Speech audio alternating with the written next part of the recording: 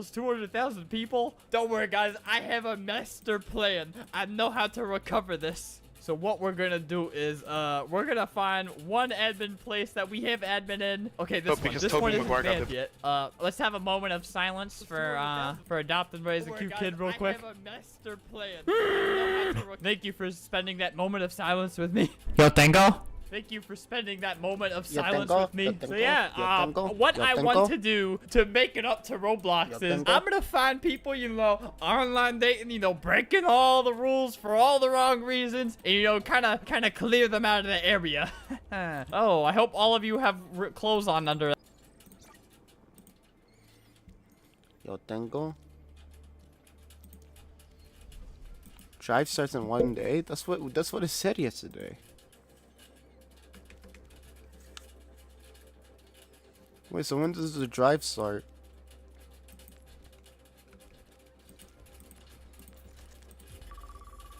Because it said it was gonna start in like... Literally, yesterday it said 1 day.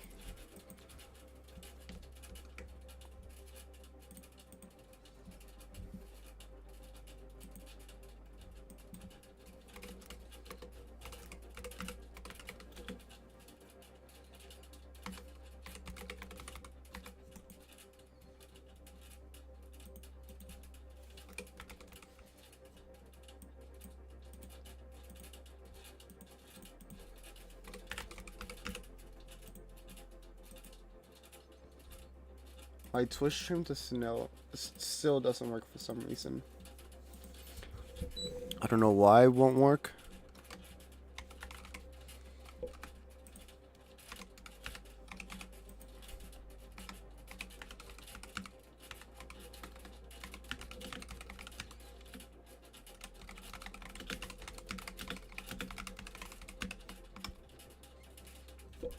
Hold on.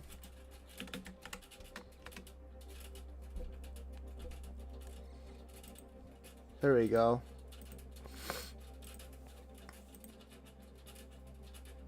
Okay, so my YouTube's working. My Twitch just isn't. It still isn't working. I don't know why it's not working.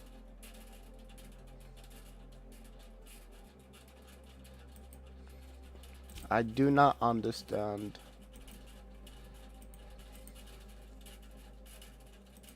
It says I'm live.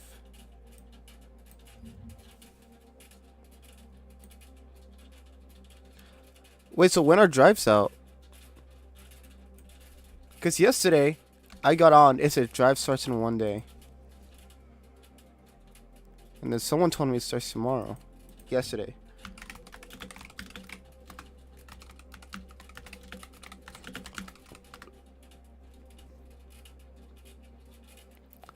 April 15 to April 21. Yesterday was the 15th.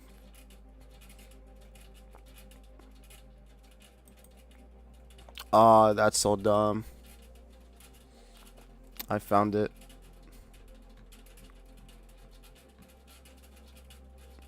I just saw a Blizzard post. April 17 to April 21. It told me it was gonna be... Bruh. Also, I still don't get what's wrong with my Twitch. Look. Because the thumbnails work. But the thing is... Why do my streams not work? If I click on my stream, to make it up to I can see it. It works perfect. Failed to determine content classification. Like it works, but I'm currently live, and it's just like this.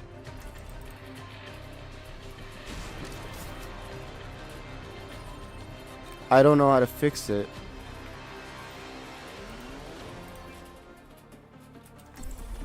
I honestly have no clue how to fix it.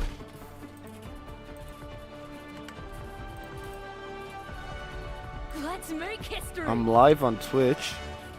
My megabytes per second is at a perfect amount. I'm gonna finish this war.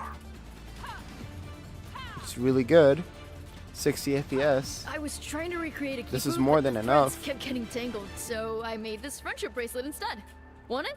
I don't know what to do. What if I lose? It worked I'll just have once. an It excuse to worked make another. once. And then my Wi-Fi crashed. So I don't know what's the problem. Do I have to reset my Wi-Fi? Just one more mission. What if I do this?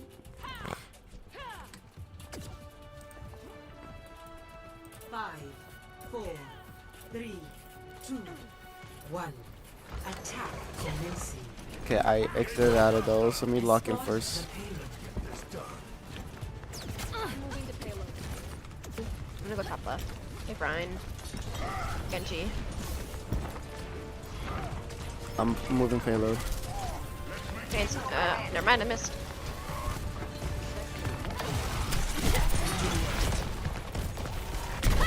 Oopsie daisy. Mid heals.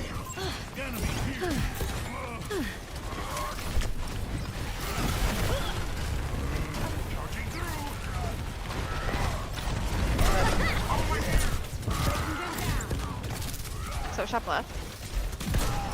Milla's on the move. You coming? Soldier one, soldier one. She has an honor on her. Coming through. Pino TP. Soldier dead, on a low. Listening healing payload. That really helps. Okay, so I turned off all of that. Will it work now? Nano boost is charging. Okay, it still doesn't work. I reset my Twitch shop to like Overwatch, but like I still can't view it. Unfortunately, so. Genji behind. No deflect.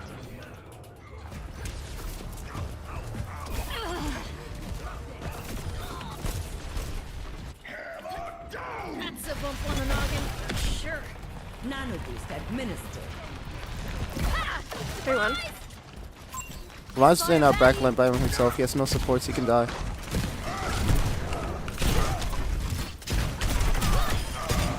and dusted.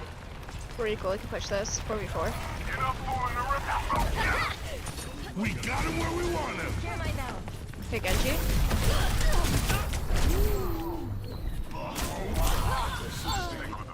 We can push. We can push. The Ryan's on it. We killed Ryan. What happened there? Why didn't Malma Such a clutch. ult at such a weird spot? He could have ulted on point.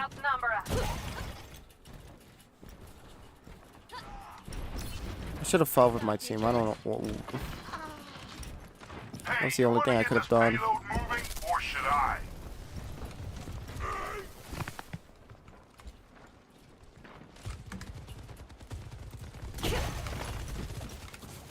Coming for you.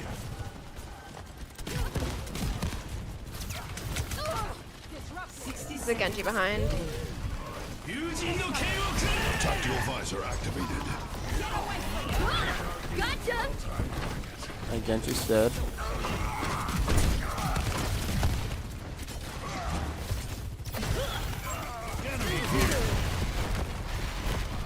Fight's We're coming. down 2, walking back.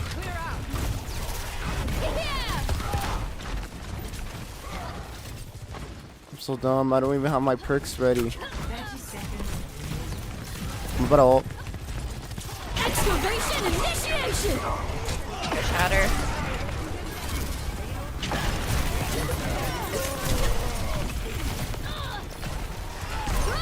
Hiya. 10 seconds remaining. Damn, I already lost.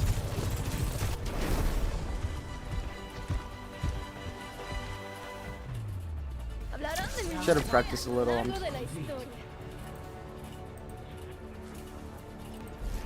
Score What is this new job we got? to 0. Switching sides. It's just battle pass tier skips. That's it. That's all it is. Fences. No loot boxes or free skin. Yikes, Blizzard.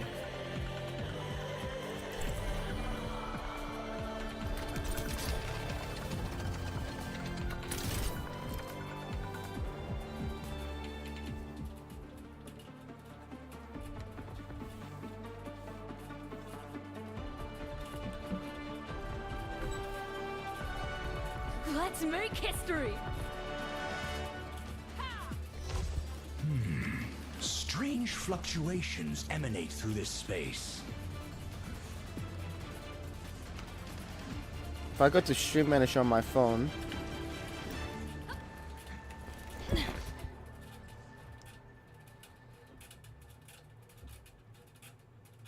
Stay in range. If you wander off, I can't protect you.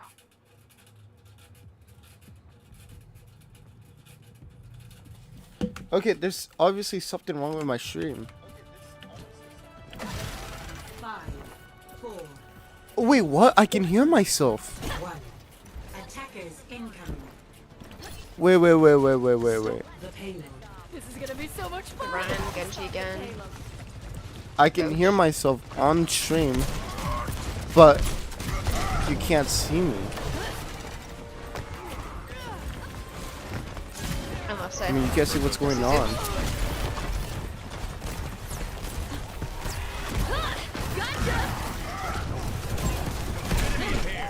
But when the stream ends, you can't see me.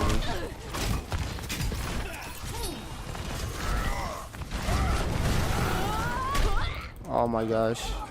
I didn't right click on We're down time. 2. We should just back.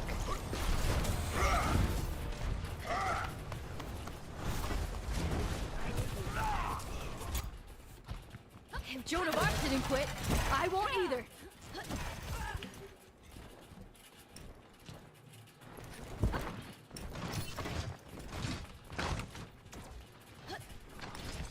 Relax. At your side. Working on your injuries. Get close. I'm just gonna stop for a bit. Behind you. That really helps.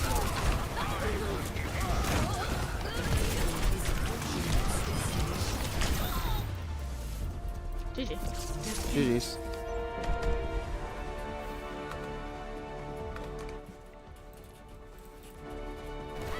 Bad first game, but I'll make it back.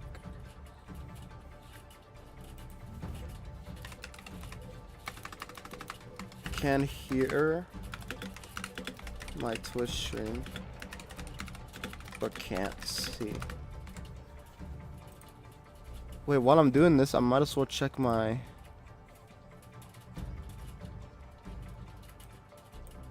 clips on Overwatch. Maybe it got corrupted like my Fortnite stuff did. Like a while back. Nope. That doesn't seem to be the case at all.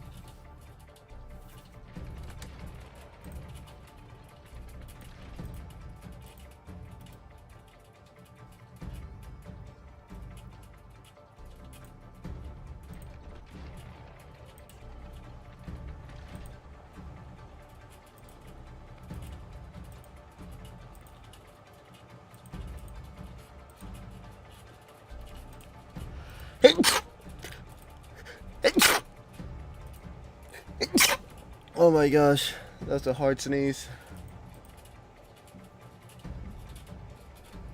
How about now? My Twitch stream is still not working. I don't know why.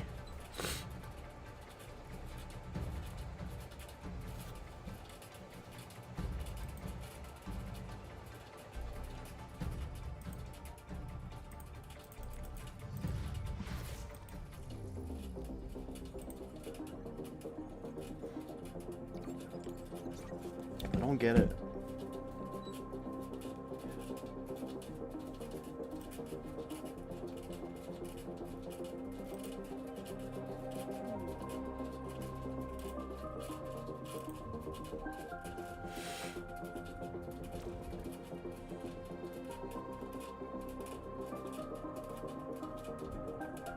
The resolution. Hold on.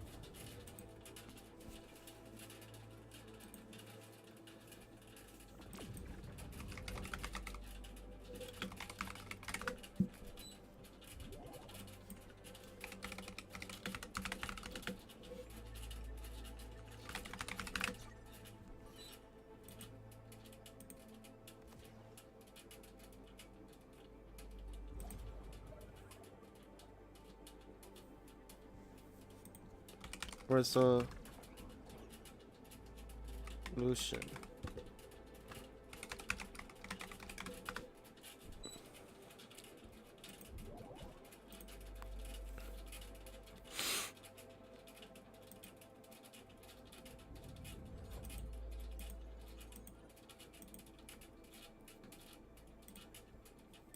I don't know what the problem is.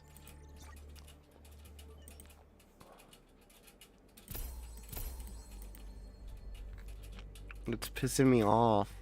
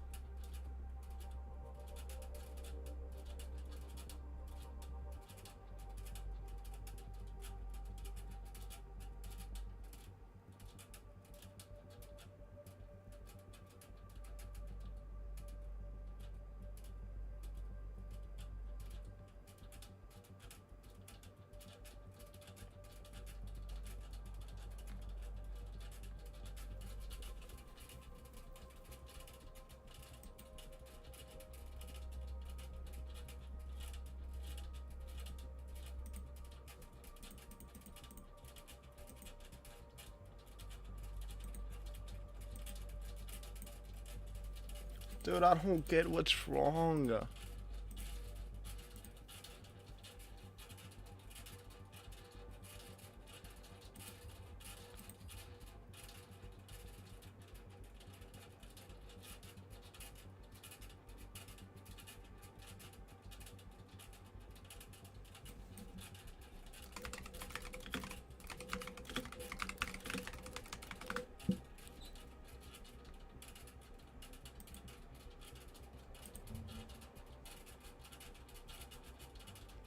Hold on. I found something that works.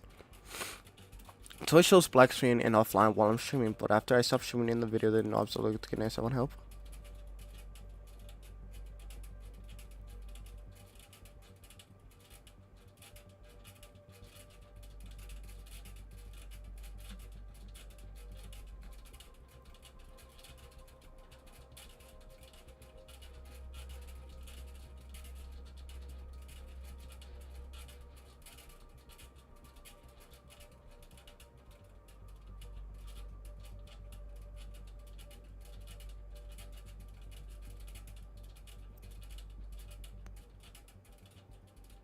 I literally did that. It worked for like a minute. It worked for a minute.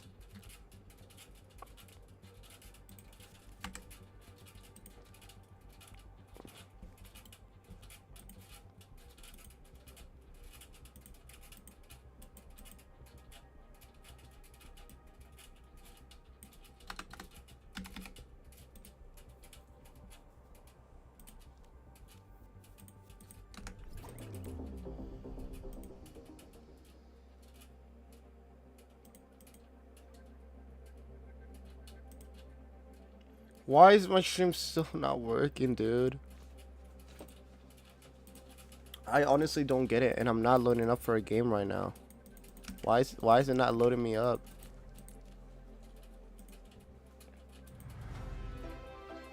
Welcome to Paris.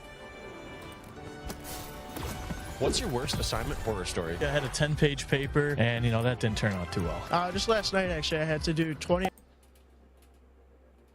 If you're trying to watch Twitch streams but get only black blank screen instead on your mobile device, go to options by tapping the selection option. The streamer has party clients are below the icon near the address bar, or just press F5 keyboard button.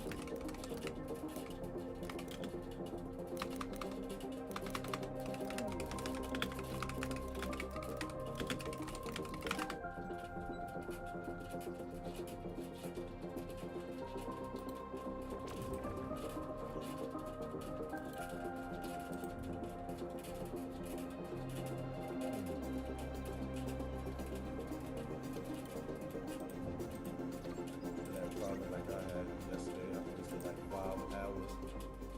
figure out how to get Twitch stream, you gotta go ahead, because there ain't no videos on it. I tried to find 100 videos, I couldn't do it, I can't find it. You're gonna go to your settings. Once you in the settings, you're gonna go to video. See, I can't do it right now because I'm streaming. Matter of fact, that's not even red. Matter of fact, it's right here. You see what say video bit rate? I had this at 10,000. So you're gonna switch it to 6,000. So once you switch it to 6,000, that's what you're gonna do, and then you're gonna it should start working from there. So that's how y'all switch the stream to get this to work on Twitch. Like and subscribe this video.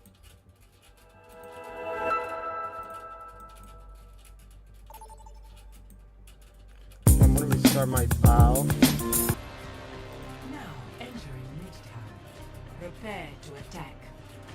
Select your hero. Script is enabled under computer. Enable TLS under. What's up, you guys? It's Lord Free Flames. I'm back, and I'm here to. The screen is just. The video doesn't want to play setting. It just won't show the video.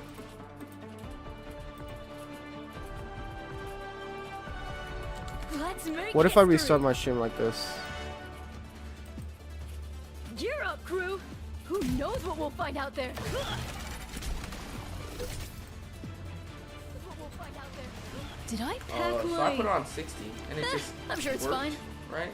Because usually you have to put it on auto, and then it'll work. I'm sure it's fine. Make this video tough to fix. A lot of people get, but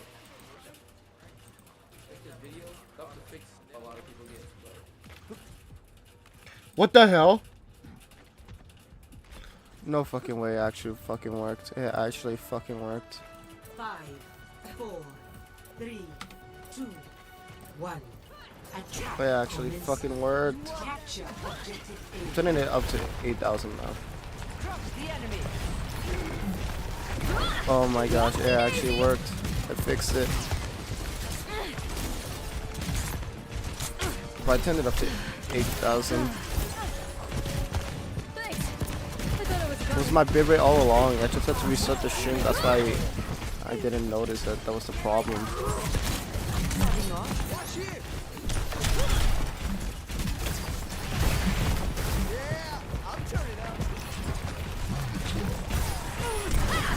Watch it. Enemy turret ahead.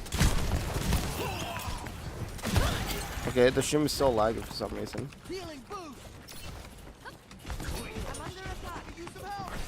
And I got a lever.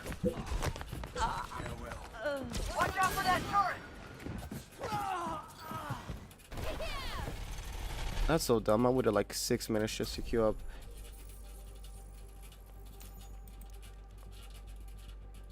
And the time. What the heck? I can watch old broadcasts?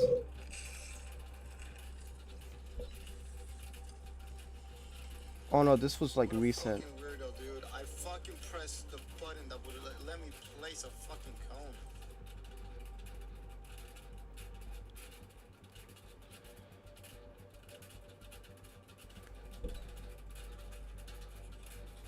Hello. Hello. It worked now. It actually works now. It worked now. It actually works now.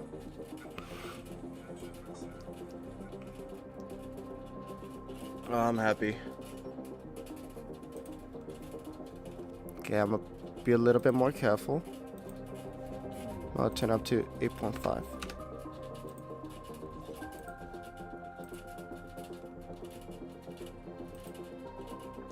What is up, Reaper? Skippity toilet, Riz, Jizz.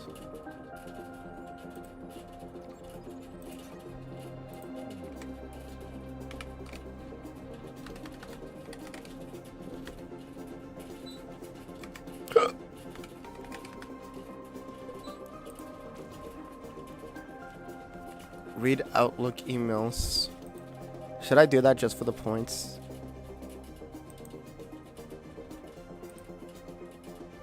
Coachella.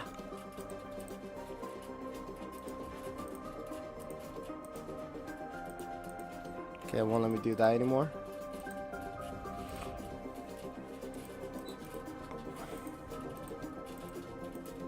Okay, now my Bing no work. My Bing no work.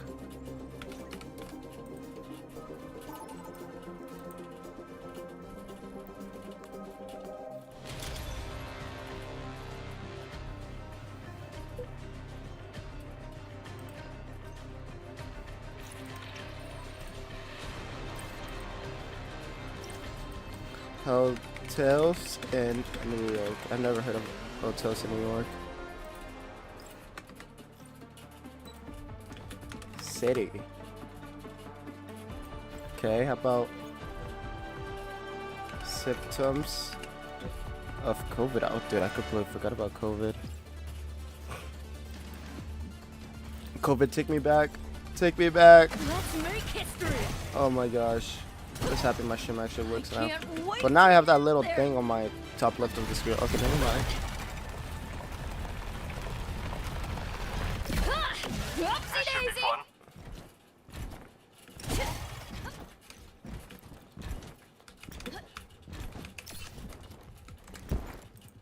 I'm happy now. I'm just happy. Time for spring. 5, 4, I'm happy my streams actually work now. 1. Attackers incoming. Stop the payload.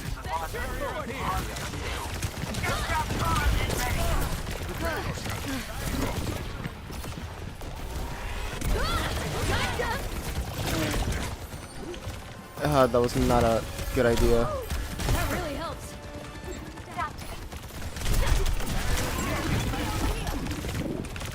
Solid point. Soldier low.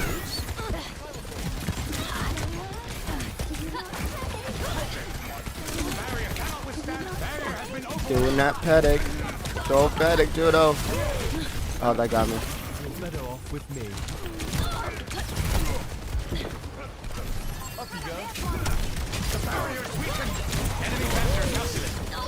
Oh my gosh.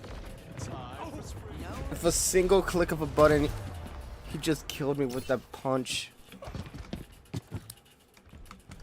That's a bump on the noggin. They have a really for good doom sure. fist on their team.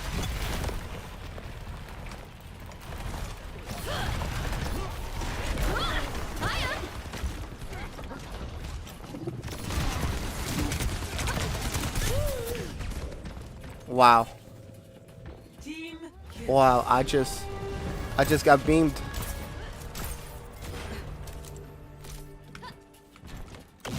By both soldier and on. I just got beamed in all the way, bro. Hey. We really need to stop that payload. Malma.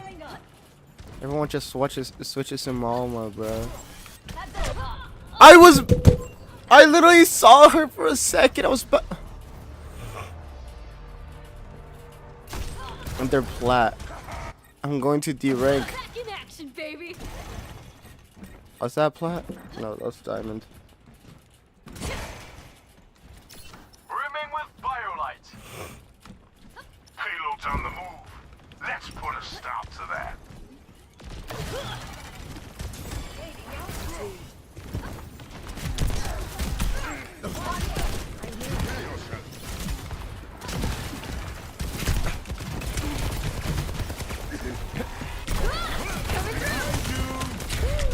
Bro! The soldier was one shot. Not the soldier, the freaking Doomfist, but he just beamed me. Even if I had tried to get away, it's soldier just my counter now? Cause like, what the hell? I'm not used to fighting soldiers that are this good. Locking satellite vector. Or is he just like locked in right now?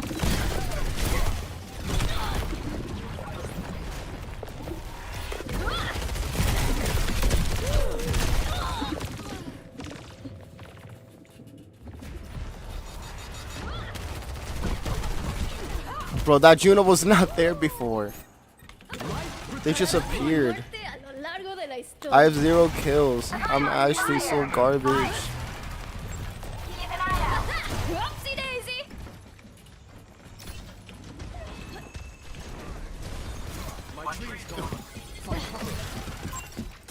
here. Both hearts probably. もう大丈夫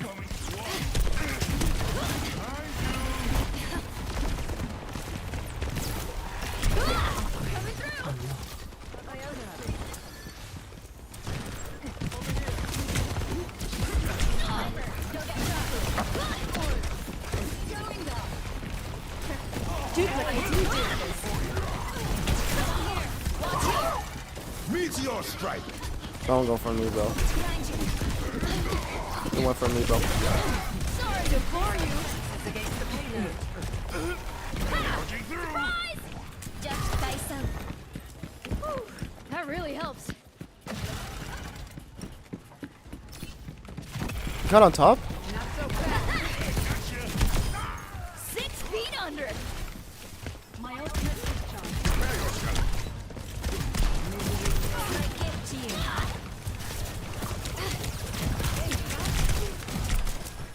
Dodge this. Oh my gosh. Can get a couple picks here. Yes. Yes.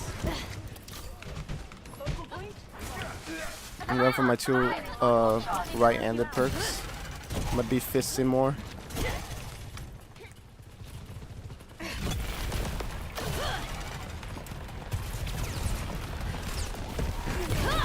Come over here.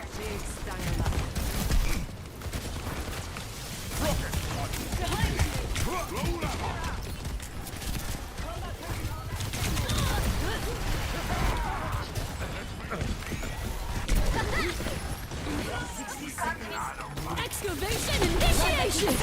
Got you.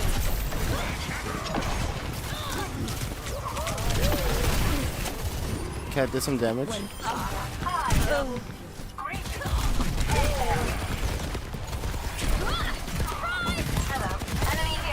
There we go. Better? Finally stepped it up. 30 seconds.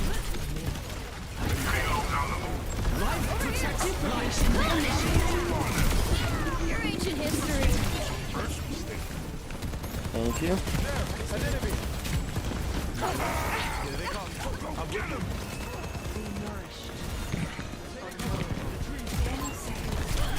little longer. We got this. An enemy. Anyone who tries to get on point takes damage now. This ends now.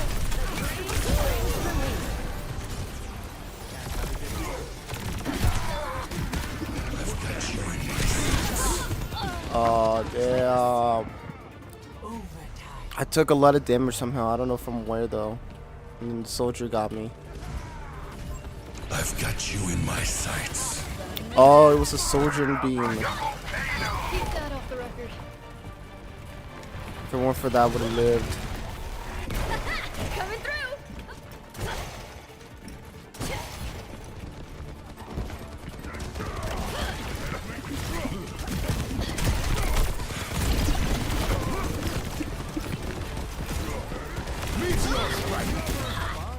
Nice. This scene 9 is crazy. Score 0-1. That is crazy. Sides. Prepare to attack. Select your hero. Jizz.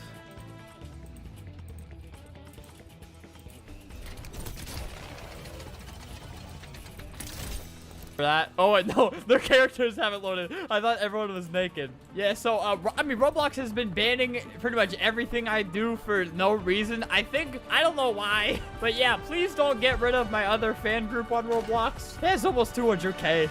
Surprisingly, the fashion group that I started the other day is still up and running. We're still open for business. I don't think anybody, nobody bought our $100,000 shirts yet, but you know, the sales are gonna start flowing in. Don't worry, guys. Yeah, hey, I'll have some sort of positive update on my fan groups whenever. I'll try to get in contact. I don't know. I don't really care about the fan groups, but I really don't care about anything. Oh no, Carla, you are unconscious. Let me perform CPR, mouth to mouth. Let's see how fast he pretends or stops pretending to be unconscious. I don't actually want to do this. I was hoping after I'll. And if I skibbity, I will risk on a Ohio gat, Ohio gat, and Ohio skibbity gat. Ohio skibbity.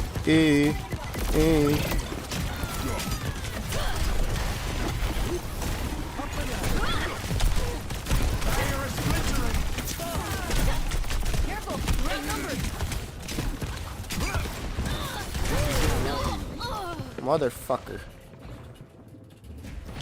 Didn't even see my team die.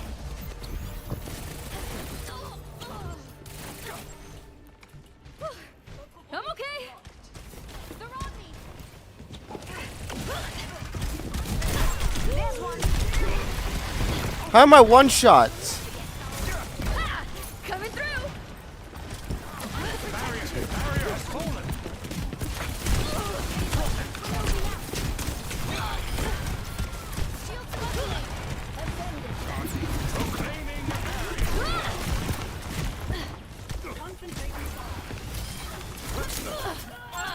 Doomfist, he could die, I missed.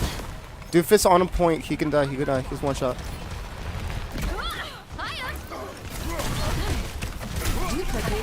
Meteor strike.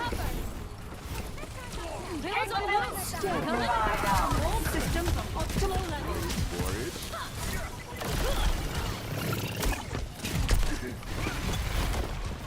Focus on capping. Dang nano.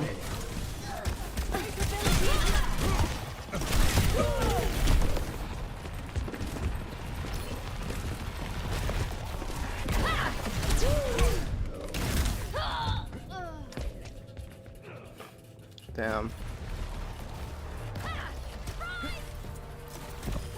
Special delivery is crazy. Let's try that one more time. Taking damage. Get to the payload.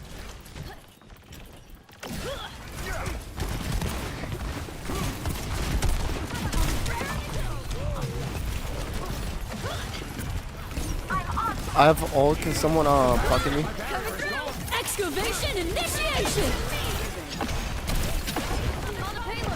On a one.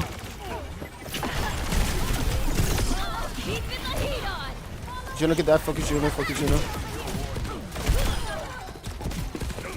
Chaser.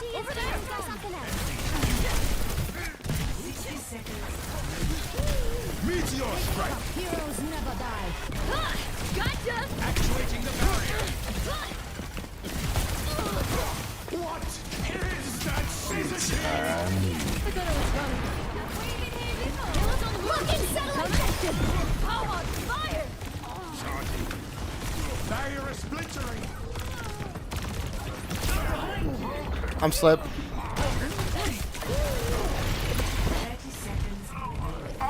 I'm falling back. Just regroup.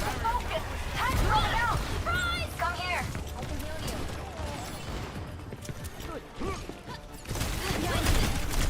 Take this off.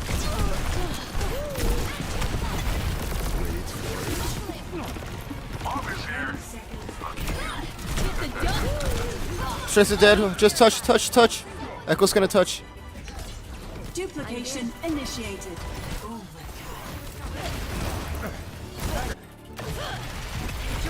Nice, we got that. 4v3. Nice. Little just him. Stay on point. He was your first mistake. The payload has reached the checkpoint. Oh, that was way too scary, bro. I thought I was gonna lose, low-key. Enemies there. Let's clear them out.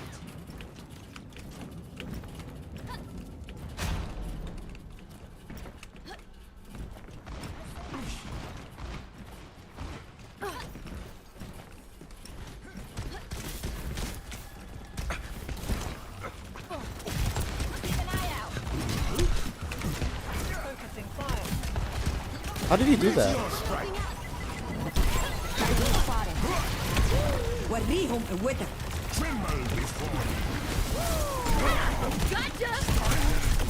Got one here. Oh, better. What the hell? I got rammed by the entire team. Watch. Pushes me into the heal pack and just destroys me. Pick self up. Check. Dust self up. I vote. In progress. Hey, don't forget the payload. Coming through.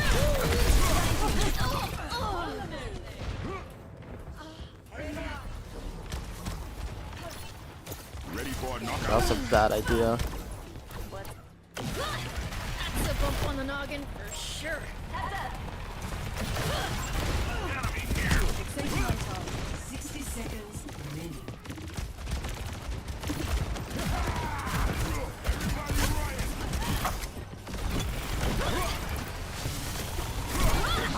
It's a new meteor strike. How? How? I was there for a second. Let's try that one more time. 30 seconds remaining. Gotcha! Keep attacking until the last second. Guys, just regroup. Stop feeding Doom. We got this. They used up most of their ults. I can touch. Let's get the payload back. And I have my ult. 10 seconds. Don't let up. We don't have much time. Payload's on the move.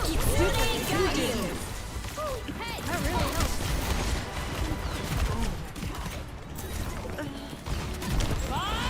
Do something!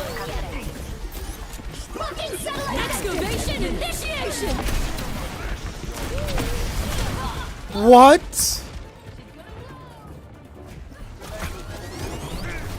So annoying how like 3 of them just went after me. Like, do they have comms or something? Cause what the fuck? Out of the crypt and into the He like crescent. knew I was there. What the fuck?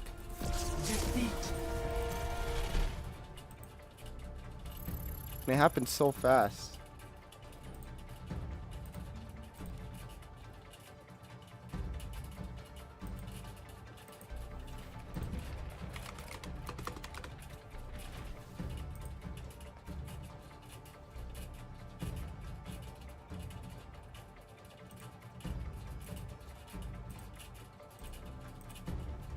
That was crazy. It was right after like a 7-minute queue.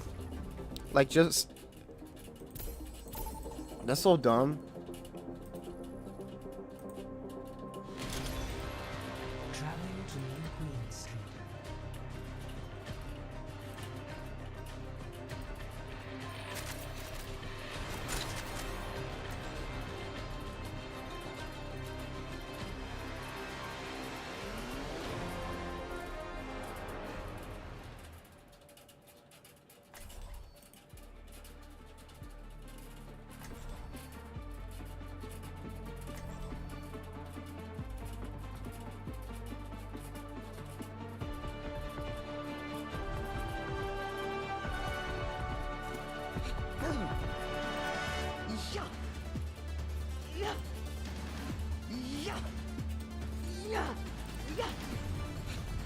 Let's make history!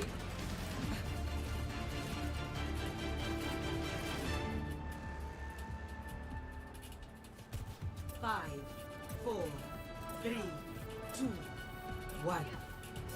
Objective unlocks in 30 seconds. Alright, it's push, so this should be easy now.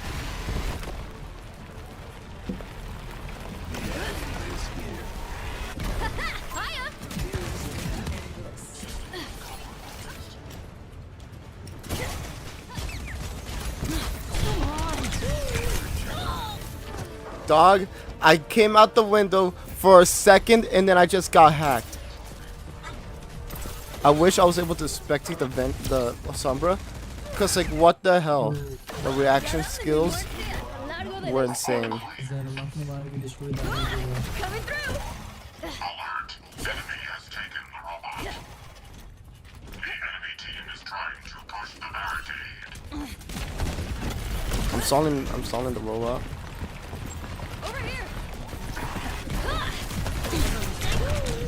Like, where is she? Where is she? I knew she was there, but where? Oh, I saw her. I saw her from the Reaper's POV. What the fuck? I'm okay.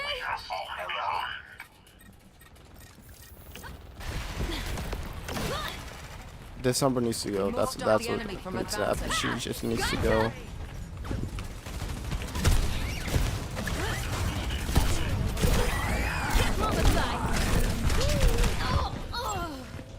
Guys, push.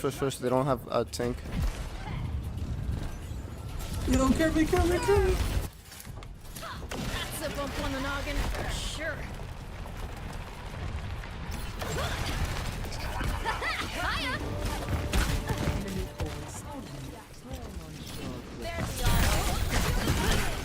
Come on.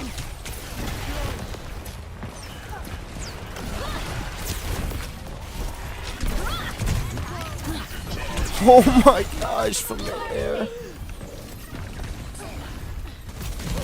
Receive my aid. Surrender to my will. Coming through. Double.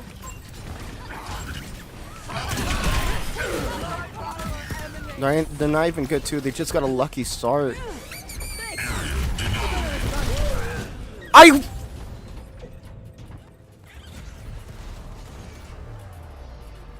It's crazy because I drilled onto the floor.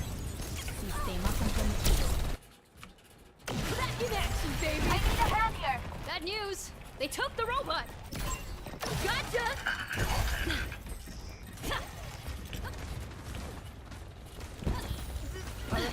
Apagando las luces. Keeping the heat on. To me.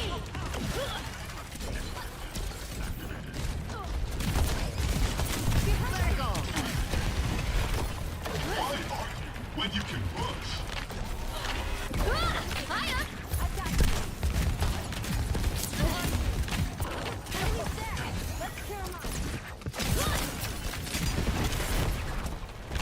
Oh my gosh. Spawn games, bro. Like, this guy's really good.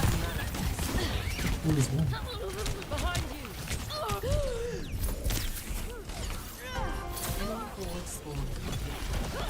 Let the push commence.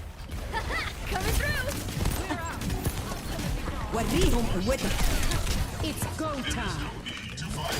Surrender to my will. Excavation initiation.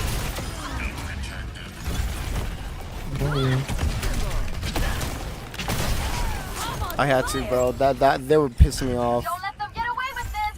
Those supports were pissing me off. Moving right along. Actually playing together with some teamwork and shit. Entering push mode. I'll cover you. Moving the barricade.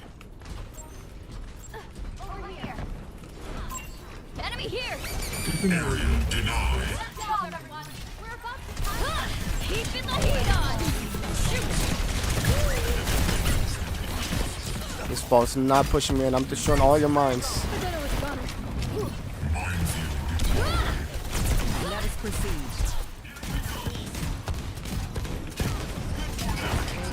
Endless. Remember, was one shot. Oh, we have Summer cornered right here.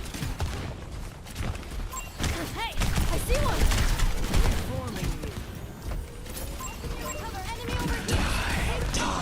I better not die to that.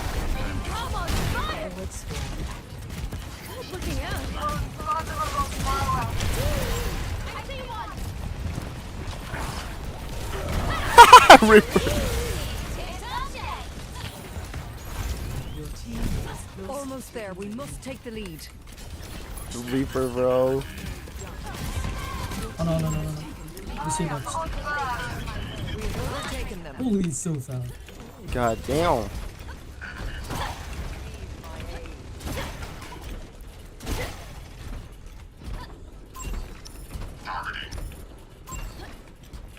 Approval.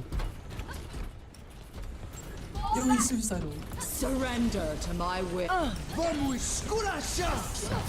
Apagando las luces.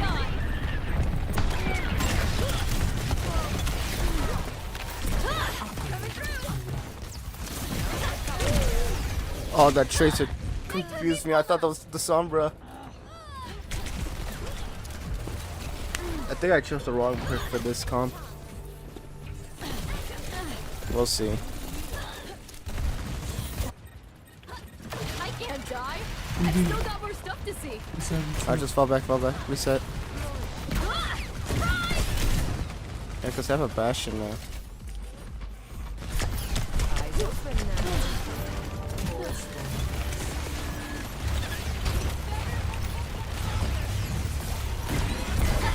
I see.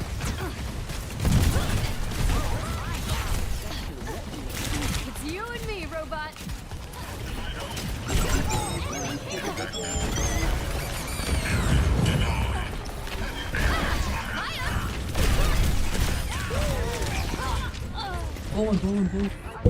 Ball one, focus him. It's one shot. Out of the crypt and into the quicksand. Alert. Enemy has taken I don't know. minefield deployed. Go back. Good all. I'm almost there. I'm gonna put a pop out.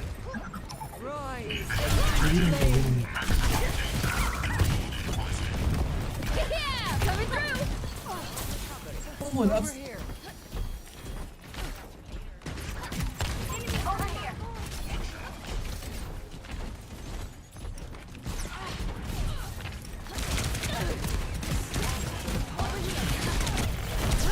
Got the new 4Gs on the G.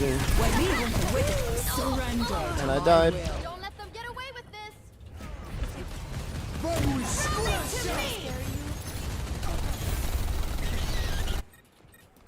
I'll keep that off the record. I don't know why I'm saving my own.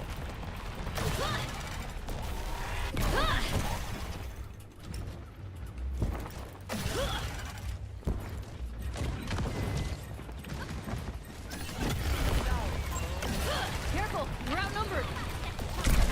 Surprise! Dang it! I died way too many times there. Their ball has ult.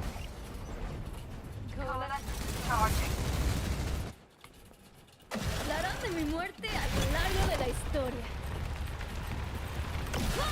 Guys, just regroup, reset, we're staggering. We're going to 4v5. We're outnumbered. Oh, just like Thermopylae. I'm holding Roba for a little bit. Let's put a stop to that. Don't let the enemy. The weird time?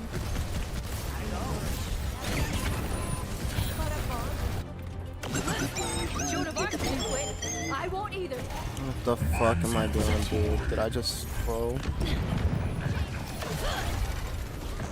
وريهم قوتك.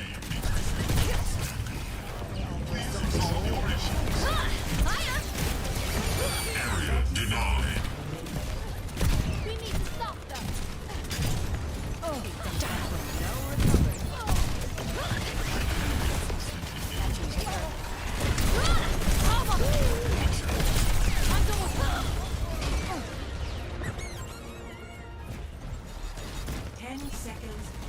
More touch. Surrender to my will. Let's try that one more time. Overtime. No way they just took my Apagando gun. las luces. Surprise!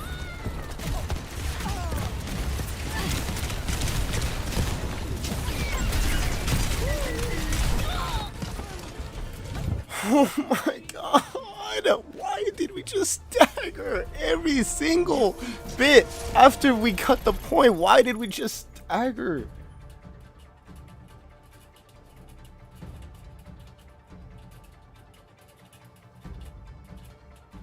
Oh my god! Oh, that's so dumb!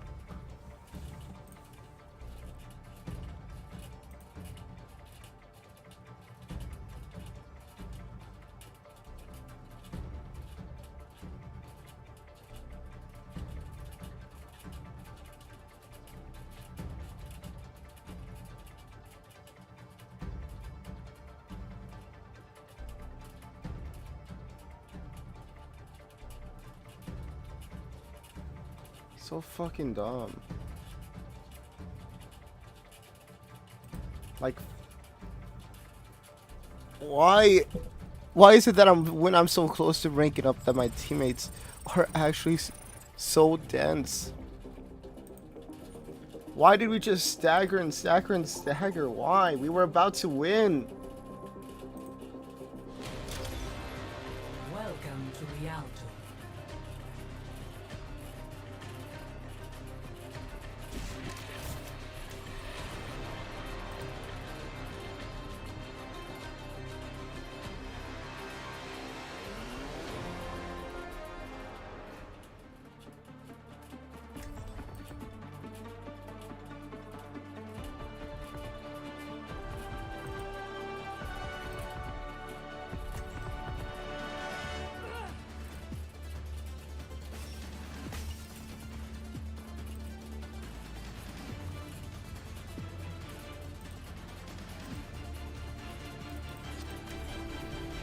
Let's make history!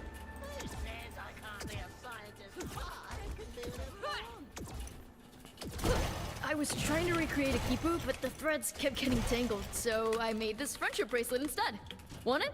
Are you sure? What is all of this? I'll never just really have an noticed excuse to this. make another.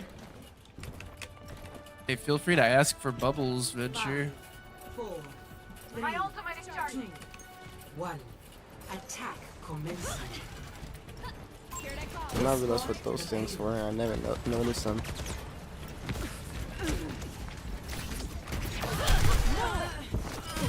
Bro, what was that Lucio doing over there? I noticed him from the corner of my eye because he started moving. I was like, what?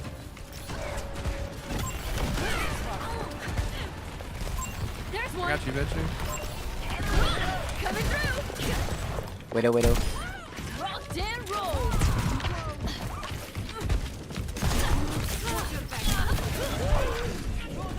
What the Lucio doing?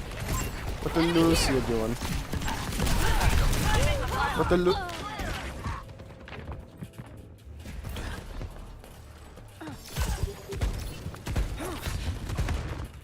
the what my team doing?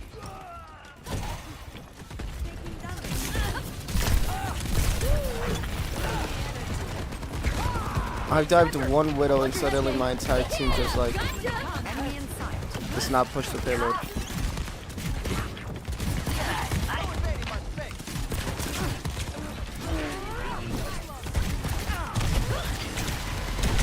What the actual fuck, dude? How?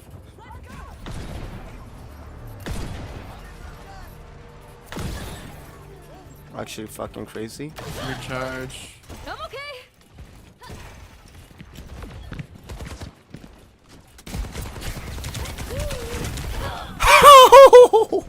How do you shred me that fast? I was full HP. What the hell? I am such a klutz. I have to wait for my team now. I was literally full HP. What?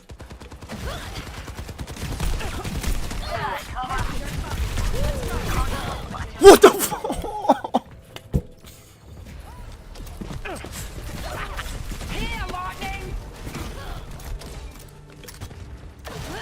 I can't die.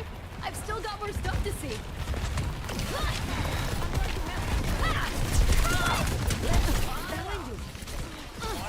Personne n'échappe à mon regard.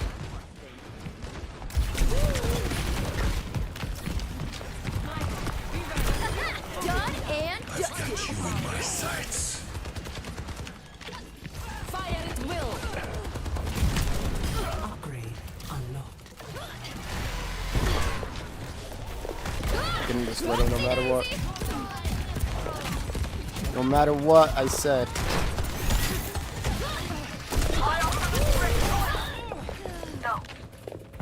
Teabagging. 60 seconds remaining. Nano boost administered. I'll keep that off the record. I was made for this. Gotcha!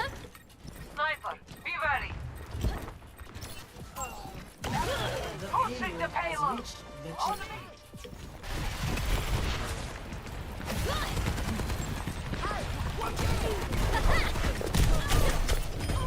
أنا ما حدش يقدر عليا. That's a teabag, bro. Got you covered. Hiya. Ready to burn. Dang it. Bruh. I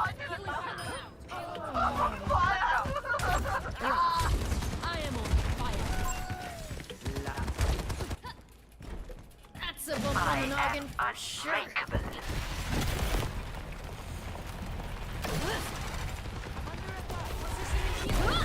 Oopsie daisy! Fire is charging. Sniper, be careful.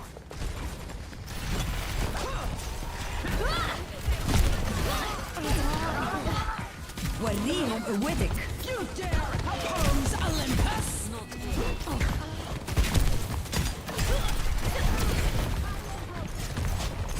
My ultimate is ready. Excavation initiation!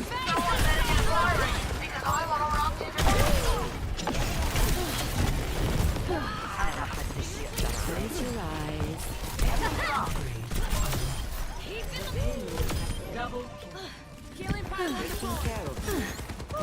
That really Low key, that ult, even though it was like to solo the Widow, it was like one of the most important things I could have done. Actually, it could have been one of the most impactful things I could have done in that situation. Personne n'échappe à mon regard.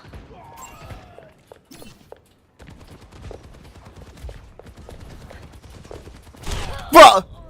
Time for the reckoning. Dude, I heard the footsteps. I just didn't know they were there.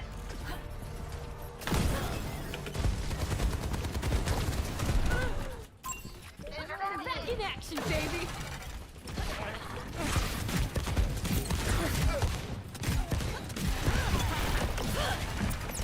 Not forgetting the payload, are we? Hey, it's here. Coming through!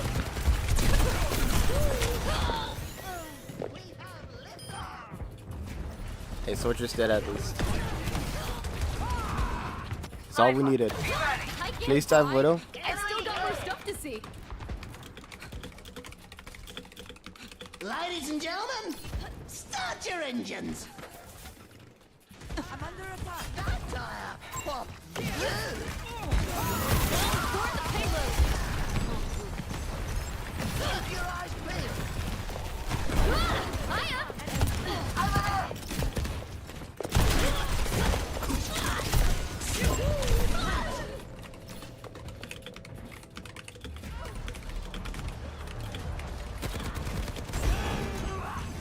I'm here.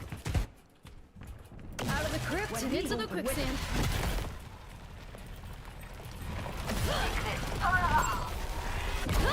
Oopsie daisy! Careful, we're outnumbered. Behind you. Personne n'échappe à mon regard. 60 seconds I remaining. need healing.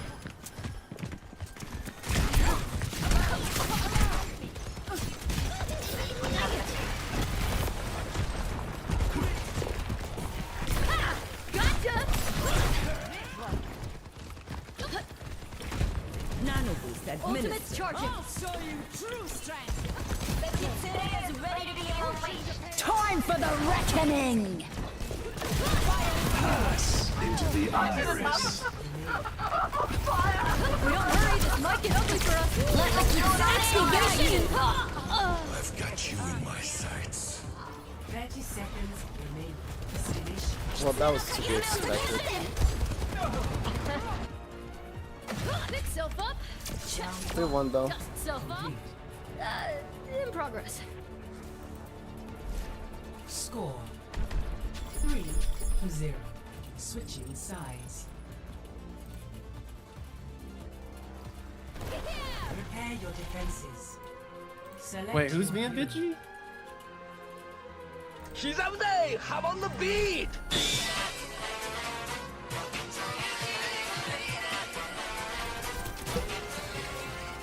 What's going on, everyone, and welcome back to another JoJo news update. On April 12th, the JoJo Day event was held in Japan celebrating the JoJo anime. Along with a panel of series voice actors, we also got a slew of announcements, followed by the reveal of the long-awaited Steel Ball Run anime adaptation. There's quite a lot going on with JoJo this year, so I'm going to take the time in this video to go over everything that's coming up. I'll go over the JoJo Day event itself and what was announced, along with what we already know is coming in the next 2 months. Then we can focus in on the new anime announcement and start to think about when it might be releasing. Starting in March and leading into the end of April, a new event is being held called JoJo Cross Shibuya. In commemoration with JoJo Day, the Shibuya Excel Hotel Tokyo was fully decorated with JoJo art, including a giant Iggy balloon. There's also a big lineup of JoJo-themed food and drinks, and of course a ton of merch. With JoJo Day being a celebration of the past and future, Attackers incoming. Stop the payload. Turn forward.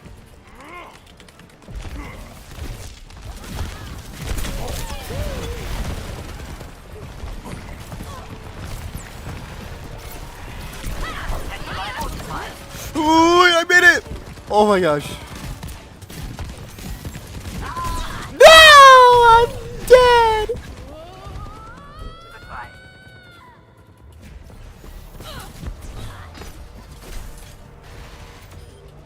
See ya. Back in action, baby. Oh my goodness gracious. Oopsie daisy.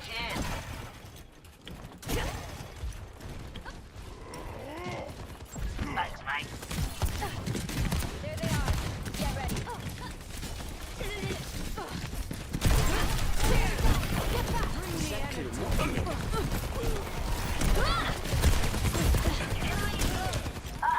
I don't have a bubble for you, Venture. You're probably dead, though.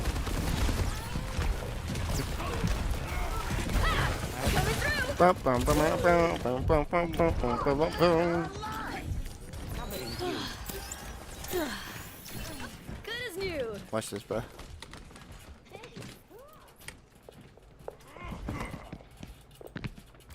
Watch here. This one. No bubbles. Monster here, dude. No! This is freaking wait a minute. Bro, the widow. That's a bump on the noggin for sure. You can stay alive long enough. Let the Kitsune guide you.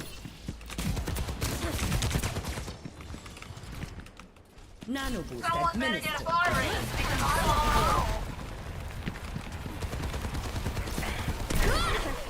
Hey, qué mala suerte.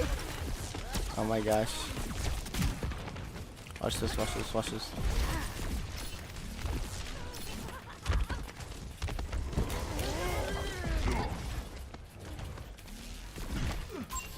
They won't know.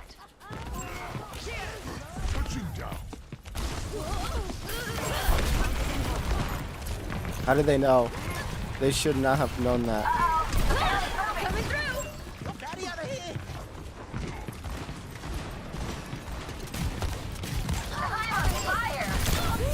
What the flip? I got hindered at the exact worst time that I could have ever have gotten hindered in this stupid ass game. Personne n'échappe à mon regard. That was the worst time I could have actually been hindered.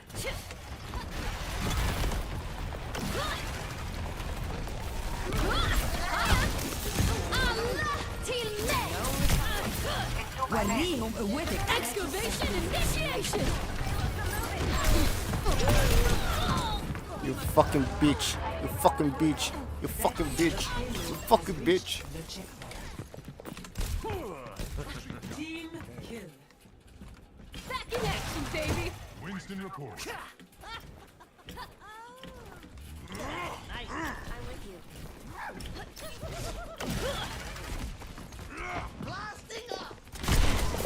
What the fuck? What the fuck? I was just walking up the...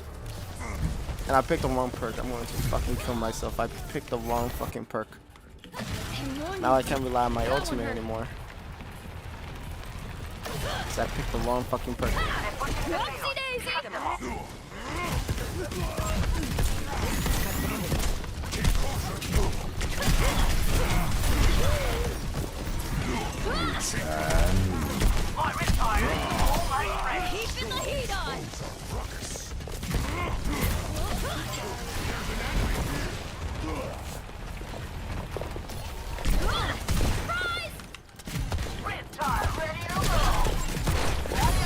Yo, fuck this game, bro. Fuck this game, bro. It's actually fucking crazy, bro. Ladies and gentlemen, start your engines. I'll keep that off the record. At least now they're closer to the point. Coming to our spawn. Fuck this game, bro. Fuck this actual fucking game, bro. Fuck this. Fuck. Is I not on it? What the hell?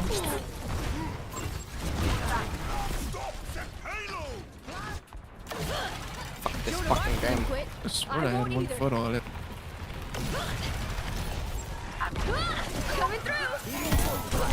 Upgrade. Head spinning. Hit the one that's in the track.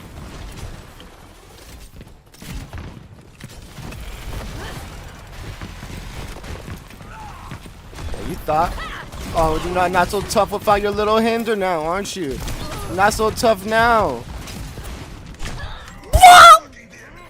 Dude! Dude! Dude! That's a bump on the noggin for sure. Stop the payload from moving. That's one.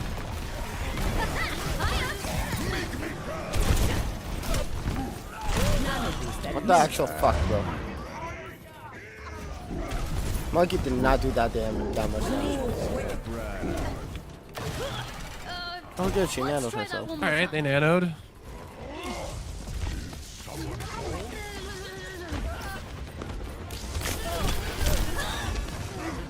What the actual fuckity fuck?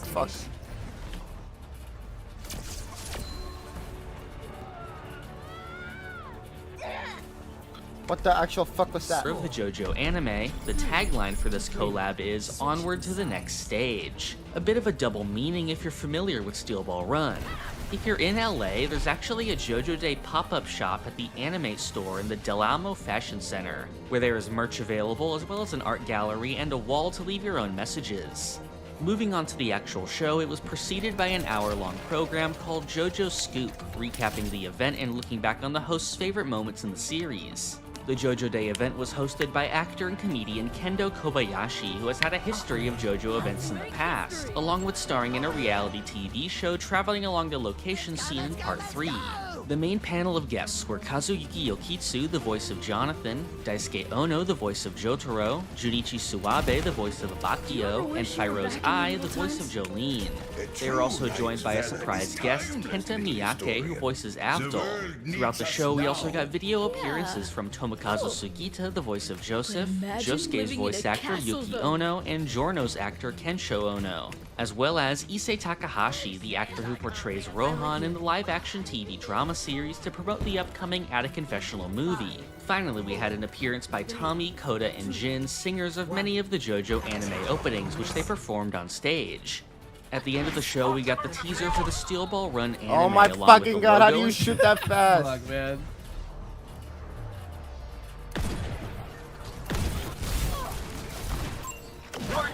That's a bump on the noggin for sure.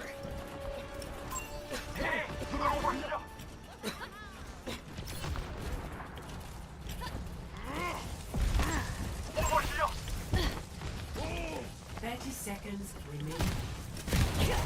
We're running out of time. Can you guys push the payload? Stop that shit, bro.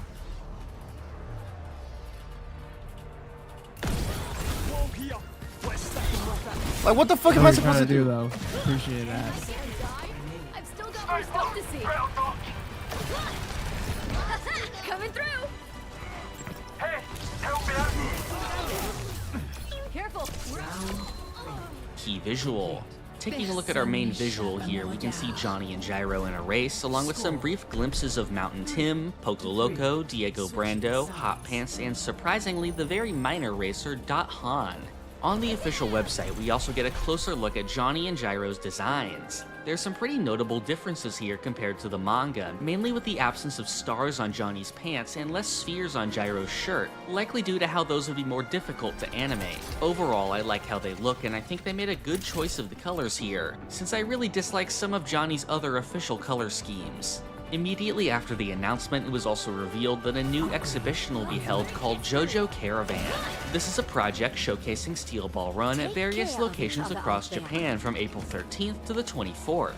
The full manuscript for Part 7's first chapter will be on display, as well as a bunch of merch from both the anime and manga. Alongside the reveal, we also got some new art from Araki celebrating the announcement with a picture of Johnny and Gyro. There actually hasn't been a new Araki illustration of Gyro in quite some time, so this is nice to see. Now the main question's obviously going to be, when will the Part 7 anime release? At this point, we have no news on any sort of release date or even how the show will be available to watch. For a quick comparison, just like now, the Stone Ocean anime was first announced in April of 2021. Attackers incoming. Stop the payload. They're moving the payload.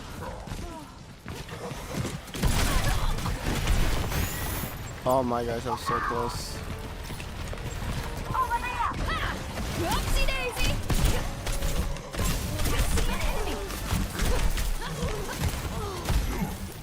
Thanks. I thought I was gone.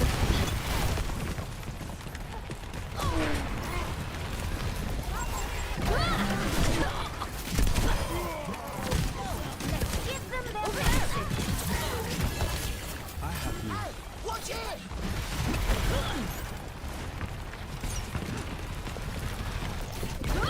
Coming through! Dun dun dun dun dun dun dun dun dun dun dun dun. Boom, boom, boom, boom. Enemy here! Dun dun dun dun dun dun dun. What the flippy flippy flippy fuck fuck fuck fuck. 60 seconds.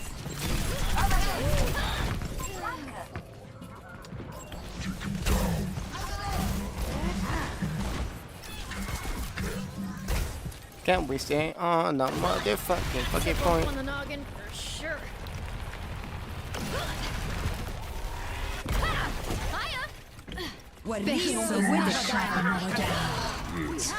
Oh crap.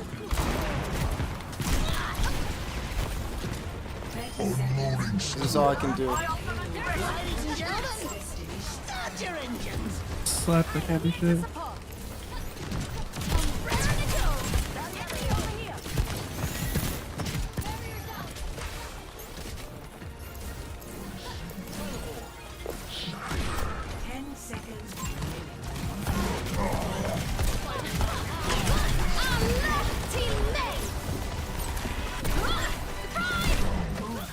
Life protects life.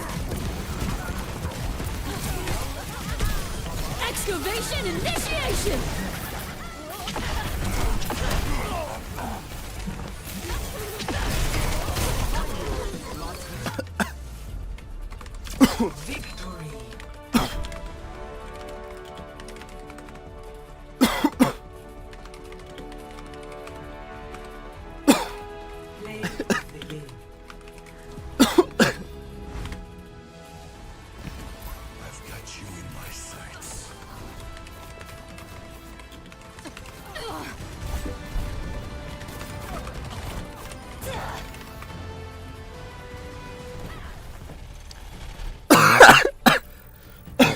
Blade of the Grass here. How does Part 6 of JoJo's Bizarre Adventure connect to Part 7, Steel Ball Run?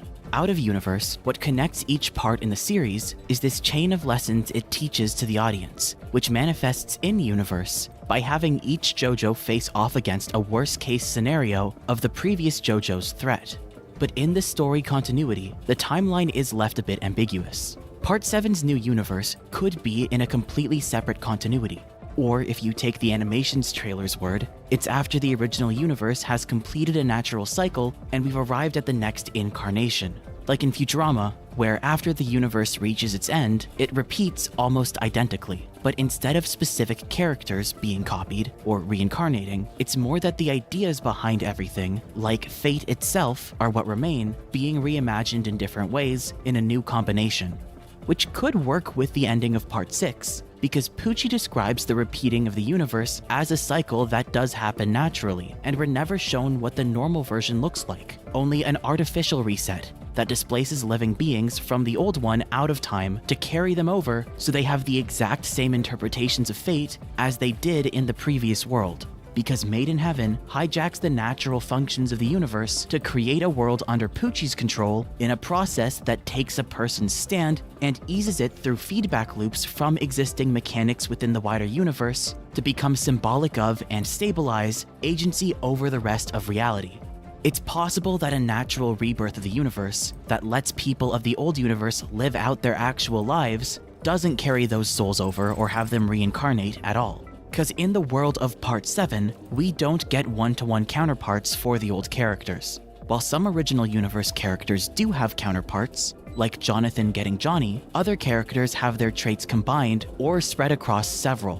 People's identities have overlap, and they don't follow the exact same family trees. So it's almost guaranteed that these characters are different people, and not the same souls that were in parts 1 through 6. So if souls aren't normally carried over to new universes, Steel Ball Run could take place after Stone Ocean and not be a completely separate continuity. But the ending of Part 6 leaves the cycle of the universe in a state that's the opposite of what's needed to allow the plot of Steel Ball Run to work. The main way we do know Part 6 connects to Part 7 is how the stories relate to each other in general, across JoJo's Bizarre Adventure as a manga series. Normally, for convenience and to get publisher approval, stories are written with some kind of lesson they can represent. And if they're broken down into smaller arcs and conflicts, those can have their own layered lessons too.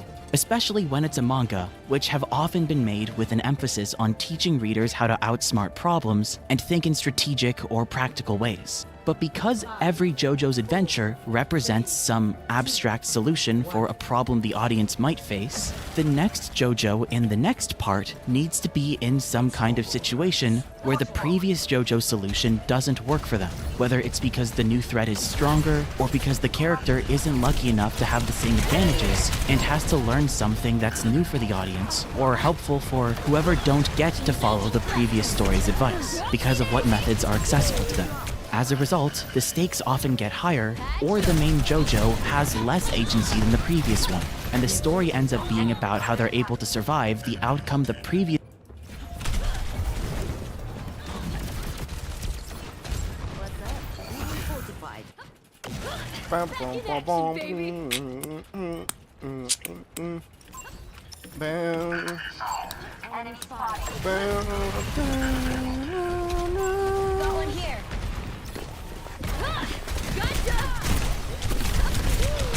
Okay, I just fought a whole Pharah, and then a diva just comes out of nowhere. What? There's no way they knew to do that. There's no actual way that diva knew they were supposed to do that.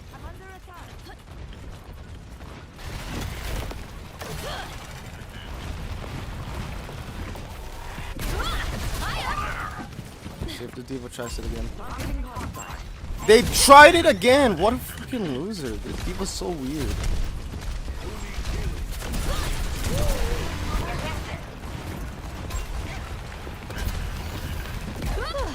All better. Nano boost administered.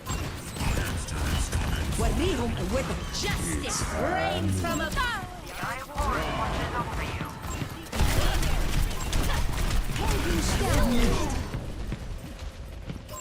Yo, that's actually fucking insane.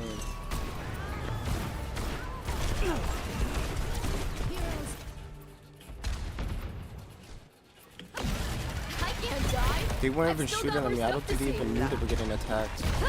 Coming through. Negative. Tactical termination. Enemy spotted.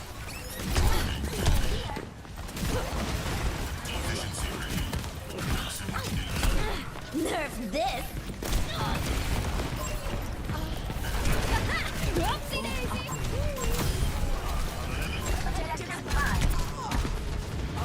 Let's kick this off.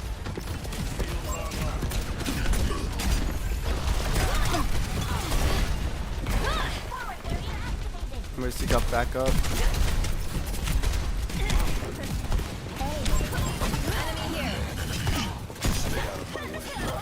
That lesson is free. Hiya!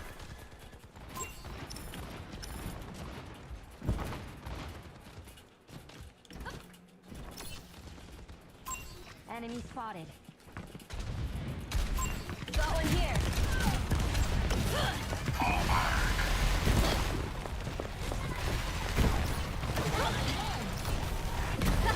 Gotcha! Come to my position. You say fall back and then you don't fall back, like. Rendezvous at my position.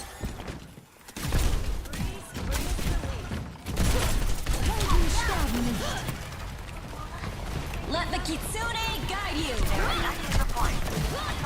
Excavation initiate! What the fuck? Nerf this! Excavation! Enemy spotted. Out of the crypt and into the quicksand. Tactical visor activated. Minefield deployed. Surprise!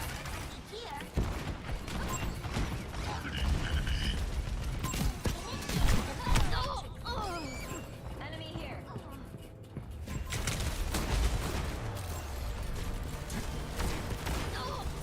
There's no doubt in my mind that I don't believe that's fair.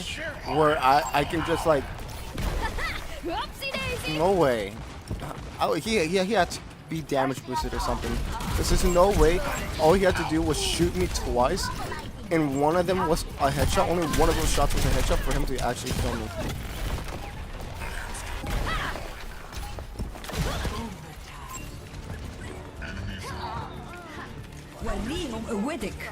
Justice reigns from above.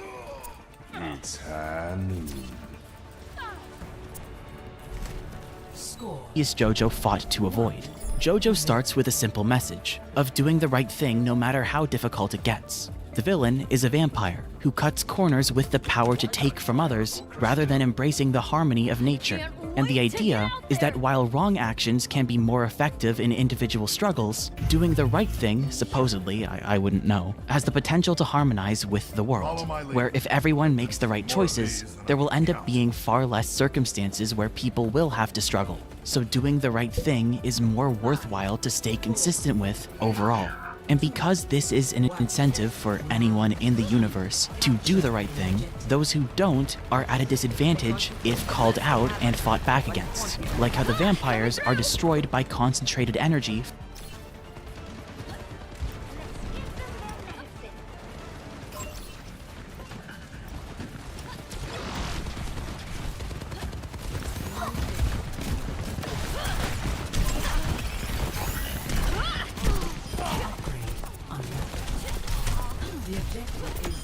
Head spinning.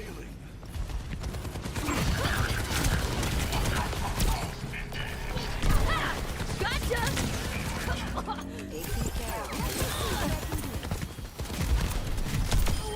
Get mummified! Keeping the heat on! Over there! Good as new! Hiya!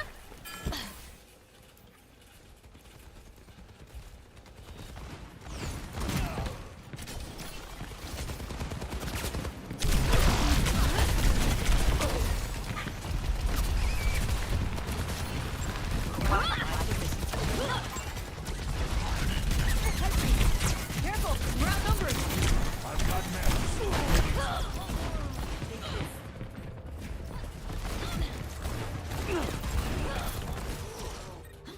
We need to get Joan of Arc didn't quit.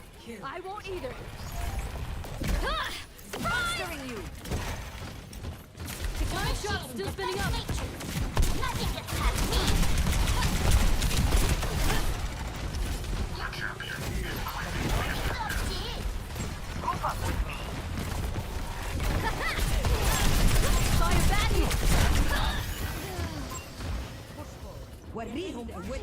Minefield time. I've got you in my sights. I wanted to be a mummy.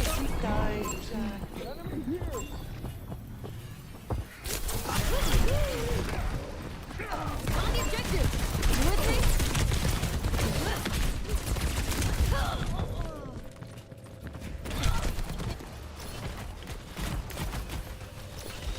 Ultimate tectonic shock is ready to rock.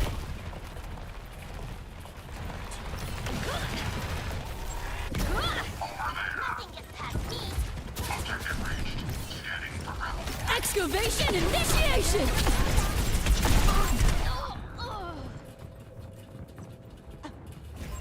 Excavate! Allah! Administered. That's a bump on the noggin for sure. Coming through!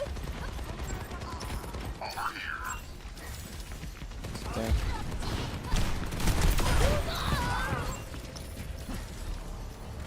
Okay, it's all full health. Back in action! Over there! Negative. No.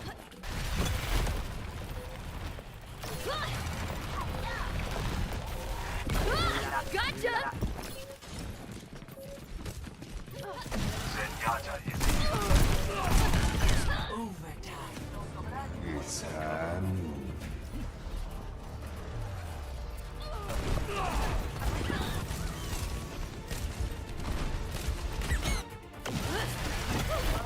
I'm okay. Careful, we're outnumbered. Hiya! Round two. From the sun. That's also why Dio, as a character, is the initial villain. If the message is, do the right thing even when it's easier to do the wrong thing, the Joestars are role models. Because even though they're born wealthy and powerful, which would tempt most people to exploit their advantages or live comfortably, each member of the family, George and Jonathan, consistently, of their own will, become compassionate and helpful people who do the right thing even when it's... Hammond, did you eat Ganymede's bird feed again? He asks whether it's still called bird feed if a hamster eats It's it. tough or unlikely to work out. Jonathan, as a socially outcast upper-class child who Translations of your profanity database error.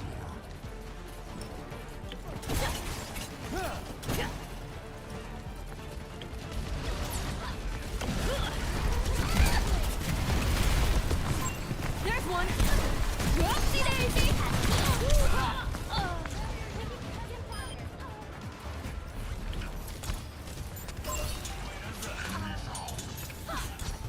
The objective is now active. Joan of Arc didn't quit. I won't either.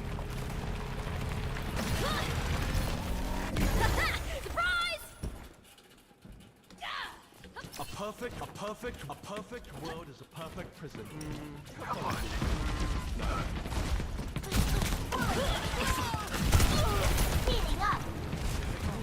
Good looking out.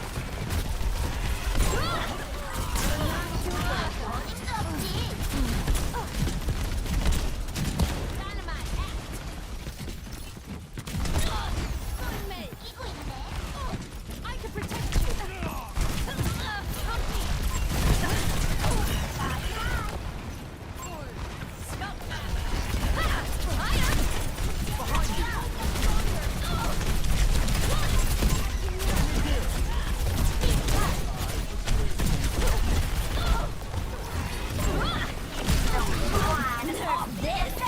Take cover.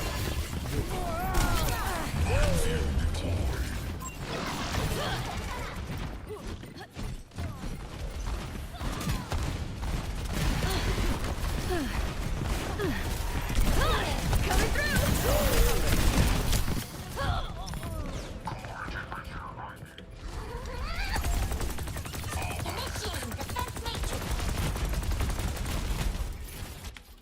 My ultimate is ready! Ultimate's ready! Whoopsie daisy! Excavation initiation! Team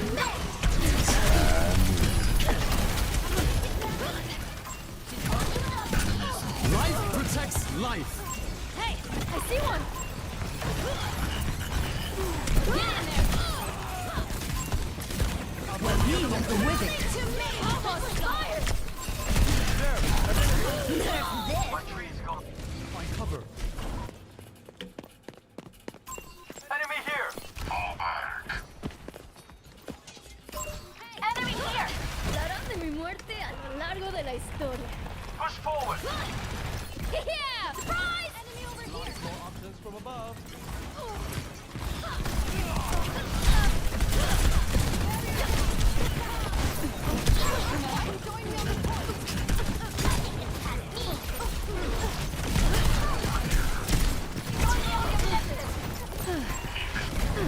Gotcha! Can't handle the heat. Stay out of my way. Round up. Thanks. I thought it was fun.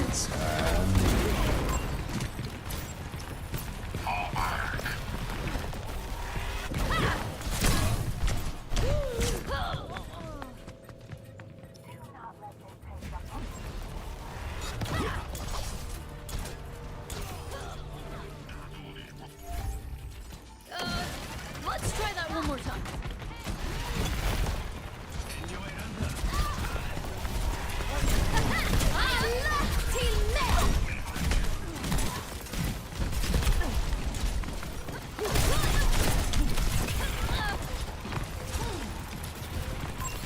There's one.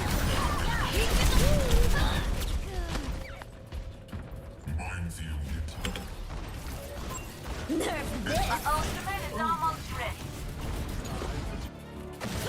I'll keep that off the record.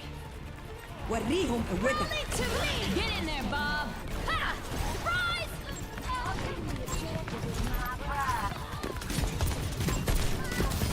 Almost fired.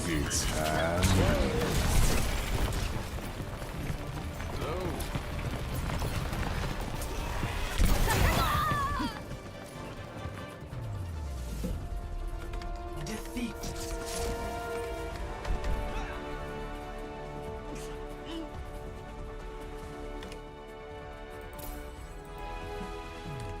Play of the game.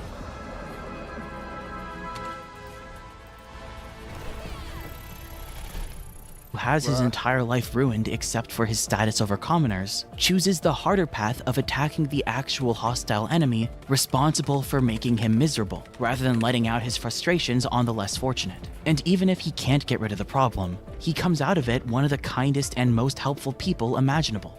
And Dio is the opposite, because he's raised knowing the struggles people have to go through, but then tarnishes any opportunities he has for fortune or to help others out of his own sense of superiority.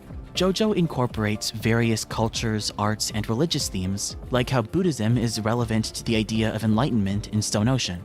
So, because Dio is the Italian word for God, it's a way of saying how God, or the universe, might constantly challenge humanity, or the Joestars, through obstacles like Dio the character, and yet they remain on the side of justice. So Dio as a character, and the Joestars as a family, are both halves of that lesson of doing the right thing. In part 2, Joseph is of a generation that's lost his family status, and he has to deal with a stand-in for the highest status of people at the very top of society who eventually conquer the power of harmony over the universe, so not even sunlight is on his side. The Pillarmen are a species of ultimate beings at the top of the food chain, who treat the rest of the world as livestock and end up posing a threat because if any of them are born with even more individual advantages and ever go rogue, the rest of the world, and even their own kind, are then powerless to stop them.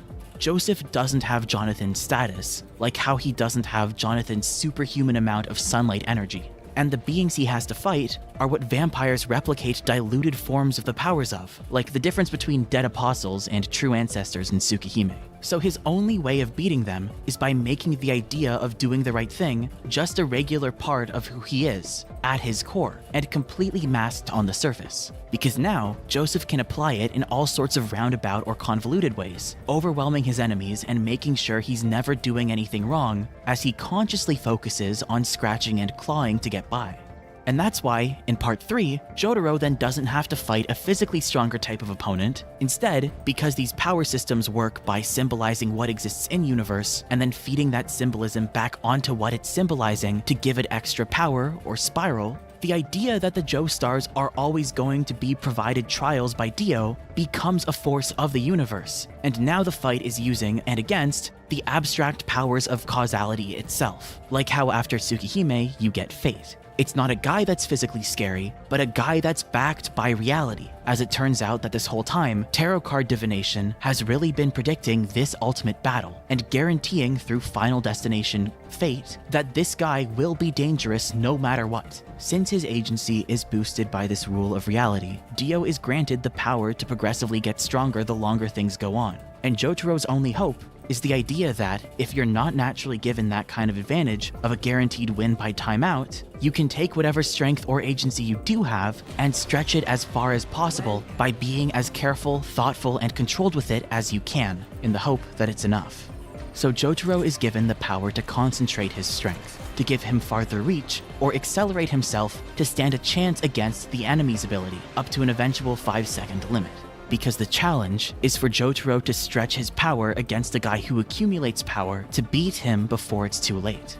In Part 4, Josuke doesn't get the ability to control his power to amplify it. Instead, he's stuck with the opposite. His power comes from a berserk state where he loses control, so his power has to be something that counteracts it. Josuke has to learn to work around his emotional outbursts, so when he loses his temper, it's already in a directed or contained environment where he'll apply it transformatively to contribute to society. He's given a negative that he works into a positive. So instead of adding to his power, he reverses it. Crazy Diamond is Josuke's ability to make up for whatever he can, from whatever lines he hasn't crossed yet, so he can undo damage and restore stuff as long as it hasn't fully been wrecked or his destructive emotions get in the way. Because if he loses it, then even if he restores something, it will look different, because as a Joestar, he takes accountability and can't erase the past. But since Josuke does learn to apply his emotional drive transformatively, he learns to use this to fuse the building blocks of things together and make them stronger, instead of just reverting them. So then in Part 5, Giorno doesn't get the power to restore things or strengthen them. Instead, he gets the power to create and protect new life, only able to heal someone if their injury is on a body part they can afford to replace. And also, unlike Josuke, who had the backing of society itself against a single villain, Giorno's stuck in a small team fighting a society, which has been taken over by a structure of organized criminal activity made to allow one dude to rule on top as an invincible tyrant. His enemy is an intangible force above the potential of individual humans. It's an empire, which means he could have no opportunities to actually beat it, and whether he does is out of his hands. So the point of Giorno's adventure is that he'd persevere anyway because you miss all of the shots you never take. And Giorno ends up being lucky enough to find some hidden gem outside of Diavolo's possession that could still triumph against all of Passion's advantages. And that brings us to Jolene. In Part 6, Jolene doesn't have the hidden gem somewhere on her side that can still beat Pucci. Instead, she's having to scrape by when you don't get a miracle like that to solve your problems. Victory is entirely in Pucci's hands. And at that point, all you can do is go through hoops to try to get Pucci to mess up by himself. Like how Stone Free doesn't have the power to affect anything in the environment, just Jolene's own body. Because the idea is that with no other options, you still have to hope, but stretch yourself as thin as possible to have the best chance of finding some weakness within your enemy themselves that you can take advantage of to keep them from acting on the power they now already have. Stone Ocean is about the child of Jotaro, the next Joestar. While Jotaro might have been able to put the Joestar's fated enemy, Dio, down for good, he didn't attack the force of fate itself. So Jolene represents the butterfly effect. Dio's ambitions were able to spread through his worshippers, and now that it's Jolene's turn to be the main JoJo, the forces against her have already been set in stone, and she's doomed from the start. She's the only JoJo born after all of that conflict against Dio happened, without any chance to have a say in it. Because Jotaro only beat the villain, and not the idea of fate backing him, it only cemented Dio's eventual victory after death, since now when the universe makes his consequences a threat, there's no body to tie them to. Dio's ambitions can attack the Joestars like a curse, as the universe itself will transfer his agency of accumulating power to his followers, and box the Joestars into a scenario where there's now nothing they can do to survive. This is why Jolene squeezing as much power out of herself as possible isn't enough to save the day like it was for Jotaro, since the wider forces of the universe are empowering Pucci with Dio's ability to elevate his power further, meaning that Jolene will definitely eventually lose. Her stand power lets her make the most of whatever she still has, to see if she can find some way to slip past those obstacles slowly closing in and take her life into her own hands before she runs out of time, by giving her more flexible control over her body's structure. She can extend her range by spreading herself thin or tediously weave shapes together when they might fit the circumstance. But because her ability only affects her stand and her own body, her opportunities depend on getting something external to interact with from the wider universe in every conflict. Whereas the main villain is able to use rules baked into the universe itself to naturally make himself stronger and rise to the top of the hierarchy of cause and effect. So in the long term, Jolene is powerless against Pucci, and she'll be completely out of options by the time he gets the ability to speed through the life cycle of everything around her, destroying everything environmental she could ever work with. Until that happens though, Jolene learns to use Stone Free more and more effectively, up to the point of even being able to make Mobius strips to counter an inside-out flipping power, and avoid falling when gravity is turned upside down. Even though she's doomed, she goes very far. And while she initially wants to use Stone Free to escape Green Dolphin, by the time she learns how to turn her own body into string, she realizes that fate is keeping her in a much worse prison no matter where she physically goes. So if fate is the ultimate weapon, and it's going to be used against her and hit her whether she's near it or does anything or not, it's more worthwhile to try to confront those enemies and look for any flaw within them that prevents them from making the most out of the weapon they're guaranteed to have. If there's any way to beat Pucci, it's not that you can keep him from having the power of the ultimate force in the universe and pulling the trigger or pulling it again whenever he wants. It's that maybe he's got a flaw within him where showing him the right circumstances will prevent him from thinking to use his advantages in the way that's invincible. So by the same principle of fate giving Dio extra power through Pucci, Jolene can do the same for the Joestars by passing her will onto someone that's not of the bloodline. And out of all of the Part 6 crew, who share the trait of having their lives ruined and imprisoned by the harmful forces of fate, Emporio is a character born from Pucci's actions and forced into this endgame like Jolene without being a Joestar. So Jolene sacrifices herself, taking the binding of her bloodline with her, and granting Emporio the chance to capitalize on how Jolene's resistance has managed to get in Pucci's head and mess with him. The result of beating Pucci is that since his power had been hijacking the highest forces of cause and effect in the universe, creating a replica of the old universe while blocking out the souls of whoever didn't survive the process, and forcing everyone still living to go through their exact actions for the rest of their lives, the backlash from undoing Made in Heaven creates one more replica of the old universe, letting the blocked souls back in to reincarnate in happier lives, where they're not even bound by the forces of fate that let Pucci attain heaven in the first place, and Jolene is able to be born as her own person without having to be named a JoJo like those with the fate of the Joestars. Jolene and Emporio are able to stop the Heaven Plan before it concludes, so they end up in a universe where Pucci and Dio aren't even able to achieve it, meaning the world is probably safe from it happening. But the idea behind the Heaven Plan is that by having a follower be this conduit of the highest power over the universe and become your stand, you can reign over reality as a secret emperor. Because it's like you're a middleman hijacking the start of the chain of cause and effect. So everything ultimately revolves around your decisions and input whenever you make them. The Heaven Plan was Dio's attempt to fit his name and become a god, creating an eternal force of heaven that could bind everyone else in the mortal world beneath it. The plan functioned by having him release his power, the embodiment of his agency, his stand, into the bodies of sinners to birth a son that could be a vessel for his will.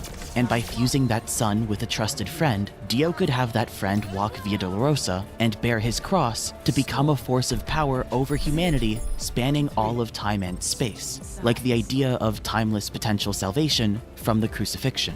Dio wants to make a false heaven, forcing the world to revolve around tangible manifestations of his will, rather than being something in the background that's truly letting the world run on its own.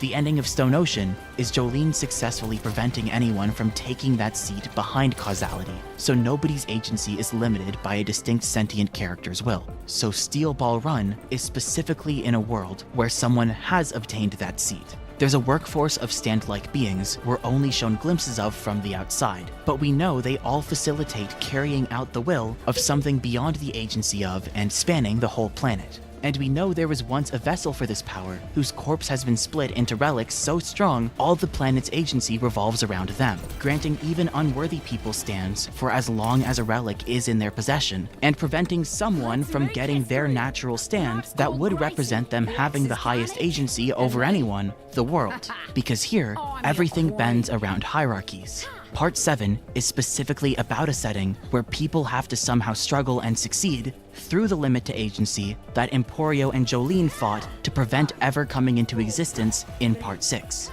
At least, that's the out-of-story intent behind it. So in-universe, there could be any number of explanations. Because while this makes a case for Stone Ocean and Steel Ball Run being separate continuities, since Stone Ocean left off preventing the system of heaven from existing, they could still be connected if the in-universe mechanic behind Part 7 is different from heaven, and it just represents heaven out of story. Maybe it's just a different imagining of the ideas behind fate, or maybe somebody else just stuck their hand in the cycles of the universe sometime after Pucci and succeeded.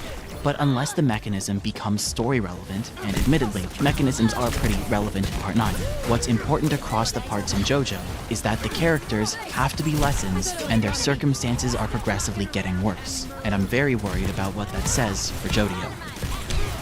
Now you can save on Cox Internet when you add Cox Mobile, which means fiber-powered internet at home and unbeatable 5G reliability on the go. Do more without spending more.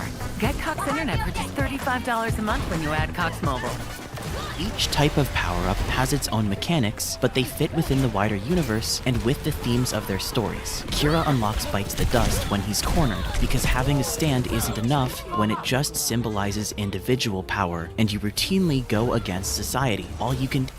And Pucci's other savior was appropriated by Valentine for the next type of stand upgrade. After Part 6, the power-ups for stands have been pretty straightforward then. Since corpse parts have the ultimate agencies even stand users revolve around, possessing one not only works as a substitute for stand worthiness, a stand user can also draw some extra functions out of the whole corpse once it's brought together. In Valentine's case, his stand is a singularity based on the idea of inequality, letting him hop through barriers nobody else could cross.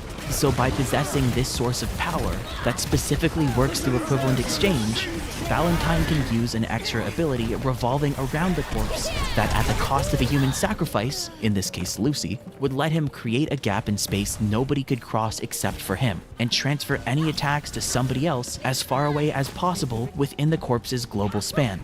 When Johnny eventually gets his hands on the corpse, the individual agency his Tusk Act 4 represents lets him specifically channel the equivalent exchange through his nail bullets, for an effect that's less imposing on the rest of the world.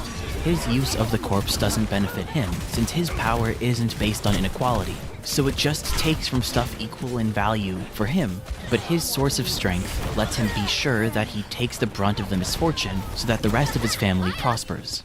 The spin expands upon abilities, because if you consider stands the agency to revolve the supernatural around yourself, rotation is turning, or figuratively shuffling, what you have on the spot when you might not have the opportunity to move forward. So spinning lets you make it so that more things pulling toward you end up moving around you, remaining their own sources of gravity, with you now as the center of a solar system.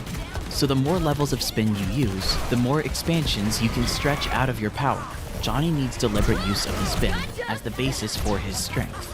So it's the infinite spin that first expands upon his power to let him shuffle what is injured by his bullets by creating infinitely deep spiraling holes that could then spiral along surfaces to move somewhere else. And then by having the universe complete his spin externally, he's given the power to always be fueled by the wider world, so the injuries he deals never stop building until they completely destroy something. Josuke's issue is not appreciating what he has that really matters, the people and opportunities and life he has, rather than the memories he had. So by simply learning to deliberately embrace the default rotation behind his stand power, he can expand his source of strength of suppressing things to make wiggle room around them into a more conceptual form, so it can remove links from Toru's conceptual chain of cause and effect, and undermine his whole ability. The last stand evolution mechanic is the miracle of life that fuses two people together and creates Josuke, because it takes two original stands and by merging traits of their users together, results in a person with a stand that's mostly a fusion of the ones it comes from, because their character would have most of the traits symbolized in those original stands. Josefumi just had the strength to persevere through his misfortune, with whatever help or opportunities he could get his hands on, because he was a delicate sort of guy. So his stand could extract and pull things into bubbles. The solution his stand could make, applied through the force of popping bubbles, was good for threading things together or removing them cleanly. And Kira was a very controlled but confident and aggressive dude who would take the initiative to act by himself to help people, granting him precise explosive bubbles and a fast, especially destructive colony. Josuke ends up being a very sensitive guy, but with a lot of Kira's aggression and endurance. So his stand is a version of Josefumi's that can apply more destructive force through its bubble popping, and symbolically fitting what he comes from as his own person, it has the ability to take properties of things with its bubbles. So, in terms of general formulas for each of these evolutions, arrow sacrifices result in powers that accomplish everything the users could not through a reworking of their base abilities only accessible when suppressing those powers. Requiems result in ultimate powers based on what the users could accomplish with their base abilities, giving them additional powers the stand uses for them when their base powers are no longer enough. Heaven is the easiest use of external mechanics and symbolism to redefine someone's ability to be on top of reality. Corpse powers grant powers of equivalent exchange based on the user's sources of strength. The spin expands a person's powers based on how they're spun. And fusion just makes a new stand user, whose traits might be unbalanced or tailored because they could have come from multiple capable people. It'll be interesting to see if Part 9 adds a new kind of stand evolution, because right now, November Rain sorta just stands there. But if it does, we probably won't find out for several years. Blade of the Grass here. The meaning behind Heaven's Door as a stand could be used to outline the main villain of the JoJo lands. Cause in JoJo parts, the first guy you fight tends to embody the main sort of opposition throughout the wider story. Like the first battle is a mini preview of each part's larger threat. Josuke fights somebody completely incompatible with society, for the same reason as Kira, who infiltrates his home and preys on people trying to live their lives. And Giorno fights a subset of the Passion Cage, this one guy who forces people to enter his regulation system they could only be hindered by. And in the new universe, since the main JoJos now have some kind of flaw that they have to realize and then grow out of throughout their part, they're primarily dealing with some kind of inner struggle, which is then paired with a symbolically matching physical or mental condition. JoJo, even more than other series, builds its power system and fantasy world by making the narrative symbolism exist in universe and able to influence things. But with the new universe, it means that each character the main JoJos now fight as their first antagonist relates to their personal character flaws. Miss Robinson seems to not be a stand user and is missing an eye. Training bugs by offering them that eye socket in exchange is a way to improvise around loss, which is the main skill Johnny needs to learn. But it's also shared by the main villains because they cement and accept losses when sometimes they're not necessary. Trying to get functionality out of the socket shows that Miss Robinson's thinking hasn't truly accepted or moved on from that loss, only trying to make up for it by committing to things that dig into the loss further. Because if you want to stand on your own and not stunt yourself, you can't give in to potential setbacks just because they're easier to work with when you accept them, which is the broader idea behind Valentine's character flaws. So Miss Robinson's embracing of equivalent exchange is almost like a preview of the ideas behind Valentine later in the story. Then in JoJolion, Ojiro is a surfer. For a part where Josuke has to realize he's a man of the land, someone who works where they call home surrounded by their family, and not a man of the sea, someone who has to live offshore from their home to provide for their family, Ojiro doesn't work at all. and his specific hobby is going offshore for fun to let the waves immediately push him back, while clinging to the idea of being a surfer as his identity out of pride. No wonder a dedicated man of the sea like Kira couldn't tolerate the guy. And Fun as a stand has a power that's sort of a preview of Wonder of You, because it also specifically works by symbolizing, cementing, and weaponizing Ojiro's position of power above his targets. So what makes Heaven's Door relate to the main villain depends on how it fits with Jojo's unconscious character flaw and the main theme of Part 9. Because the main villain, given the new continuity's storytelling motif, is likely going to be somebody who willfully embraces that flaw and anchors a system of inequality because of it. Part 7's about dominance, so the type of systems is authority. Part 8's about what you have, so the type of systems is privilege. And Part 9 seems to be about accountability, so the type of systems might be income or industry. And for a pun, it could be symbolized through accounting. But whatever it ends up being, the main villains tend to start with a source of power that relates to their type of system, which powers their stand, and then they try to enforce a second system of that type while they play their role. So maybe, on top of Rohan sharing Jojo's character flaw, Heaven's Door itself has a distinct trait that's shared with the stand of the main villain.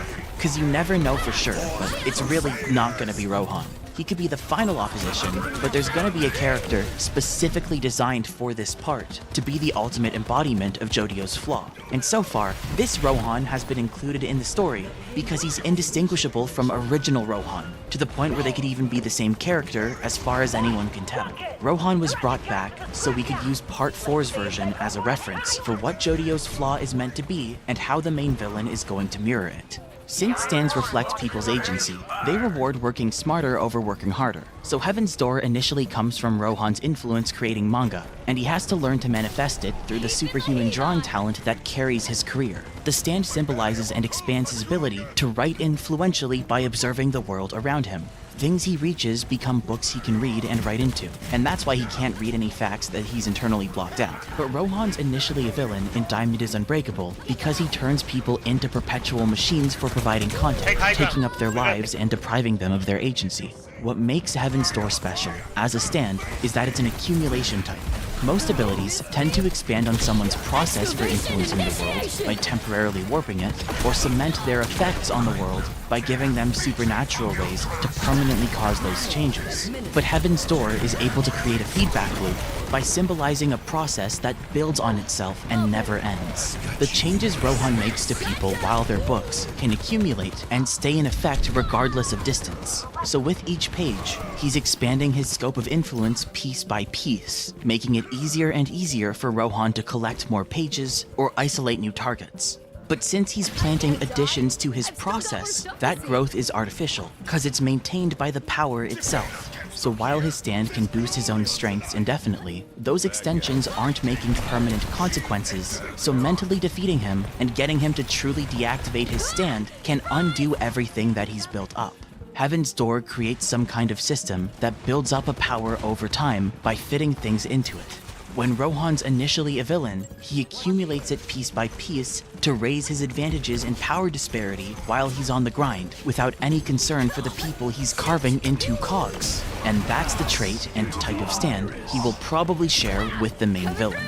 Another motif in JoJo's is that the protagonist's stand is something that has type advantage against whatever the main villain has. In Part 7, Johnny's vessel of individual human agency, his Tusk Act 4, grants him unlimited damage coverage, which acts as a poison against Valentine's singularity vessel of overarching higher powers. Because it lets Johnny push through D4C's barriers and spread his effect thanks to the symbolic relationship between rotation and black holes. Then in Part 8, the ability to freely remove one piece of something is devastating to Toru's power of binding things in intricate chain reactions. So whatever the main villain's stand is for Part 9, Jojo will likely end up with some kind of natural advantage against it. And November Rain might symbolize the power of isolating yourself, but the concept behind the November Rain of the song is that anything that exists in the world, through building blocks like like a human life, relies on several building blocks being in alignment, like they're the teeth of these giant slow-turning gears eventually drifting apart.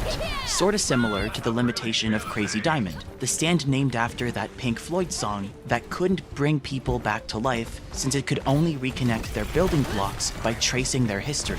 November Rain is the principle of nature that at the 11th hour, something will drift apart until it's beyond repair. The song is specifically about a relationship that's reached an inevitable tough spot. But it's hopeful because something that exists through building blocks isn't those building blocks themselves, meaning there could be a way to preserve it at the 11th hour by substituting some of its building blocks for ones that are still closer to the ones it keeps. Similar to how Crazy Diamond can substitute somebody's body to turn them into a book and preserve them. So November Rain as a song is about how this relationship is falling apart and it's going to face destruction because the other person isolates themselves and won't communicate. But if they work through it together by communicating, acknowledging, and opening up to each other, then at the end of the 11th hour, instead of being destroyed, their relationship could be reborn, and midnight would only signify the rain finally letting up. Jodio's strength isn't just his ability to isolate himself, or the fact that no matter how big the fish in the sea are, he could use the fish filling up each of their shadows as a ladder or stairway to climb above all of them. Jodio's agency is backed by the wider laws of nature, symbolized by gravity and rainfall, to take down anything artificial or that only exists temporarily through people's intentions. It's like rapid water damage. To dislodge or dismantle anything he can get his stand above. So November Rain's power is built to erode and permanently pull apart something that's gradually built up, and to wash things out and free them, which is why an accumulation type power, something that expands and continuously maintains territory to boost its influence, is what Jodio would naturally be able to foil. So if the main villain has an accumulation type power, which symbolizes some kind of system of inequality they embrace to fit the other new universe villains, it's gonna depend on what Jodio's actual inner struggle is going to be. And now that we're a decent chunk into the JoJo lands, the story's not hiding it.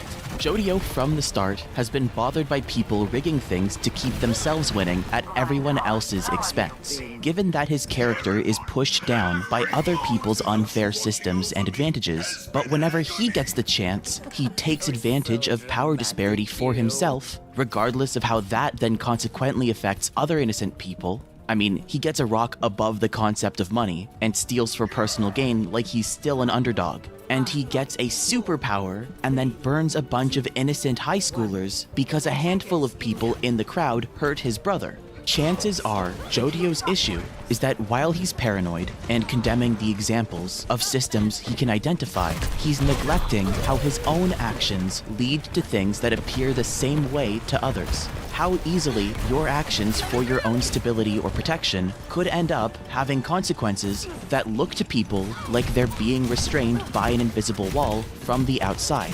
Jodio's just on the grind to climb higher himself, regardless of the impact on the rest of the world.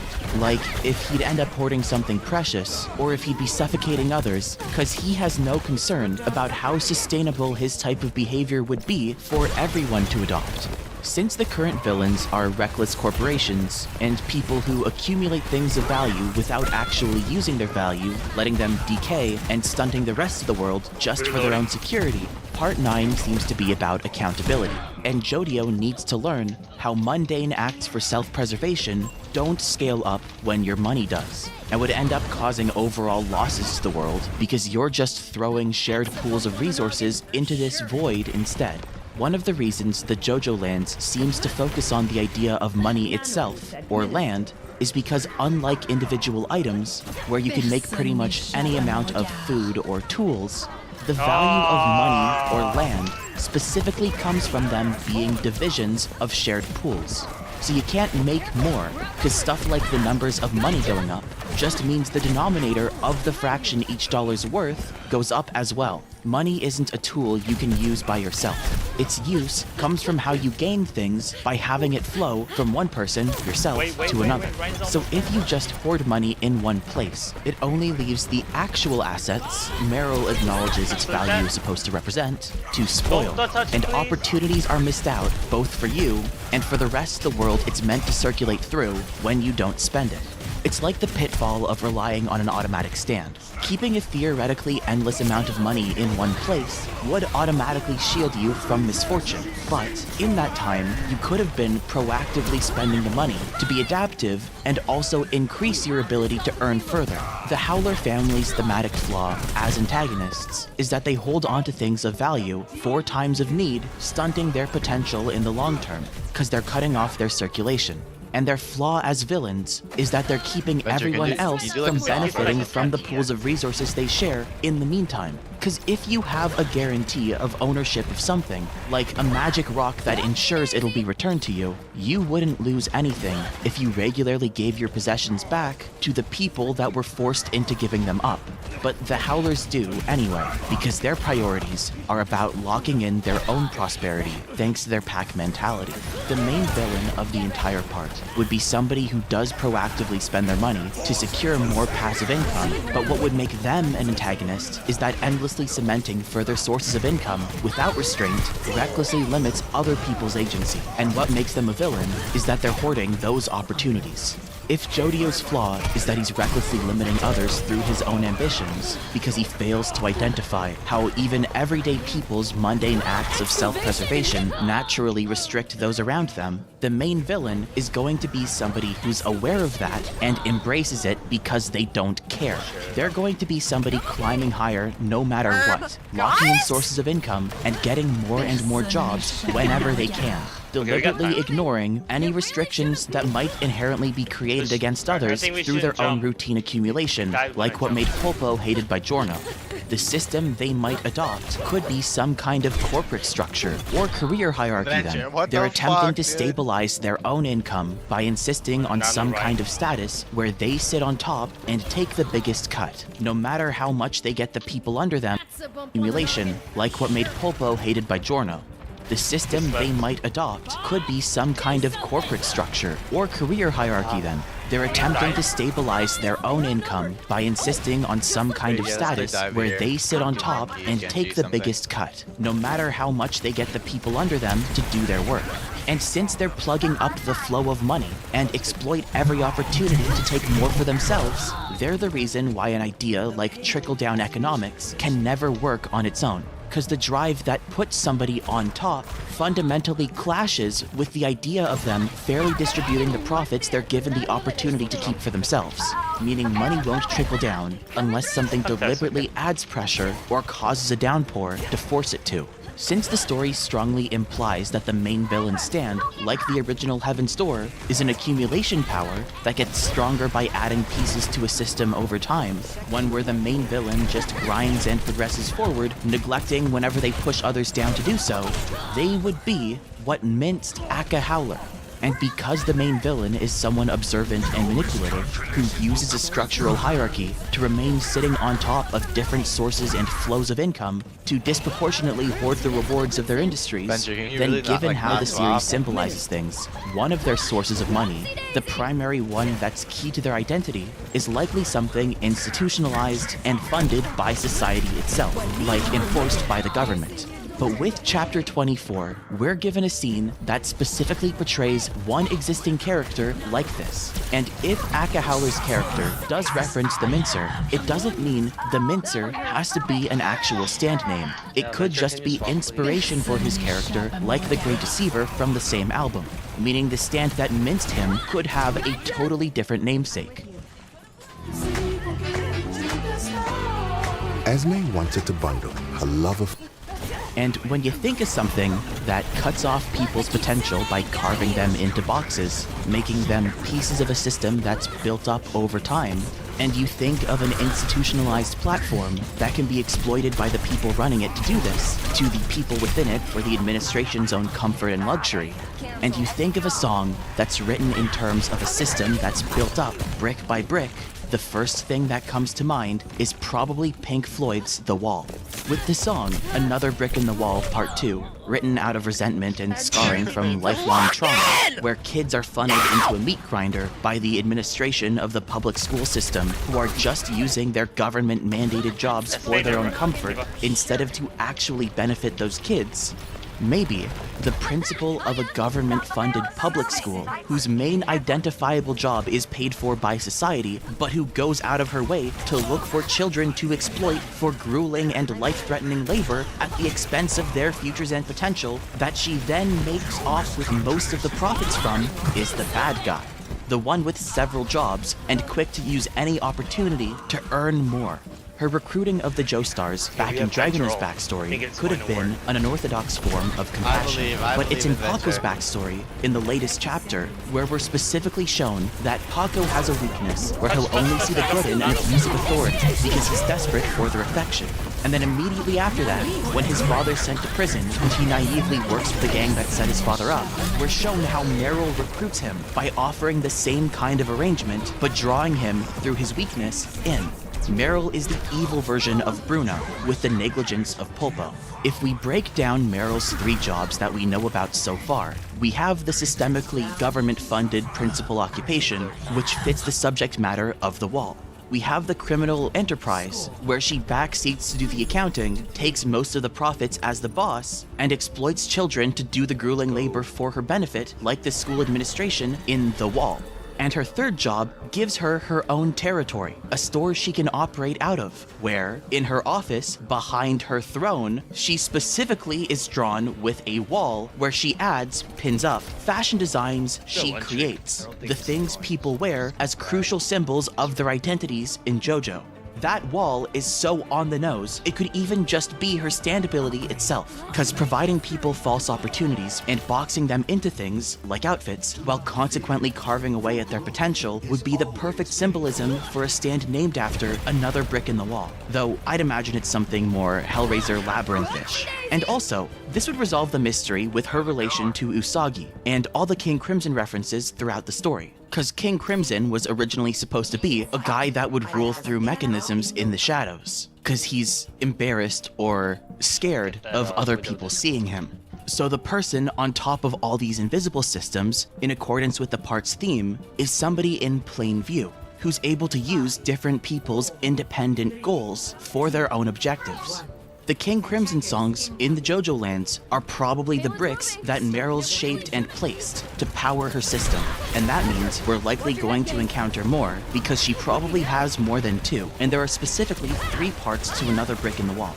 But as for Usagi, who parallels Jodio throughout the story, he needs people to tell him what roles to fill, and his namesakes are about longing because of someone sent overseas. Jodio was given a role by Meryl to provide for his mother after his father moved away, and we know that Usagi's father died. So if Meryl is his mother, that could be part of why he's desperate, because he doesn't know what stable role to play without his father as a role model, when trying to provide for the person who assigns every position.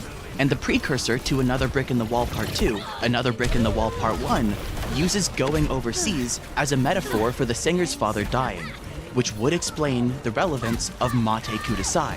And that could mean that Another Brick in the Wall Part 3 might be the one about Meryl's character specifically. That or the different parts represent 3 different bricks, and maybe she processed the Howler family, the second one we were introduced to, by being some kind of teacher for Akka when he was younger.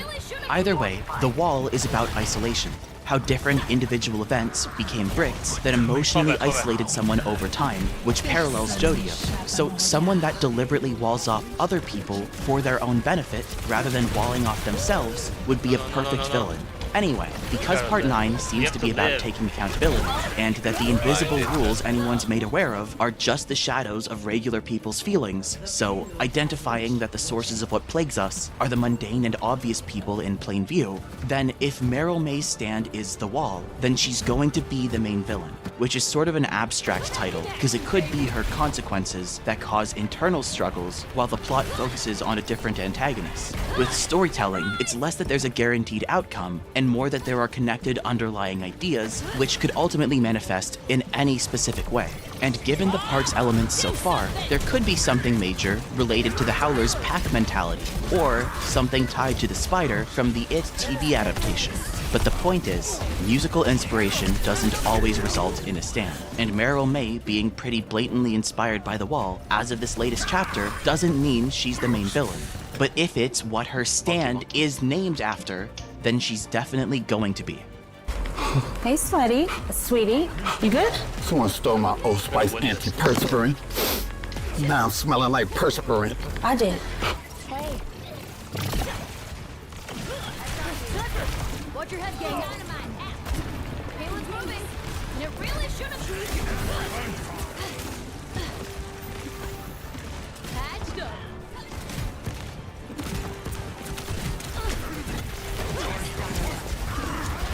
Fucking satellite vector. Suffer as I have.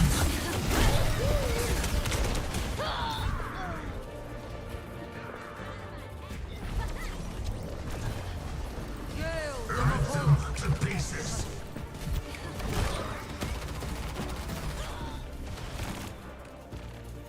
Hang on, you. That one hurt. Oopsie daisy. Let's show these folks.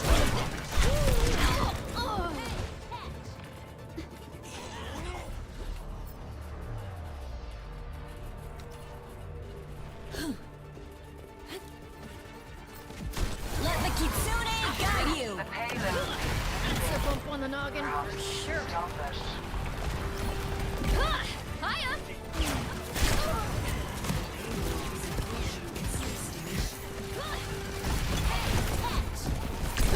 Excavate. To see will swallow you.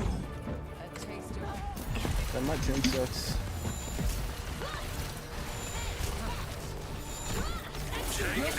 The oldest to see will swallow you.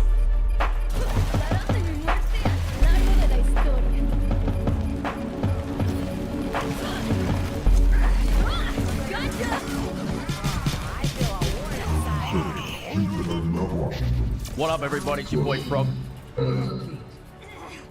ZHQ37 Archive is an archive channel. ZHQ37 Archive is a channel that re-uploads deleted videos by ZHQ37, even though most of these videos are still up on ZHQ37's channel. Now, if you don't know, ZHQ37 is a classic Five Nights at Freddy's animation YouTube channel that's known for their famous source filmmaker animations from the earlier years of Five Nights at Freddy's popularity. As of the day I'm writing this, they have changed their profile picture from ZHQ37's OG profile picture to Hatsune Miku, and they've removed their banner and revealed their subscriber list, which is composed only of people named ZHQ37, including obviously the actual ZHQ37. ZHQ37 Archive only started uploading 3 months ago, and they've made 17 videos. Now, like I said earlier, they have uploaded videos from ZHQ37 that are still up on the actual channel, so clearly this isn't just an archive channel. You can very likely tell something is off because of the typo in the name. If you caught this channel a month or so ago, it's very distasteful banner. And I wouldn't be making this video if the channel wasn't somewhat interesting, so today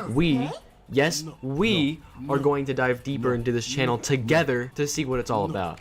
Now, a small portion of videos are filler, with this portion being just ZHQ37 videos re-uploaded in 144p, so we're only going to stick to the videos with any interesting details in them. This first video is quite a strong introduction to the channel, being an actually deleted video from ZHQ37 called It's My Birthday. This video starts with an amazing, marvelous intro, followed up by ZHQ's mascot, a blue Bonnie with glasses and ammo pockets, saying he's now 19 years old and his birthday was the 19th of May, 1997. Before I continue any further, I would like to say that every video from this point on will be in 360p or lower. I'm pretty sure 1080p existed back in 2016, but I don't know, I was still a new gen back then. ZHQ said he made an animation for the occasion, so the rest of the video will be this animation. Be careful. This animation begins with a red Freddy staring aimlessly into nothing. His eyes are very bloodshot and his pupils are warped, like he's been crying. This Freddy stares into nothing, slowly looking closer into our direction until the animation starts. This animation is sick, by the way. At around the halfway mark of the video, this red Freddy comes back and he's looking at something closer to us until he just looks right at us and holds that glance for a very uncomfortable, very long time. Nothing else happens. There's no jump scare, no sound even. It's just really uncomfortable eye contact for a solid minute. But after that minute, well kicked. But after that minute, it cuts back to the animation for the rest of the video and then the outro. This outro has a link to ZatchQ37's Facebook and Steam, which both lead to the actual Facebook and Steam of ZatchQ, and not any ARG things set up by the archive channel. This video introduces what many in this community call Blood Bear, but will be revealed to be called just Red Freddy later. Perfect chance to call him Red Bear or Reddy. This is also one of the very few times we'll see this kind of Freddy not making any noise, as he's quite the rowdy bugger in every other appearance. Okay. Bomb Surprise is an odd video, and it's the second video from this archive channel. Bomb Surprise is also an actually archived video, as this video is nowhere to be seen on ZatchQ37's official channel. A lot of these videos don't have captions either, which was how ZatchQ37 made dialogue in his older videos. So these videos are really confusing. But the story of this video goes like this. The pizzeria is pretty boring today, with Bonnie and Chica talking about whatever, and Foxy and Freddy are left to their own devices. But Foxy, being seen usually as the mischievous troublemaker of this group, decides to give Freddy an evil gift. Freddy is flabbergasted by this gift and has to open it. Unfortunately, it's a bomb. And, Freddy's exploded and became a red stain on the wall and an unrecognizable red mess on the floor. His eyes are rolled back and his mouth is wide open. His head and his torso are the only partially recognizable pieces of Freddy on the wall. The rest of him has become a red and white mess. The wall and the table are covered in gore, completely off color for the tone of this video. What the flip?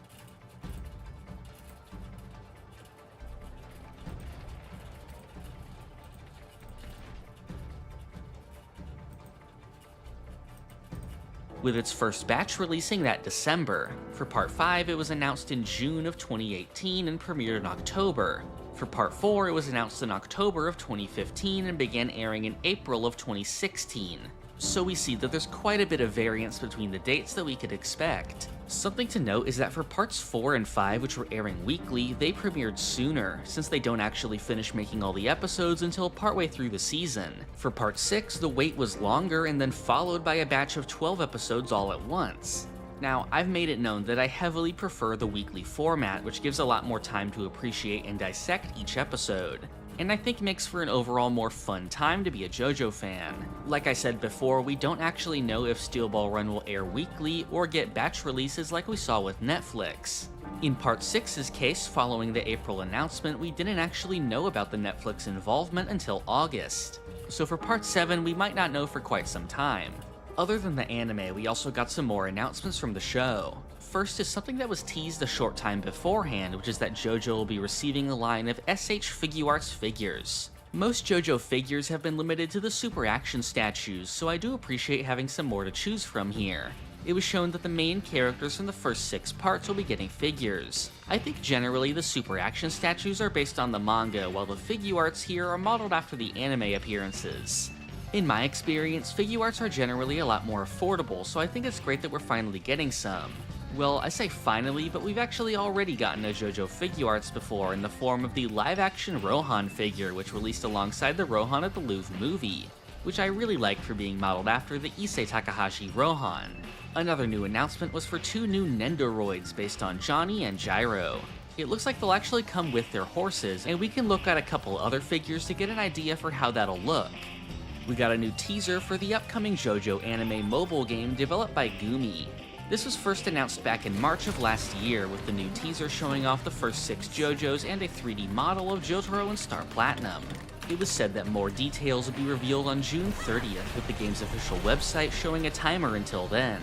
Gumi is most well known for the Final Fantasy mobile games, which are also their only games to be released outside Japan. None of the previous now defunct JoJo gacha games got a Western release, although the series has experienced a big jump in popularity since then, so I don't think it's entirely out of the question. As far as if it'll be any good, we can't be sure. It will be a gacha game after all, and I haven't heard the best things about those Final Fantasy games from what I've read. But if it results in some new art, 3D models, and generally more weird little JoJo stuff for me to obsess over, I'm looking forward to it anyway, even if I can't or don't play it. On top of that, we also got news that Gyro will be added as a playable character in JoJo's Bizarre Adventure Last Survivor, the arcade-only Battle Royale game. I'm kind of shocked that they would already reveal something like this, and it makes me wonder if they're farther along in production of the anime than I would presume. So far we just have a picture of the character, but obviously if they show any more, they'd have to give away the voice actor, which we don't know about yet. So I assume we'll be hearing some more about the anime fairly soon if they're already prepping this next announcement. That's all the new stuff we got from JoJo Days specifically, but beyond that, there's still even more going on that I have yet to cover in full. Part 9, The JoJo Lands, is on hiatus this month, and instead we're getting a new chapter of Thus Spoke Shibe Rohan titled Episode 12, Bruschetta. I'm a big fan of the spin-off, so obviously I'm looking forward to this, especially since some of the recent Rohan chapters are among what I'd consider Araki's best work. I'm interested in seeing what he's cooking this time, and that may be fitting since it seems to have something to do with food. Bruschetta is of course a classic Italian appetizer, so some people have considered that we could be seeing Rohan visiting Italy again in this chapter, which might be fitting with it being advertised alongside that new Attic Confessional movie. We don't know anything for sure yet, but so far we have a small glimpse of some early pages for the chapter. Of course, with the nature of Araki's storyboards, it's practically impossible to tell what's going on, but it definitely looks like Rohan is cooking something, which lines up with the title. We'll just have to wait and see when the chapter drops, and I'll definitely release a video on it in lieu of my normal chapter review.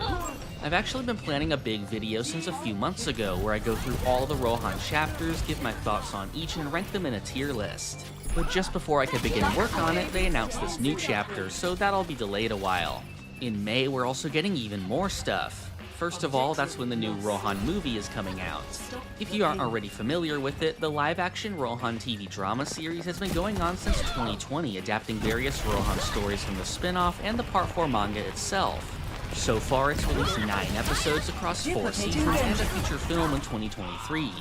The TV drama series has been one of my favorite things to come out of JoJo in recent years, so I'm definitely looking forward to the new movie, since they seem to be expanding on the original confessional story in some new ways. Although we likely won't see the movie translated until sometime later this year once it's out of theaters. The biggest thing coming in May is the next issue of the JoJo magazine. As the name suggests, this is a magazine all about JoJo that's been releasing semi-frequently since 2022. They often contain new spin-off manga chapters, short stories, and all kinds of behind-the-scenes features and interviews. I've covered each one as they release, with the 4th issue coming out in December. I'm very much looking forward to this one, where the focus seems to be on Rohan with a new short story being published there. These magazines are always jam-packed with stuff, and so far we know next to nothing about what else is in it, but I'll be sure to cover it all in detail next month. That's about everything I have to cover today. With the Part 7 announcement, I think we're moving into a really exciting time for JoJo, since along with Part 9 going strong, we've been seeing a huge surge of spin-off material and merch that gives us a lot to talk about. Like I did with Part 6, I'll be continuing to cover the new information on the anime as it releases, along with any of the other side projects that people might not be aware of. To keep up with the channel and any JoJo news, make sure to subscribe and click the notification bell. You can also join the Hum Discord to get notified whenever I post a new video. Finally, I'd appreciate if you help support me on Patreon or by becoming a YouTube member. It's thanks to your support that I'm able to continue focusing on doing these videos. Every supporter's name is featured at the end of the video, and they can submit viewer questions. This video's question comes from Saint Bobo. They ask, what scene is my most anticipated to be animated in the upcoming parts? Well, with Part 7 being my favorite part, I have a lot to choose from. I guess highlights for me would be the first stage of the race, the fight with Ringo, and Johnny and Gyro's fight with the 11 men. Although one super specific thing I want to see in the anime is one strange moment near the beginning with the mini horse march. This is when Steven brings out these tiny horses to act as the mascot of the race. I have no idea why these horses are small, and if they're even supposed to be real, so I'm dying to see how the anime covers it. If you want to submit a question, you can become a patron or member at any tier and post it in the Patreon community chat or as a reply to the members-only YouTube community post. I try to answer one question per video, so feel free to leave as many as you want. Thank you for watching. This is the part of the video where I thank my $5 and up patrons.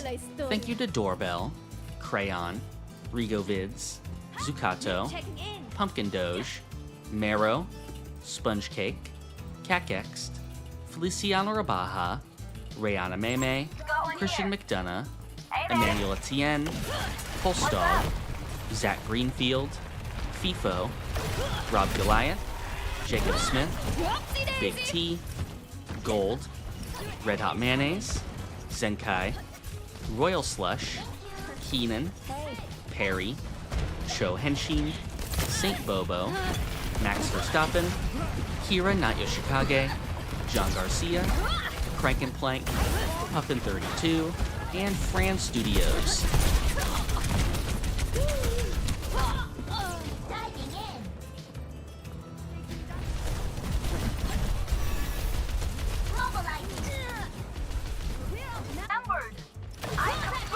Baby.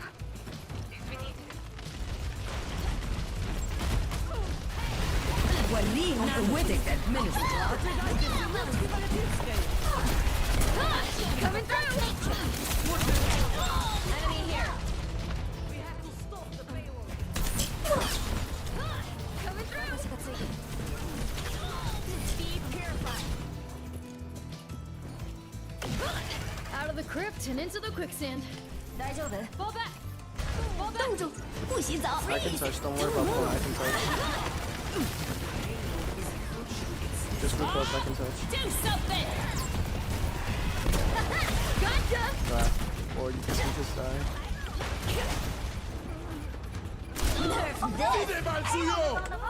Round 1. Complete. Score. At Smith's Pharmacy, our pharmacists are vaccine experts. Don't know what you need? We can help. We have COVID, shingles, pneumonia, and more vaccines. Wondering if you're covered? Smith. She's up there! I'm on the beat!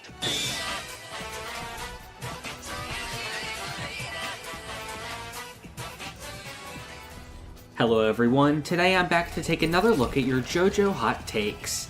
When I first asked my community to provide their hot takes for me to respond to, I got a huge response, and the video itself ended up being a big hit. I received so many responses that a second video was a no-brainer since I have a ton of topics to choose from here. Like with the first video, this will contain spoilers for every part of JoJo, but the topics will be ordered by part so you'll know when you have to stop watching to avoid getting spoiled. Our first topic deals with part 1. They say Speedwagon is an extremely overrated character since all he does is sit back and watch while everything is going on. Now of course I have to disagree since Speedwagon is one of my favorite JoJo characters. While he is certainly a character that remains mostly on the sidelines, I do think Speedwagon's emotional support can't be understated. Remember that Jonathan is a person who has felt rejected by everyone around him despite always trying to do good, and Speedwagon was one of the few people to recognize the strength of Jonathan's heart, and from that moment he became incredibly loyal to him. Jonathan's entire life was destroyed by Dio, and Speedwagon is one of the few people he had left. I really think the trio of Jonathan, Zeppeli, and Speedwagon is one of the most underrated protagonist groups in the series. I feel like Speedwagon's role also improved over time since I like the older Speedwagon even more. He serves as the main connecting thread between part 1 and 2, and the story even introduces him before any other characters. And part 2 really showed his devotion to the Joestar family, which I've always thought was very touching. So overall, I disagree with the hot take, and I can't bring myself to dislike Speedwagon at all. This next one says that the explanation behind the stone mask in part 2 was unnecessary and that it actually harmed the story by removing the supernatural aspect from vampirism. I also disagree with this take. The supernatural forces depicted in JoJo have always had an extra layer to them, often crossing boundaries between science fiction and fantasy. This is really part of JoJo's unique flavor, and I think its portrayal of vampires is part of what makes JoJo stand out. And the thing is, this idea existed already before part 2 showed the backstory of the mask. We already knew in part 1 that JoJo's vampires were not a traditional portrayal. This was directly shown with how Dio was immune to typical anti-vampire symbols like a crucifix. Zeppeli's explanation of Hammond to Jonathan also pointed out the unique biological nature of these vampires, and how they became incompatible with the energy of the sun. So really, I just don't get this complaint at all. Next are some for part 3. First, this person says that the Endul fight in the OVA adaptation was handled better than in the manga or the anime. I actually agree here. I think the 1993 OVA in some ways adapts the material better than the TV anime, and in certain cases is equal to or better than the original manga. Of course, I'll always say that the manga is better overall since it's Araki's art and it doesn't have anything cut out. As we know, the OVAs only adapt certain moments from Part 3 and don't show the whole journey like the manga does. And I don't think the OVAs are perfect, since some fights like the one with Vanilla Ice aren't as good as the manga, and the first half of the journey that was later adapted in 2000 is a step down in a lot of ways. I'd actually expand on this comment though, since I believe not just in Duel, but also Darby and parts of the Dio fight are handled better than the anime as well. Part 3's anime had some pacing issues, and one of the worst offenders was the Darby fight being stretched to 2 episodes, while in the OVA we have a pretty much flawless adaptation which fits in one. And while the Dio fight is missing some stuff like the road roller, I love the way time stop is portrayed in it, and the extra scenes added to the fight are great. This next hot take is that Part 3's pace is good. While many people complain about Part 3 saying it's too long or too episodic, this person says it was actually handled well and the conclusion was very satisfying. And I agree here for the most part. I said before that the Part 3 anime has some pacing issues, but I'm referring just to the adaptation, which drags in some fights where the manga doesn't. I would call the manga's pacing spot on. As for Part 3's length and it being episodic, I don't see these as negatives like many people do. Part 3 should be long, since it's a journey all across the world. And really the only way to properly portray such a thing is with it being episodic, since the Crusaders naturally have to make stops at the cities along the way. I get that the so-called Monster of the Week formula is tiring for some people, but I quite enjoy it, especially with the main cast of Part 3, which I adore. This format also let Araki really flesh out the ideas for stands, and I think it let the concept evolve more than it would have with fewer battles. And like the commenter says, having so many battles on such a long journey makes things like reaching Egypt and Dio's mansion feel like huge milestones, which I feel like is the intended effect to make it feel like an epic journey. For our last Part 3 take, this person says that Jotaro actually knew he could stop time from the beginning of Part 3. They claim that Jotaro stopped time during the fight with Darby, and the reason Darby was scared of him was because he recognized it as Dio's ability. Now, I don't even know if I would classify this as a take or just as a theory, but I kinda feel like I have to respond to it since it's just not true whatsoever. Jotaro did not stop time until the final fight with Dio, and this fact is made very clear in the story. I've actually seen a lot of people make this claim regarding the Darby fight, but this is definitely not time stop, it is simply Star Platinum's fast speed. Even Darby's inner monologue never mentions stopping time, he only wonders if Jotaro is fast enough to pull all this off. The more important thing disproving this idea, though, is that we know what it's like for someone to learn how to stop time. According to Enya, you must believe that you can stop time for it to happen. Dio slowly made this realization and eventually could see within stop time. Jotaro didn't start to see within time stop until he learned that was Dio's ability and tried it himself. And lastly, if Jotaro had been stopping time all along this journey, Dio, as someone who can also time stop, would have surely noticed that, but there's no indication of that happening whatsoever. Next we have a hot take for Part 4. They say that you could remove half of Part 4 and it would be the same story. Now this is something I've heard people say for years, and not even just about Part 4. You see the same kind of thing applied to other parts that have non-essential fights as well. I've always found these kinds of opinions odd since, well, yeah, you could probably remove a lot of fights in JoJo without directly impacting the plot. I just have to ask, why would you do such a thing? I really just don't get the whole idea of wanting to watch anime or read manga in the most utilitarian way possible. And I feel like it's pretty self-evident that these story arcs serve a larger purpose than simply advancing the plot. Really, I can think of tons of arcs like the fight with Oingo and Boingo or the visit to Tonio's restaurant that, despite not being completely essential to the story, are both beloved segments of the manga that define that part's identity.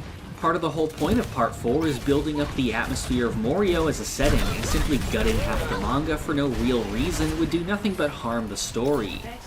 For our next hot take, this person says that Rohan is annoying and that there are plenty of other characters who deserve more stories than him. Now beyond this comment, I've actually seen this sentiment before with many people who seem to think Rohan shouldn't be the main subject of JoJo's spin-offs. These opinions range from just confusion as to why Rohan was chosen for this, to anger from some people that dislike the character. Now personally, I love the spin-off, and Rohan is one of my favorite JoJo characters. I also believe that out of all the characters in JoJo, Rohan is the single best one to use for the stories Araki wants to tell. As a mangaka, Rohan is a person constantly seeking out new material, and so I think he works wonderfully as a guide through different episodic adventures like we see in the spin-off. Rohan's abrasive personality has always been one of my favorite things about the character, and that's exactly the kind of character that works best here since it keeps him getting involved in conflict. And regardless of how you feel about Rohan, I think the spin-off has produced some of Araki's best one-off stories, and it's an opportunity to explore things that wouldn't normally appear in the main series. Now for part 5, this person says Pink Suit Giorno is better than Blue Suit Giorno. In case you aren't aware, this is referring to the fact that before the anime, Giorno was typically presented wearing dark blue, like in the colored manga and video games. But starting with part 5's anime adaptation in 2018, which chose to have him wear pink, he's had that as his default color ever since. Now, I don't care too much one way or the other, but some people made quite a big fuss about this when it first happened. One thing I think is important for people to remember is that David Production actually reached out to Araki to choose the color schemes of the main characters, and he ended up choosing the pink for Giorno himself. Really, I think any color works for Giorno, but I do think Araki made a good choice here. The pink is a really iconic color for him, with it being used in some of the best Giorno illustrations. For another Giorno-related hot take, this person says that while Part 5 is good, it has no effect on the JoJo bloodline, and the fact that Giorno is Dio's son is completely irrelevant to the plot. Now for starters, I just don't necessarily see all that as a bad thing. I actually like that Part 5 is relatively standalone compared to other parts, and it let the story focus on something new instead of feeling the need to make older characters a big part of the story. And while Giorno being the son of Dio is not directly a big factor in the story, I think it actually serves a huge purpose thematically, which this comment and others seem to ignore. As Koichi says, Giorno is shown to be someone that carries the Joestar will by fighting for justice, despite having had no contact with his extended family. The main theme that Araki wanted to get across with Part 5 was how people reckon with fate when they're born into poor circumstances. All the main characters fit into this, but instead of being slaves to fate, they choose to live for a greater purpose. This is why Giorno being the son of Dio is so relevant, since in many ways, they're the same. Dio was also born into a bad life, but instead of striving to live as a good person in spite of that, he turned to the path of evil and wished to push others below him. Even when he met the Joestars and found a new family, he still conspired to destroy them and take their place. Dio shunned his humanity as well as his own fate, wishing he had Jonathan's life instead. Dio's rejection of his fate is the very thing that leads to his downfall, and his parallels with Giorno are very clear, with Giorno persevering despite his past and using his ambition to do something good. Instead of destroying those around him, he uplifts them and helps them overcome their past as well. For our last Part 5 one, we have a take related to probably the most controversial moment in the part, the departure of Fugo from the story. This comment says that as unfortunate as it is, Fugo leaving was a good thing for the drama it caused in the group. And I agree here. As I've spoken about before, in Araki's original plan for the story, Fugo would have been some kind of spy for the boss, and would end up fighting the protagonists and possibly dying. Due to Araki's mental state at the time, he decided against doing this and had him leave the group instead. Now, I'm sure whatever he had planned would have been a good addition to the story, and it would probably alleviate the idea that Fugo was wasted as a character. But I actually like the portrayal of Fugo that we have, and like this comment says, I do think it strengthens the motivations of the main characters by showing one of them not willing to continue the journey.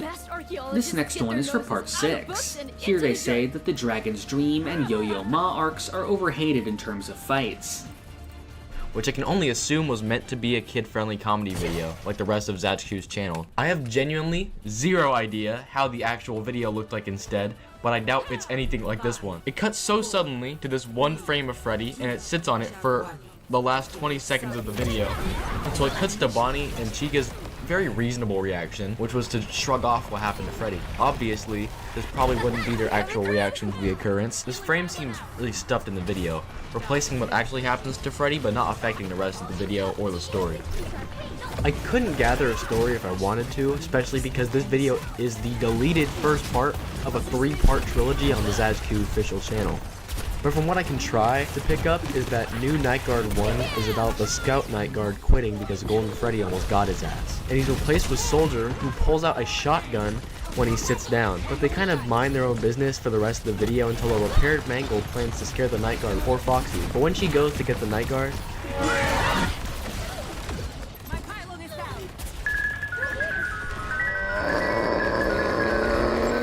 we see Red Freddy again, but he starts screaming like he's in agony and the music box starts speeding up. His mouth is wide open and he's standing in the corner where the guard should be, with a very obvious stitch in the photo he's in. Like he's replaced the guard in this one frame. His shadow is also being cast on the wall, so it's not like he's been just thrown onto the video. He's genuinely in the video. But the video ends with Mangle just listening to Freddy screaming in agony, because we see her for a moment just letting it happen. This video caught me so off guard. ZazQ37 Archive is like really good at waiting for seemingly a really long time before putting some scary shit in the video, making the delivery really good because you can never expect what is gonna happen. Some scary shit could happen at literally any time, so this 144p FNAF animation just keeps you on the edge this entire time. Season 1 Thief FNAF is about this fat fuck. Season 1 Thief FNAF is about this, what do we say, big boned person named Toy Freddy stealing Chica's pizza. She blames it on Toy Bonnie, the little skinny bitch he is. I need to calm down. She blames it on Toy Bonnie, who says that he's done no wrongdoings. He's just he's a no-nonsense do-gooder. So Chica sits and waits and guards this box until Freddy waves at her like an idiot. Doesn't he see what she's doing? He shouldn't wave. Like, that's gonna throw her off. She waves back and Toy Freddy steals the box again. I can't stand this guy, dude. When she notices, she goes to blow off some steam, reasonably, at the Night Guard, but she walks up to him and she only has 2 black holes where her eyes should be, and they're both very misplaced. And her hand is incredibly warped. She has no mouth, but the space where the mouth should be shifts up and down as Chica talks. Like it's like just skin just covering her face. She says, "If you're liking the video so far, then like and put a comment on the video, and always remember that God loves you."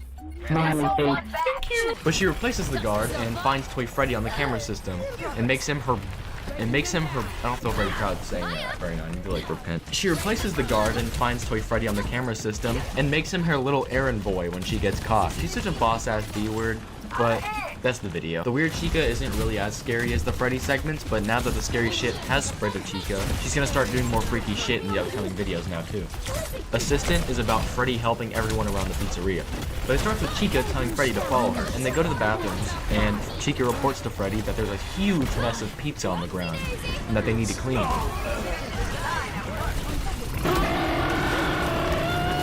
Freddy suddenly stops and he becomes red. His eyes are not looking in the same direction, and his mouth is wide open. Freddy's yelling like he's in pain, and Chica's doing the exact same, but she's drenched in evil red ooze. After some screaming on Freddy's part, all the blood on Chica is gone, and her face is replaced by that of a baby. There's no later form of explanation of why there was a baby, but it cuts back to the original video of Freddy helping everyone out, and nothing scary happens for the rest of this video. Even though most scary segments last for an uncomfortably long time, this channel doesn't really extend the segments for any longer than how they actually are in each video. They happen and we're supposed to shrug it off and move on. We don't get more in depth with what just happened. This is demonstrated better in videos that do the Bloodbear shit at the very beginning, just like this one.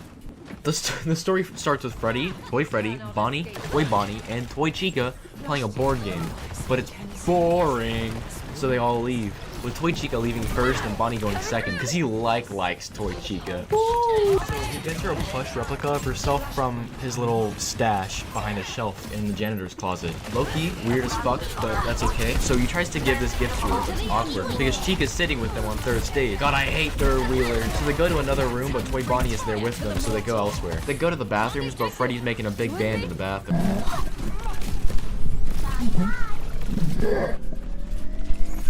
A jump scare of Bloodbear appears and spawns in Bloodbear. He's looming by the door frame of the bathroom, which we can see inside. It's covered in blood. But Freddy is standing at the door frame staring to the right, and he's struggling to breathe. I'd also like to point out how the texture on the bathroom sign and the walls are much more pixelated looking compared to the original video, which used a Source Filmmaker map. This Blood Bear segment doesn't use a Source Filmmaker map, and it's seemingly made by ZHQ Archive because no Source Filmmaker map has blood everywhere in the bathroom, and it's much bigger than the original bathroom. But we'll discuss what and where this scene might be later. So Bonnie and Toy Chica leave and let Freddy go back to doing his own thing. And the video ends with Toy Chica and Bonnie living happily ever after. Yeah. Actually, it cuts off right before Bonnie gives Toy Chica the gift, and it cuts straight to the outro, which I think is really funny. I'm pretty sure The Return is another actually archived or deleted video from ZQ37. The video is about Golden Freddy having beef with the pup. Having beef? This video is about Golden Freddy having beef with the puppet, so he brings the original 4 back to life. And he demands all of them to, I guess, go attack the night guard, but the video doesn't have subtitles, so it shows like a shadowy corner demanding all 4 of them for like 20 seconds, with like just like really tense music playing in the background. So they all jump the night guard, but the night guard being jumped would obviously make some noise. So the FNAF 2 characters go to explore the ruckus, and they encounter the Withered characters. And they're all about to fight each other until the puppet leaves his box and pushes all 8 of them to the other sides of the hallway. Except him pushing all of them very violently kills all 8 of them. He looks to the left, his right, and the original 4 are brutalized against the door. Bonnie's lower half is completely red, Freddy's face is smashed in, and Foxy and Chica are just screaming because it's really hard to identify any injuries because the video is in 144p. But the puppet takes a glance to the right, his left, and the toy characters are not any better. Chica has become unrecognizable, and that's only because of 144p. She's become dark green, and bright red glowing liquid is dripping down her bib. Freddy's screaming, and his lower half has become a red puddle along with Toy Bonnie. His head is the only thing I can identify from him, and his face is completely censored. Mangle isn't any better either. Her head is tinted red and her body is dark red, along with the side of the ceiling that she's on. Also, Spring Bonnie's in the corner and he's looking pretty pretty fine and dandy. I don't think he's in this game according to the FNAF timeline, but I guess he felt important today. Spring Bonnie is sitting in the bottom left corner pointing upwards. I'm pretty sure he has like a hat or something, like he's a really unoriginal OC. But the puppet SMHs his head at all 8 of them for dying, I guess, even though I'm pretty sure that was his fault. And the video ends. So clearly Freddy and Chica aren't the only ones that are affected by whatever happens in these videos, with Blood Bear obviously being his own character invading these videos on his own. As we also saw in Bomb Surprise, the cartoon violence in the original ZHQ37 videos have been replaced by ultra-violent scenarios, adding semi-realistic anatomy to these cartoon animals. Foxy starts with this freak. Who is this? Foxy starts with a hot pink Bonnie wearing a top hat, blue wings, and a blue grill saying hi. They kind of stuffed themselves into the video like it's one of ZHQ's friends from school that wanted to be in a video and also happened to have a Source Filmmaker render of his original character. Freddy's moving boxes into the parts and services room until he spots Foxy trying to scare the night guard on the cameras. When he runs to the office, Freddy continues moving his box until the anomaly interrupts the video, offering to help Freddy with a box that looks heavy. They have glowing red subtitles for what they're saying, but remember, we are still in 144p, so we can't read it. Later in the video, Foxy fails to jump scare the night guard like he's been doing, so Mangle points upwards, implying that she has an idea. And then the freak wonders what they're plotting. After Mangle's plan fails, and they gotta report to Freddy about their failure, the freak starts talking again. Freddy, Foxy, and Mangle all plot the night guard's doom by distracting him from the cameras. He looks at Freddy, and then Foxy, and then Freddy again, and then when he looks back at Foxy's curtains, the freak is standing there. It's the full render of the creature slapped on screen, and it looks really poorly edited on when it sits on the screen for a couple frames too long. A moment after it leaves the screen, a weird floating head of the ghoul flashes on screen as the video lags. Foxy and Mangle finally almost get the night guard, but the power goes out, so Freddy gets to attack the night guard instead. And the freak finally introduces himself as Ryan the Angel Gamer. Took literally the entire video to identify this guy. His last message replaced the super awesome traditional outro. And I already really missed that outro, because the This fucking guy replaced it. So Ryan the Angel Gamer is quite the odd fella because he suddenly existed and nobody knows who he is. Looking him up on YouTube, however, does lead to something very interesting. There is an account named Ryan the Angel Gamer, which has a similar profile picture to ZHQ Archives, and their FNAF channel. They don't have any videos, so this could very much be like a fan channel of some sort, Ryan the Angel Gamer fan account. But according to a re-upload, there was a video from Ryan at some point in time, which was removed at some point for some reason. This video is a very poor recording of a kid showing off his super awesome FNAF 4 drawing, until it cuts to Ryan's mascot staring at something directly next to the camera, speaking in reverse. This face distorts very similar to the way Bloodbear and Chica shift an assistant and thief, so this is very likely actually connected to the archive channel. The reverse message says, just listen. I want Sentinel to shake his yacht and break his head streak in the Goon Cave so everyone can see him for the false Sigma he is. I want him to edge and bust. Riveting shit this is. Another interesting thing is that Ryan has a DeviantArt with 8 photos, all with high quality renders of Ryan, even a higher quality version of the render we see in his debut video. So this account is definitely official, unless someone managed to get their Go Gadget pixel enhancer and put this image in front of it. They started posting January 31st of this year and stopped February 5th. They're following ZHQ37 and a Bonnie X Foxy ship account. I'll have to start using DeviantArt more often if this account's quite enticing, I'm sorry. Boss Cupcake starts with Toy Chica waking up and spotting that Carl the goat isn't on her plate, so she goes searching. She asks everyone, but nobody seems to know where Carl is, so she stands on her stage and— Hold on, I gotta pause this video. What the heck? I just got 2 amazing legendaries.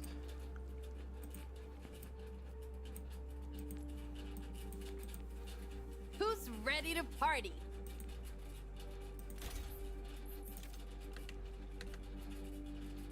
Oh, that was my legendary box? Really?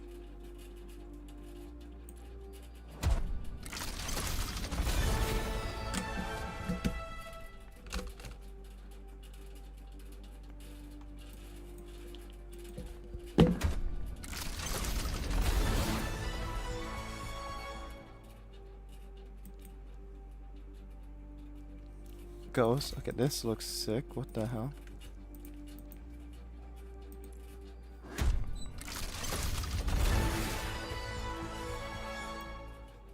What's the victory post? Look at that, looks cool. Aw, you shouldn't have.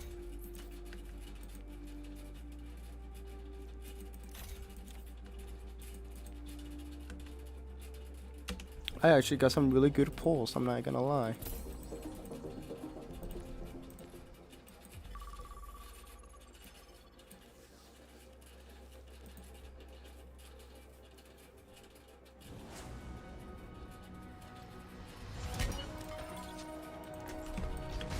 Together in strength and power. Double. Feel my power.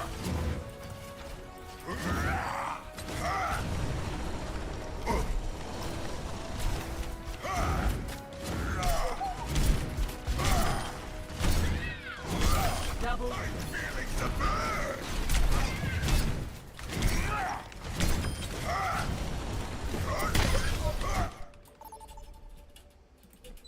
notices that normal Chica has a cupcake.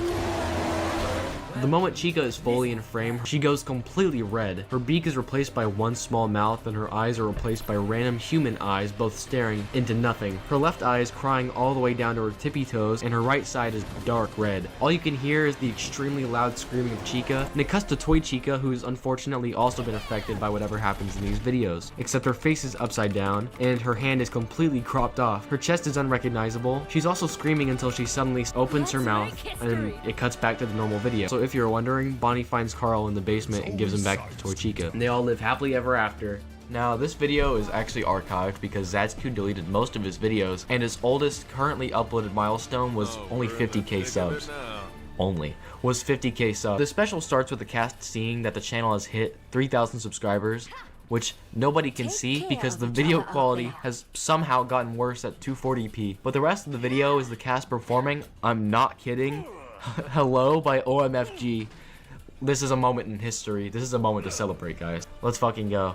But while they're all performing, they show off the two Bonnies and Foxies and Chicas and Even though Freddy has a microphone, both Freddy and Toy Freddy, they're playing on keyboards. Bloodbear is next to Freddy with his guts all over the keyboard. He's screaming so loud that it makes the music go basically mute for a moment afterwards. The video ends with the night guard taking the camera and thanking the viewer if you have subtitles on, but ZHQ Archive probably intentionally didn't put subtitles in.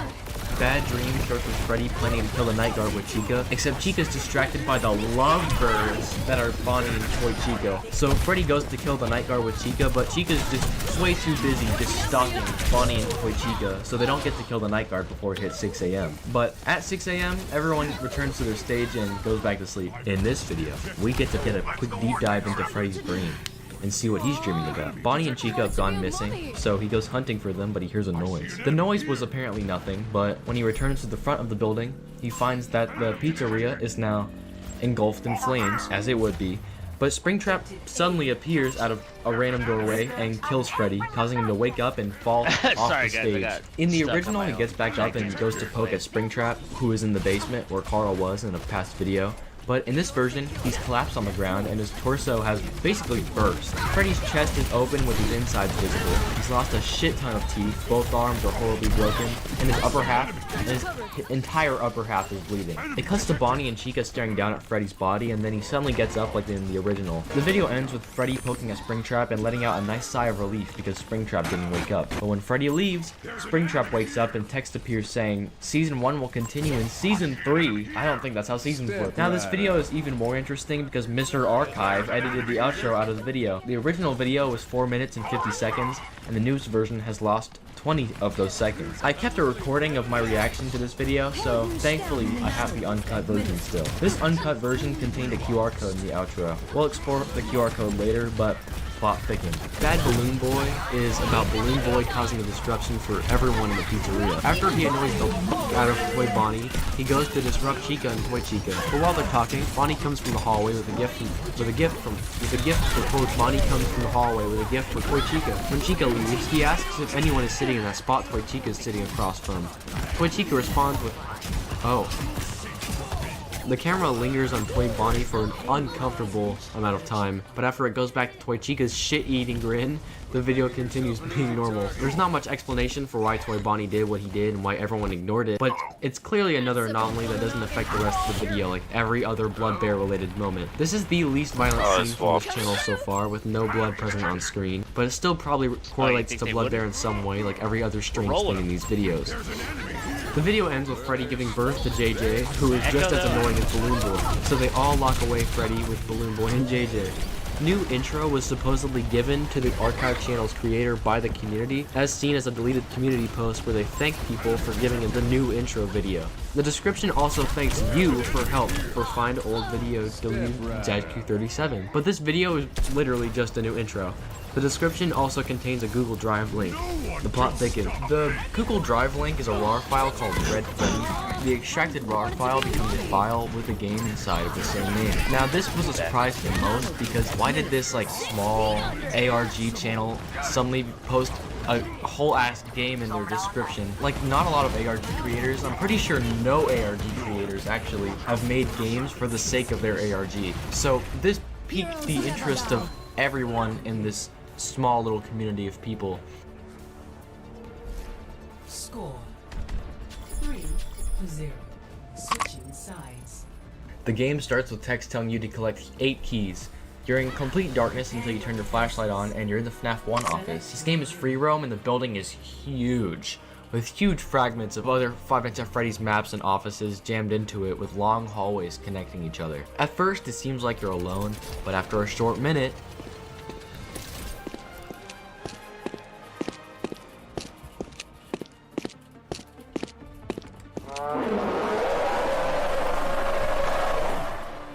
this loud, blood-curdling scream plays for at least a minute, and Bloodbear makes himself known. Bloodbear, like usual, is a red retexture of the famous classic Freddy Fazbear SFM model from early 2015, except his textures are things like mouths and huge patches of visible flesh covering his skin. He's got big, wide, empty eyes, and his jaw is wide open with very crooked gray teeth. The only stance Bloodbear is seen in is an A pose, and he floats towards you, which is arguably much scarier than sprinting towards you. The entire game is a remake of Slendytubbies, and the A pose is just a nice little reference to it too. Slendytubbies released in 2012, around 3 to 4 years before these archive videos from ZHQ were originally uploaded. So the reason for this game being a Slendytubbies clone is probably because it's staying time period accurate. Bloodbear only screams when he's close enough to you, and he stays a very consistent speed the entire game, but he's still fast enough to outrun you if you feel like taking your time, still making him a threat and something to look out for. There's also a range of random photos that flash on screen at random. These photos range from Bloodbear to they're not that annoying, and all they do is play the scream from Slendytubbies, which would probably overlap the screaming from Bloodbear anyway. The 8 keys don't ever change spots, so the game is pretty easy. Beating the game results in all of the lights turning on, and Bloodbear permanently disappearing, similar to the ending of I'm Scared, which does the exact same thing just without Bloodbear. After I beat the game, I went exploring building to go check out any secrets I might have missed. I also learned this while playing, but if you press P, you start peeing permanently, and you can't stop it. Oh my goodness. Oh my god, press P to piss. I'm literally peeing right now. Oh my god, I'm so relieved. I'm gonna piss on the fucking electrical. There's a huge variety of posters on the walls, and while a few of them are unrecognizable art pieces, the rest are memes with some correlation to Five Nights at Freddy's, besides just a couple. But after exiting the building, we get a cutscene in full screen revealing that we were Bonnie. He takes off his party hat and stares into the forest in front of him until the game closes. And that's the end of the game. However, there's much more. Not much more, actually. In this part of the building that resembles the FNAF 3 office, this exit door has no collision. Walking through it leads to a small room composed of a drawing the community has called Red Freddy Kitty. This image is also the icon of the game, except there's the second half of a YouTube link on the wall. Plugging this link into YouTube opens up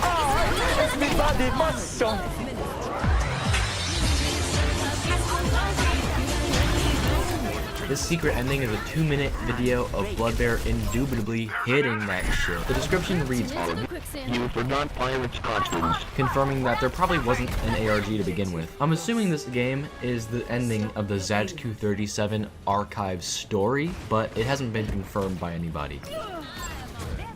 Remember that QR code from the Bad Dream video?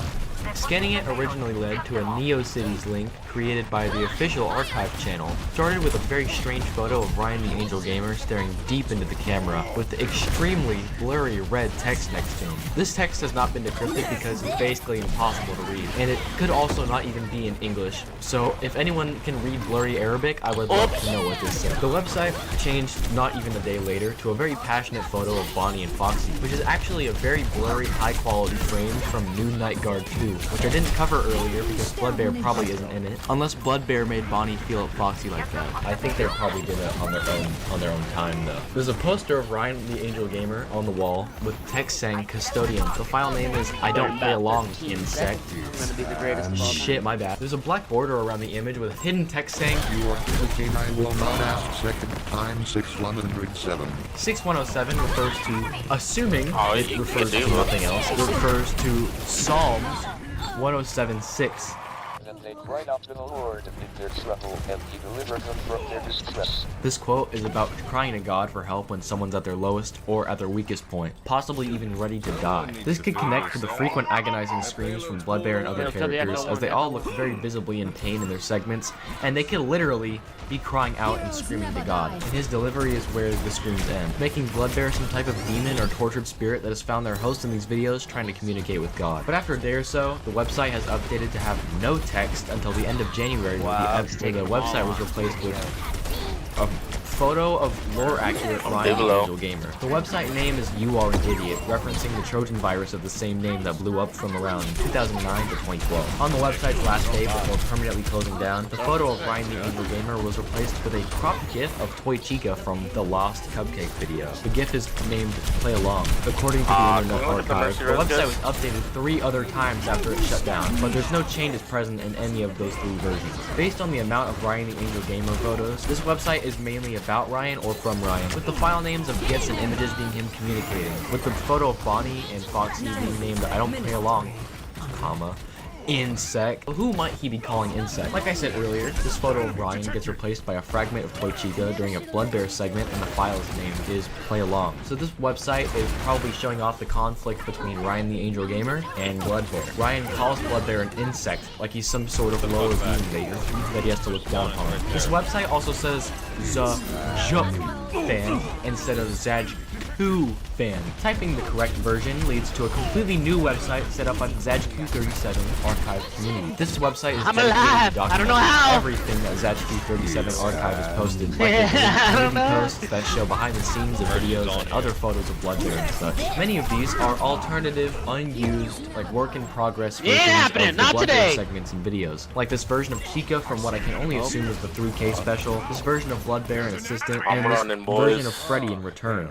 They've all been deleted, and they were probably posted before all of their designated videos came out, and deleted moments before their videos actually released. There's also this photo of Bonnie, but I have no clue where this photo could have possibly come from. There's not really much of an ARG to put the story together, and more like these little interesting details. There's also not really much of an actual explanation for any of this story, so most things are up to interpretation. But I'm gonna try to put together the details and make a story, because there are more than enough elements in this channel to make a story, and I'd be surprised if Zajku37 fan or Zajku37 archive didn't think of a story while making these videos. Starting off, who is Bloodbear? He's very obviously the main antagonist of these videos, mainly because he's the only source of actual of any horror related activity on this channel. Like I said earlier, Bloodbear is probably some demented spirit trying to communicate with God through his constant screams of agony, like his screaming in the game and in the videos he's seen in. The segments where other characters are also screaming can be from Bloodbear possessing them, and then some god or some divine spirit finally removes Bloodbear from the video. Bloodbear just screams until this divine spirit comes to care for him,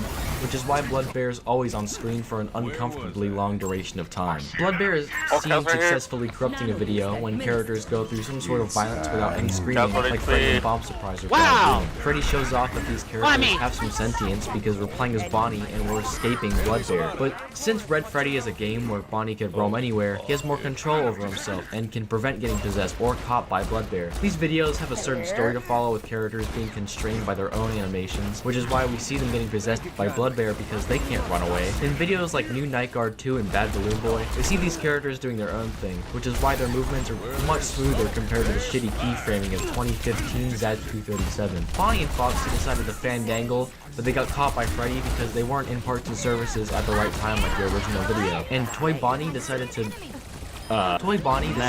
his life, probably to avoid being possessed by Bloodbear or being constrained to keyframes again. But if there's some holy spirit preventing Bloodbear from possessing these characters, who could it be? It can't be an animated character because they're all bound to their animations. So the only holy spirit would possibly be Ryan the Angel Gamer. And he does have Angel in his name, and Gamer. He could be like a fallen angel or something. Ryan doesn't really follow with the flow of the other characters, making him a much more interesting character since he's been introduced. He just appears and reacts to random shit, and most of it is incredibly useless and unnecessary to react to. He's also seen super frequently in everything outside of just the channel. The website is mostly made up of photos of Ryan, his arcade machines are in the game, and his own channel and DeviantArt. Like I said earlier, the file of Bonnie and Foxy is called I Don't Play Along Insect, and the gif of possessed Toy Chica is called Play Along. Even if Ryan isn't an animated character, he still has a role in these videos, I hope you guys know he refuses to abide by all of hands them. down, bar none. He even insults squads in the lobby. Shit. Sorry, I scrolled. He even insults Bloodbear, calling him an insect, like he's inferior or powerless. Ryan's only been in one video just to avoid increasing the risk of encountering Bloodbear anymore. Bloodbear only has power in these videos, so all Ryan needs to do is just avoid these videos to stay safe. So Bloodbear possesses the characters in these videos, and Ryan, the divine spirit, banishes them temporarily. And these characters are sentient and bound to their animations, and they secretly live in misery on their own off camera. And the best way to avoid getting possessed by Bloodbear is to literally just stay away from these videos. But the characters are still getting tormented by Bloodbear anyways. So how does the story end? How do we rid this channel and the characters in it of Bloodbear?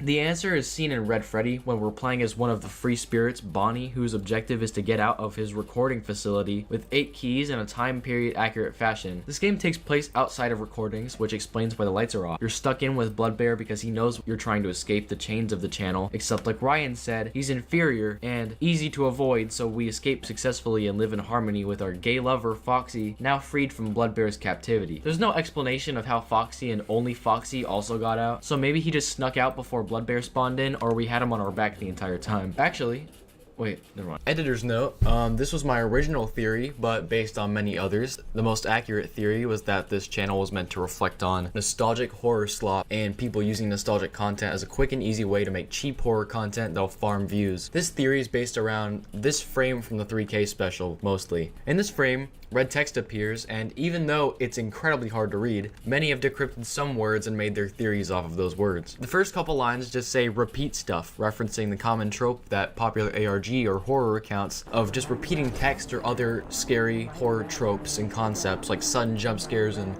really loud screaming, which the ZQ archive also does. Text even says ARG nostalgia, analog horror. This for a quick buck, even further supporting the theory that this channel is reflecting on current day analog horror. This theory also thinks Bloodbear is the only person speaking on the website, telling us to play along while he doesn't. He calls the community insects and maggots as they feed into this nostalgia horror slop, playing along and proving how cheap nostalgic horror is. The whole channel is just a reflection on current horror and how many rely on nostalgia to grab people's attention. But it also doesn't really take itself too seriously, because why would it? I'm gonna say this again in a moment, but there are many questions left intentionally unanswered, and I can go on and on and on about all of these different theories, but I just wanted to stick to my original thought and the most common and probably accurate theory. Actually, there's not really an explanation for anything, because if you couldn't already tell, this entire fan account is a shitpost and the community surrounding it barely even takes it seriously either. There are many unanswered questions, like why was Spring Bonnie in one video? Who is ZHQ37 fan? Who is Ryan the Angel Gamer? We'll probably never know because they weren't really meant to be answered. They're just meant to spark up speculation. Before ZHQ37 Archive changed their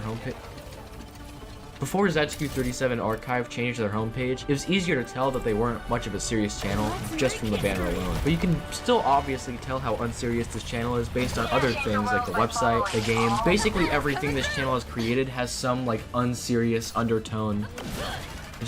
It doesn't know where it is. Basically anything that this channel has created has some unserious undertone in it. I appreciate ZHQ37 Archive because of how much effort was actually put into this joke channel. It honestly does have a lot of potential as an actual horror channel, but I think the lack of seriousness is just part of the charm. But it is just fun to speculate and compose a story from all these little details. Like this random kid named Ryan with a DeviantArt account being an archangel that combats and rebels against a demonic being that takes the form of Freddy Fazbear sounds really ridiculous, and I'm very glad that it's supposed to sound that way. There's also a Discord server. This server is also where I find some of the information. Man, and welcome to Overwatch 2 Stadium. That's right, we got a buy menu now. Summarize what this game mode is. It's basically Overwatch 2's MOBA version, but without the whole boring parts, so no creep farming, no laning, just getting straight into the action and push, control, clash, all that sort of stuff, right? And in between rounds, you get cash for getting your limbs and assists and all that sort of stuff, which you can buy little upgrades. You can get these little upgrades for your character, and of course, you can get little powers in between several rounds. So, for example, if you want to be able to land on someone's head with beat and kill them, you can finally do that. That's right, it's back, baby. But why has Mercy got the Roblox smirk? YouTube game, guys. Let's pretend it's a YouTube game. Guys, we're in Stadium. I'm not playing third person because I hate it. Let's play. No, we could go DPS Lucio build. Like, we actually go full damage Lucio build, okay? So we're gonna take 5% weapon power, 10% weapon lifesteal, and then... So, last night we used him. Honestly, nothing better than when a guy breaks this out. 25 health, quick melee damage, heals for 25 life. And then the ability we will take is... No, let's go this one for the extra damage. 30% increased knockback and deals 40 ability power bonus damage if target hits a wall. Boom. So we group someone into a wall, deal damage, then we one-shot him. If your YouTube voice is... It's 5 in the morning, guys. If I'm too loud, I'm going to wake up my neighbors and I'm going to get a noise complaint and the cops are going to show up at my house. You guys remember last time what happened when I was too loud? Yeah, officer, I understand, but first off, I'm dyslexic. Can we turn off this light?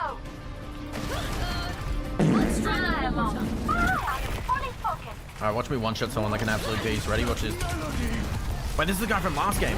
One-shots me like a beast. Genji steals my kill. Goddamn stream snipers these.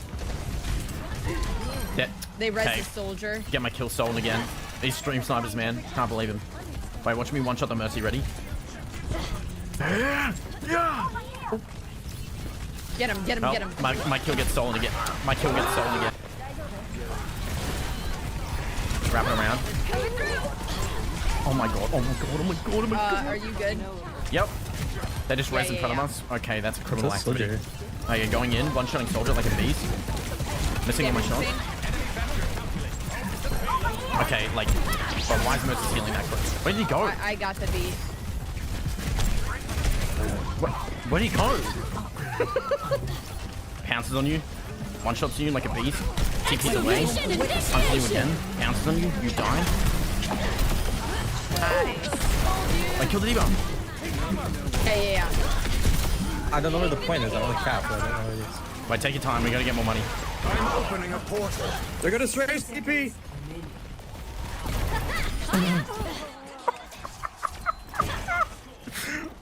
She's just sitting there, man. 10% weapon power, cooldown reduction, so we get more boosts. Let's get rid of this one. This one sucks. Let's take, while we're on and gain 30% move speed for 2 seconds. What is this like?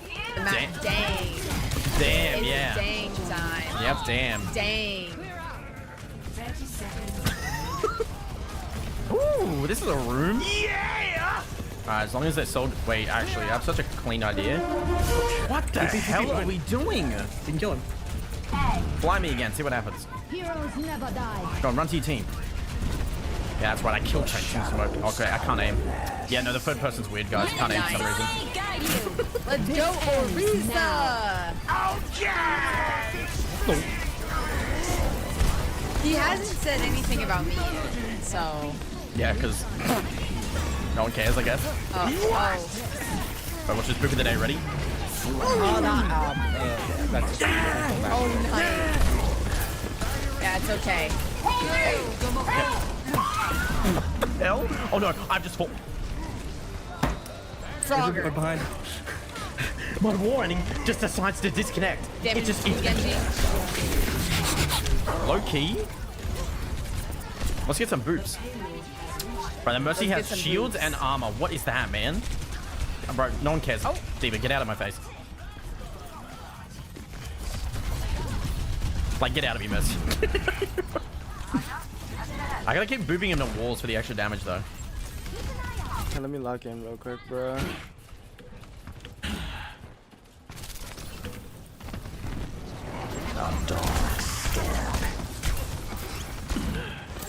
Over there.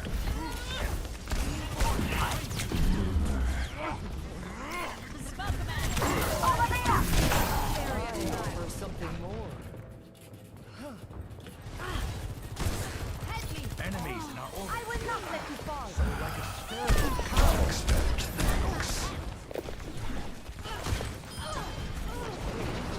I'm on thanks. Hello. Hello. Hello. Over here. Hello there.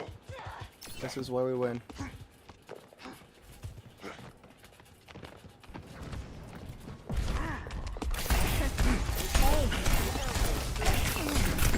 Gather here.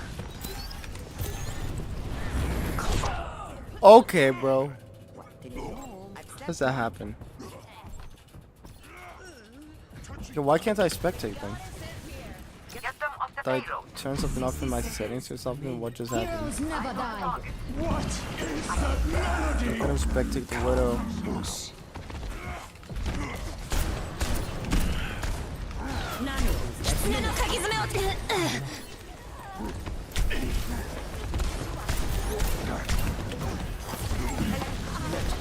The shadows coalesce. Where's the widow?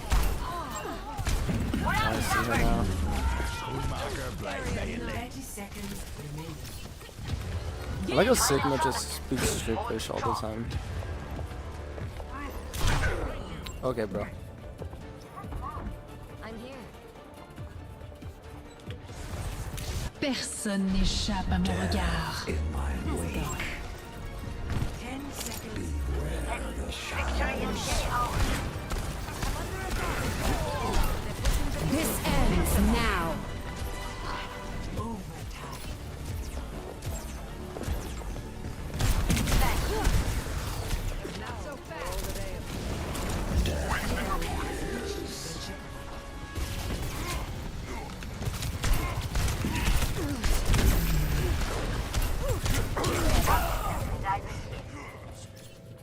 That's so bad. I offer something more. Get them off the payload. We're outnumbered. Careful. A dark step. I wasted my TP. I can't get up there. The name's Cassidy.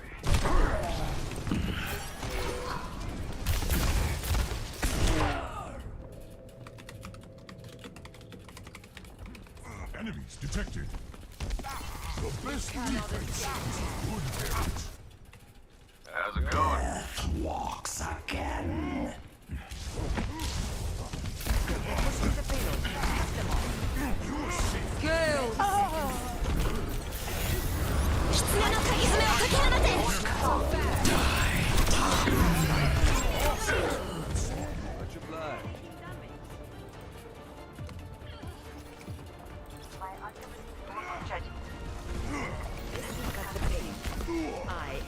I'm so good.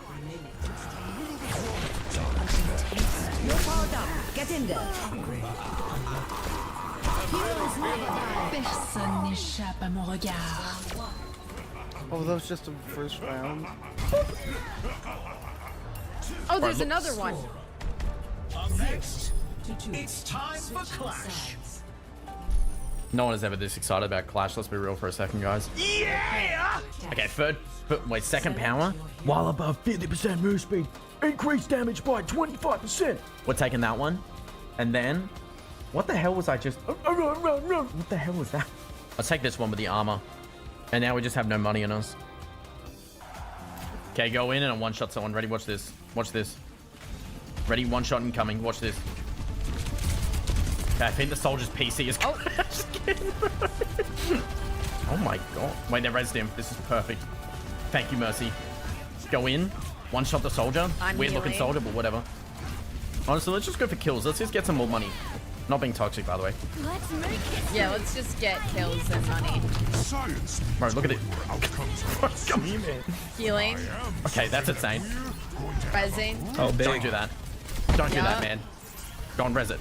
Okay, why are we actually trying to res it, unironically? Stay inside, and I'll keep you safe. Where's he left?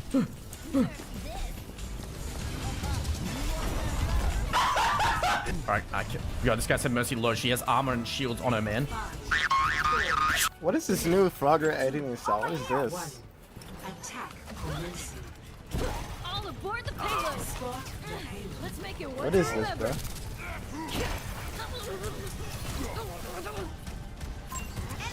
Meow, meow, meow, meow. Meow, meow, meow, meow. Meow, meow, meow, meow. Meow, meow, meow. Meow, meow, meow. Meow, meow, meow, meow. Meow, meow, meow, meow. Meow, meow, meow, meow. Meow, meow, meow, meow, meow, meow. Meow, meow, meow, meow, meow, meow. Meow, meow, meow, meow, meow, meow. Meow, meow, meow. Meow, meow, meow, meow, meow, meow.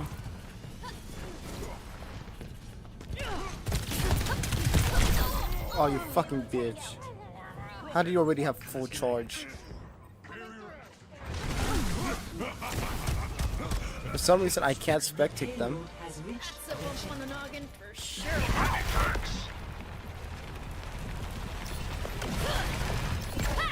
Oopsie daisy!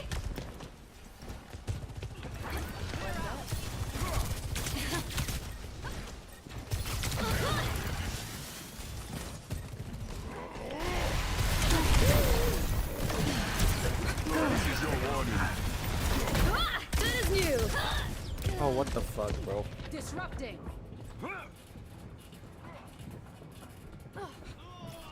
How do I win these fights now? What do I do? If Joan of Arc didn't quit, I won't either.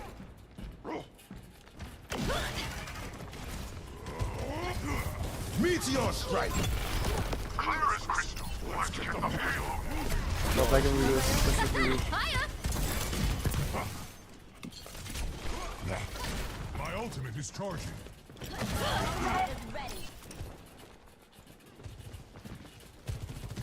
Let the Kitsune guide you.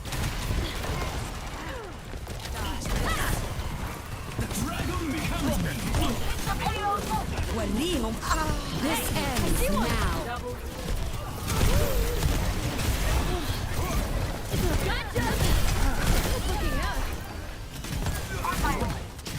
Push cart, push cart. Watch here. I can dig that. You have my thanks. Thanks. Dim is still alive, but he can't really do anything. Just nice out.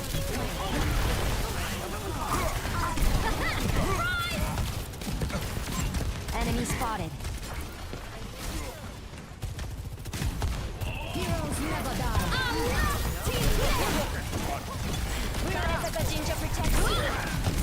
I don't wanna. Upgrade unlocked. That's how you do that. That's how you do it.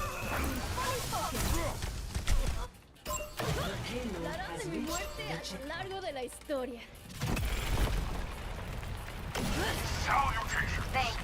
Help me move the payload. Oopsie daisy! Peak performance. My ultimate is charging.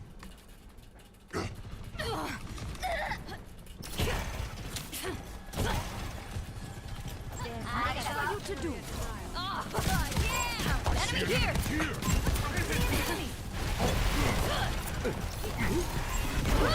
Coming through! Ultimate is almost ready. No one can stop me. My ultimate is charging. I can't die. I've still got more stuff to see. My ultimate is ready. Join me.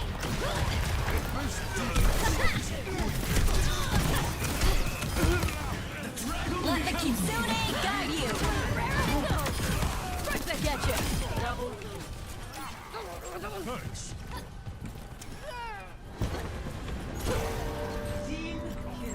On my way. Payload is approaching its destination.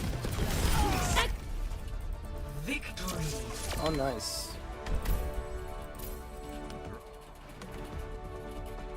We just win. Okay, that's fine, because then we get more perks and stuff. Yeah, we were letting them win, remember? When you use an ability, gain 5% weapon power for 3 seconds, stacking up to 3 times. Ooh, okay, let's take that. And now we only have 3 items. I don't know if it's ping related, but sometimes it does feel a little. What the hell? Okay, I gotta lock it in now. We're gonna start one-shotting people. Like, bro, Diva, go away, man! Just non-stop perma flying at me, bro. Oh! And that's what I'm talking about, man. Jake, help me out. Jake, help me out. Bro, leave me alone, Diva. Oh my gosh, Jake, help me out. Who's that? Jake. What is that from? Bro, go away. Let's go Genji. One. No, you don't. No, you didn't. Wait, one-shot him. I'm a beast. He's dead. I got you, bro. Damage insane capping. Wait. No, he's TPing. Got him. Eat it. How does Mercy have so much HP? Well, cause she got health. Oh my god, wait, actually look at Mercy. I think she has more health than their Diva. I'm not even gonna lie. Look at that. Hold on, I can kill her. 442. 400? I have 300. I Mercy won. Please. Please, please, please. I just spat. Ignore shifts. Oh my gosh. Yeah, the actual one. Wait, Damon! Please help me, Mercy, someone, for the love of God. Please, someone shoot her! I'm trying my best. I can't do it. I can't do it. I can't do it. I can't do it. I can't. And she just ults. Whatever, man. Whatever, man. Like, what are we meant to do as a team when we have Genji? There's no one on our team that can kill Mercy, man. Ignore 50% of armor. 500. While running or airborne, gain temporary Okay. over health. Let's do that one. Holy moly, look at my health, guys! And watch me all shoot the people that just don't have armor. So now I'm just wasting this. Okay, there's 2 Kirikos on my screen. What's going on? I'm revealed. Healing. What's happening? Reaper What TV happened? behind. Yeah, I'll just show the floor instead of the kill cam. Awesome, great, man. Nah, this is like crazy behavior. And they've fenced off this one area for some reason. Oh, nice. Good job. Rain, make it. Rain, girl, make it. Apartment 2B? 2B! She's definitely using that Grubhub deal from Amazon. Oh, yeah. Amazon Prime member? Yeah, get those bounties. Come on, let's go. Why am I being revealed? Get them all. Get them all. Oh yeah, Reaper. Get all those bouncies. Where you going, bro? Where you going, bro? Bro, the only person I can kill is Soldier Man. Like, everyone else is broken. Right, let's go for the Mercy now, for real. I can dig that. I can dig that. Okay, she doesn't even have armor, man. Nice. Alright, let's go. Let's get the Mercy. Oh my god, wait, I'm actually doing damage to her now. But it doesn't matter because she's just gonna heal back up instantly, man. Nice. So tempted to open up these big boxes. I can't do it. I can't do it, man. I can't do it. I can't do it. I can't do it. I killed the Mercy. Yeah, let's try and do that. Yeah, good luck. She's won. Oh my god, we did it. Oh my god, I can't be too loud. I'll wake up the neighbors. Get the bot. Please, lock it in. Where does she go? Why am I pea colored? Bro, I don't know what's happening, man. I'm getting overstimulated. Jake. I actually just don't think we can win. We don't have anyone that can kill Mercy on our team. How do we get healing? Critical hits apply 30% healing reduction to the target for 2 seconds. Phone, I think. Oh, he's back. Diva 1. Wait, she's antied. She's no longer antied. Wait, now I can actually kill people because they've got, like, healing reduction. Oh my god, I'm more broken than a DPS. Wait, I can kill her. I can kill her. I can kill her. I can kill her. Come on. Please, please, please, please, please. Please. Yes. Yes. Yes. We've done it. We did it. I can't be too loud. Because I'll wake up the neighbors. Wait, there she is. Operation Kill Mercy again. Mercy won. Run around here. Got the beat. Reload awkwardly. And she's back. We're not winning. Bro, look at that beam range. What was that? Oh. Healing a lot. This soldier man. His PC just keeps crashing, I think. Kill the baby. Oh, just kidding. Like, I have to boop in a wall to slow her down. Wait, I can kill her? Come on. Yes! Yes! Oh, lock in. Oh, he left. Okay. His PC crashed. Wait, kill the Mercy quick. Nice. Kill Mercy. Yes, we did it again. Yeah. Guys, just to clarify, I don't hate Mercy players. I know it probably seems like I am, but don't trust me. I'm not that type of guy. Okay, real quick before people think this is some sort of like one extra boop. Kill the Mercy. Kill the Mercy. Kill the Mercy. Wait, I'm like low-key damaging her like crazy. Oh, why am I pea colored? Like, why did I turn the color of my face cam, bro? Jake, help me out.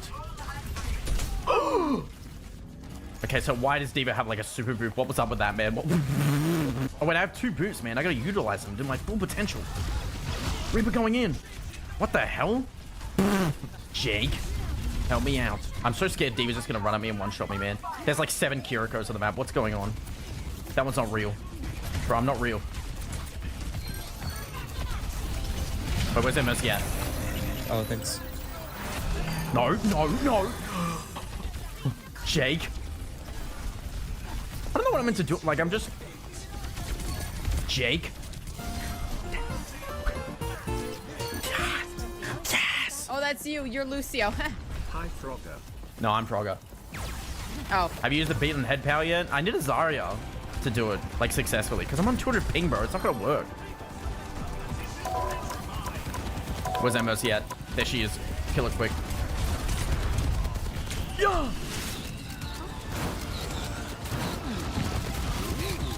Rest of the day, kill that Mercy. Yep. Nice job. Reaper. Oh, we won. Nice. Good job. GG. Pleasure playing with you guys. GG. That was fun.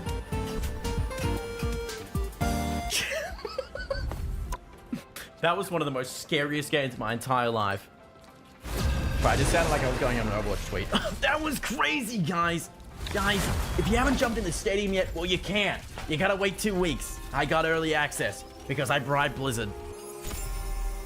Contender 5. 5 contender. Yo, Frogger! The right heroes. Is that real Frogger? Yo, wait. Oh my gosh, Zarya. Yeah, 20% ultimate cost reduction. Landing on an enemy with sound barrier deals up to 200 damage. Oh my god, we can run the build. We can run it. We're just gonna heal. Kill Ryan, no shield, no shield, no shield. Nice. More. Oosh. No. My Cassie Watsy! No! Alright, look at how I ult charge already.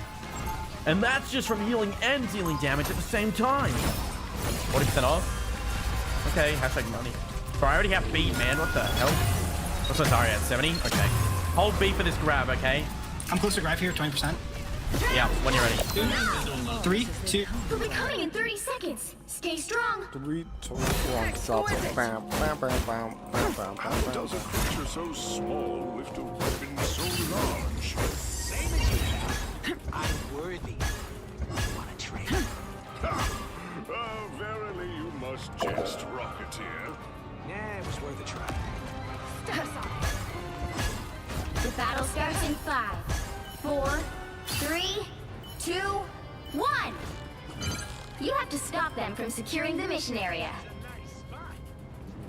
When all seems lost, just listen for the sound of thunder. Look who's here.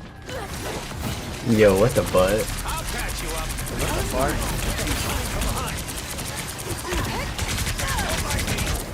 No way. Come on.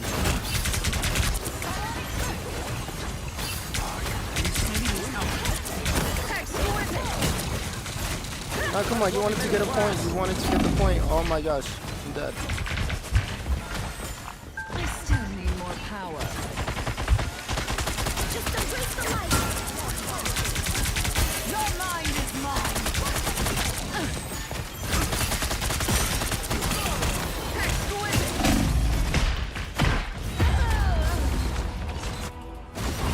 I was fine. What the fuck? Defend our territory. Exquisite. Get in here, y'all.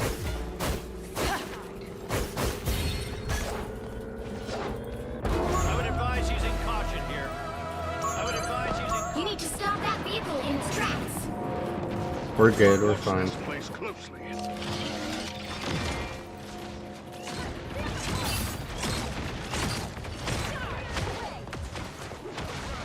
Better stop that vehicle. Someone shoot Iron right here. I suppose that might. There we go. I think that's a lot of my favorite fighter pictures. I take in the back. In the back, she seems to be very fun to me. Healers, please, a little more attention.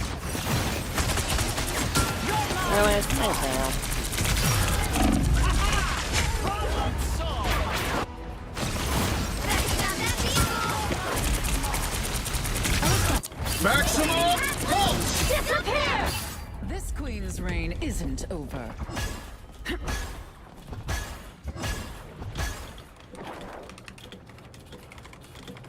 Awaken the rage of battle.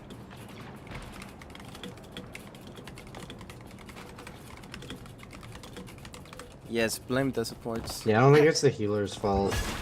I don't think it's just they're just getting kind of different. We're just gonna hit the switch. I'll catch you up. I was fine. Everybody come. Thank you. Yeah, we're fine, we're fine. Switch to try to counter again.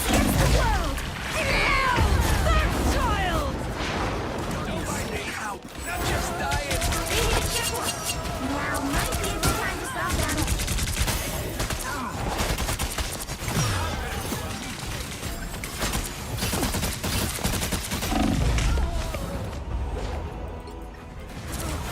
Mental domination! Stop that vehicle! My hex needs more time. Alright, let's go. Come on, we gotta move quickly. Group up.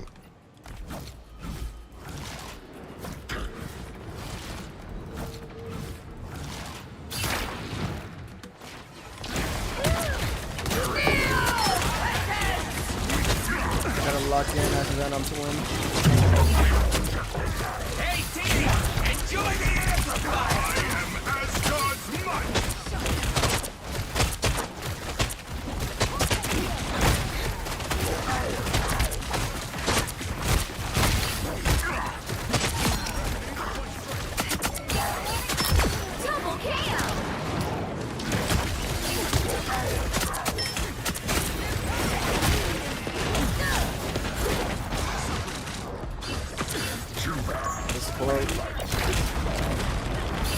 I do need heals because it's like I'm gonna die, man.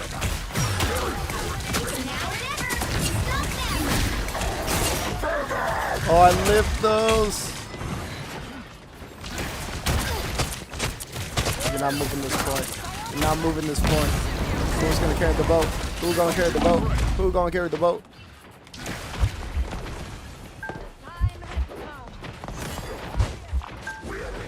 Right here, dog.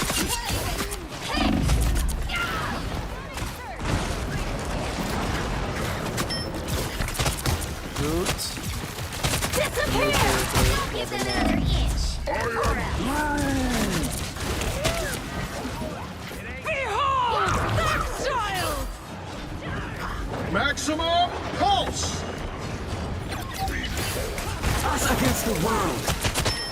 Oh, man, I'm sorry. I'm not going down to team 5. I should have switched a long time ago, but you gotta know.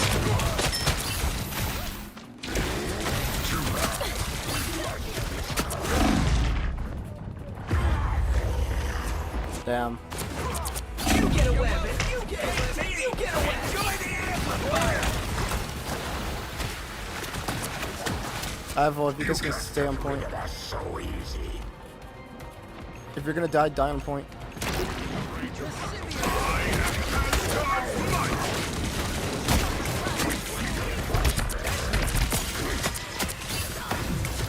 I have ult.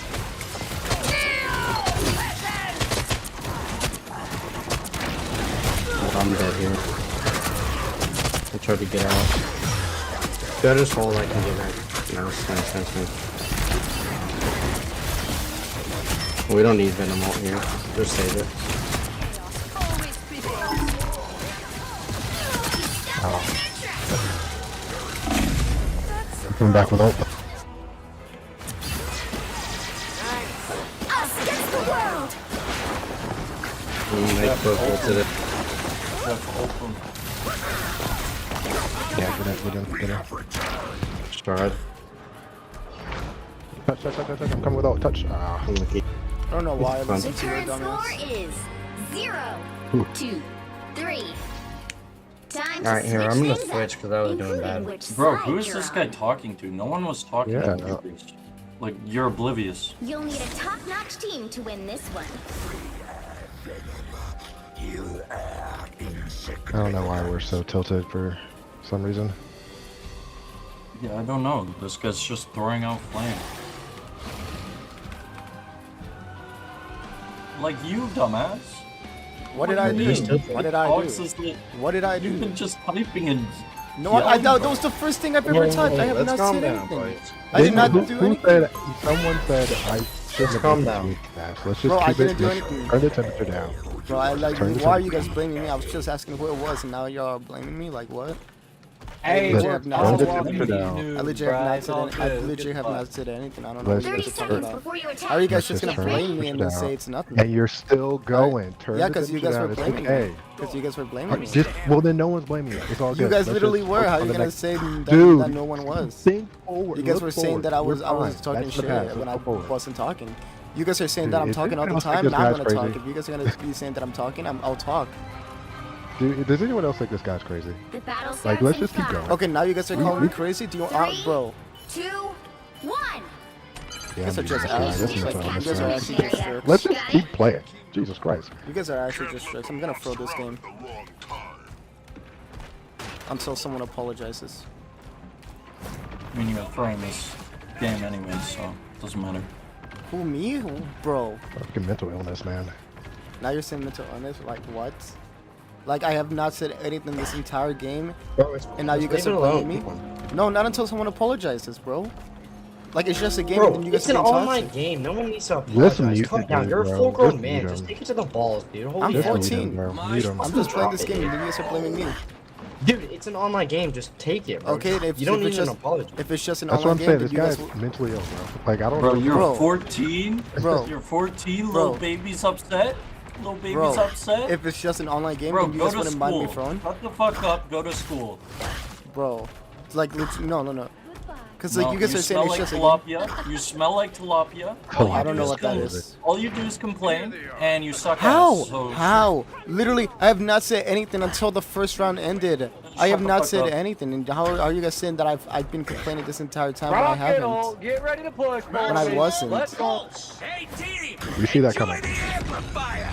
Like, how are you guys just gonna be jerks? You guys Alright, we deserve gotta to push lose past this. this Iron Man just sniping us from over here.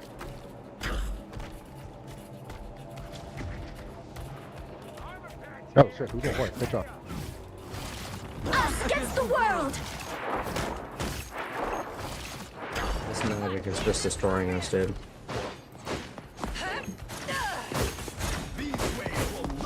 My turn!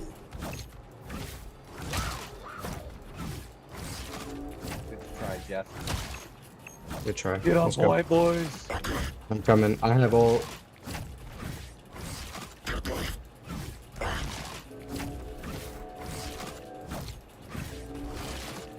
My turn!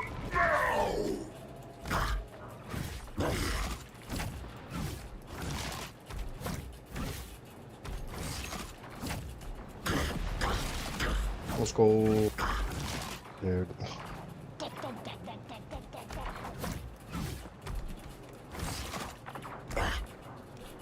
I mean, it is a beautiful cinematic moment and Nor's all, but kinda what the cheeks was right now, Cap I'm not doing? gonna lie. Doesn't he have a shield with reflect and all the time and space in the world? Where the fuck is our second? My turn!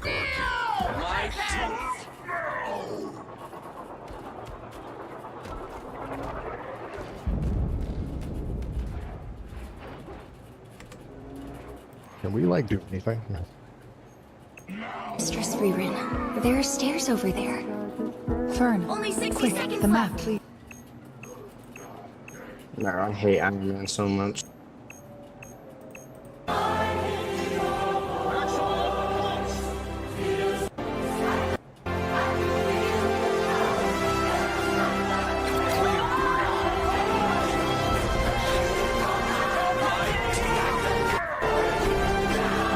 Dude, like what are we doing? I Can mean- we push? Jesus.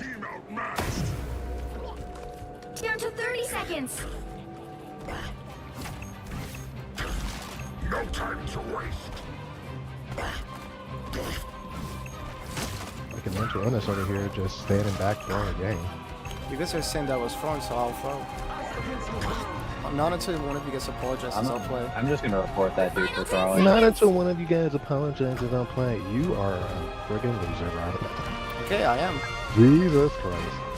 You guys are just jerks. Enjoy the match, No, man. you're a loser. You're a crybaby You are a bitch. crybaby on the Legit, internet. you You guys can can lie to look us and be into- anything you you want guys to can be. check You are and a see. loser. I did You don't not have do to tell us you're a loser, Bro, bro. no one has Jesus. to any. Well, you can't expect to win them all.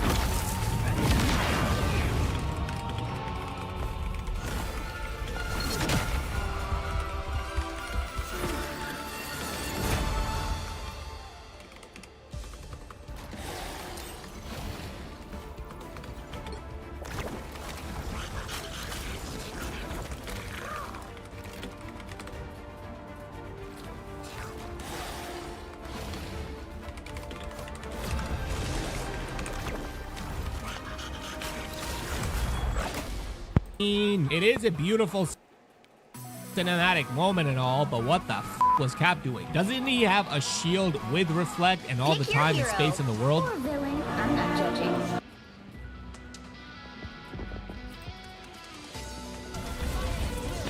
Yeah! And I missed. Oh, I got him! Good shit. No way! It's real! Minor Oh shield, you kill my him? gosh. I thought I missed it. There must be like some range on it. Get out of here, bro. No. I walked over. Get out of me, man. Get out of me, man. What the? I should have just done it. I should. Don't. Shut up. That's my bad. Shut up. You didn't see me duck. Get ready. My kid! Oh, never mind. I got it. Hey, I saw that turret. Wait, boom. How much you want? I'm almost back. What is that? Kidding? Everything's Ah, boom! The cast. Wait, boop on the map. We're done. Yes! Oh my god. Over here. Wait, no, boop. Misses entirely. He's a beast. Oh my gosh, we're so back. 4, 3, 2, 1. All you need to do is capture the mission area. Got it? Noxus is where the strong. Unlike my rest. Seeks the fearless. If they group up, we go straight through it. Almost have it. Oh, we can go, we can go, we can go. Ah! At least you didn't age, Superhead, man! Are you for real? That would have been insane. That would have been insane. Oh, I just baited right as I respawned. Whatever. Don't worry, guys. It was a tactical loss. Yeah, I am ready if you find a one. Maybe she was down. They can't speak. Go for it. Go for it. Oh, I can't land in this.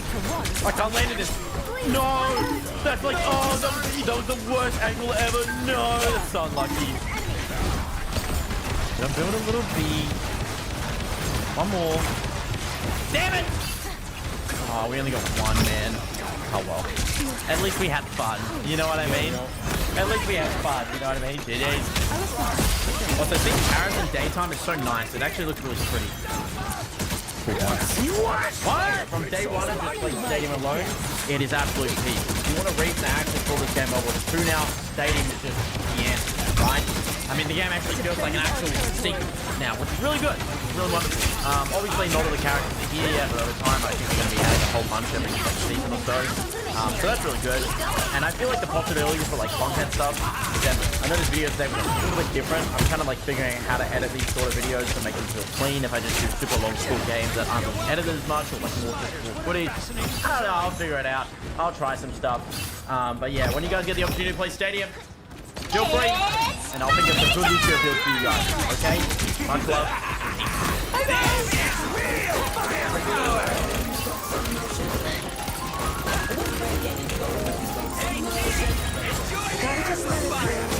Think about what I do. Know what to explain about it. Gotta make that come on. Look ahead, not behind.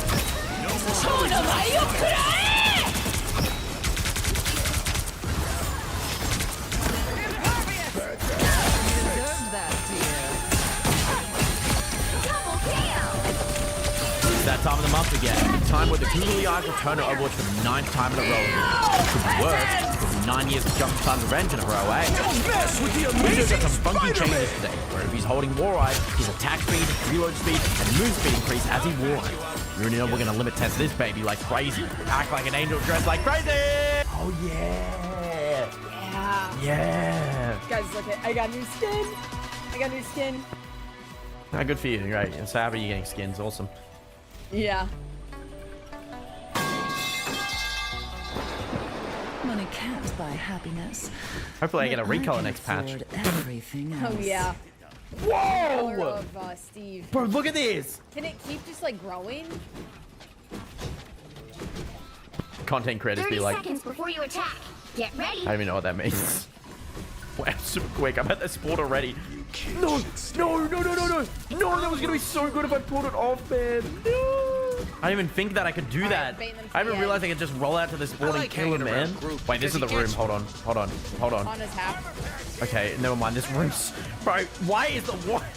Bro, this is like a... This has to be a video that is demonstrating why war... Oh my god, I'm in a trap. 2, 1. I mean, it's just no way. It's just some giant turret just sitting there, man. Got it? What's he doing? Hey-ya! He doesn't even know I'm here, man. Poor guy's just AFK and I'm bullying him.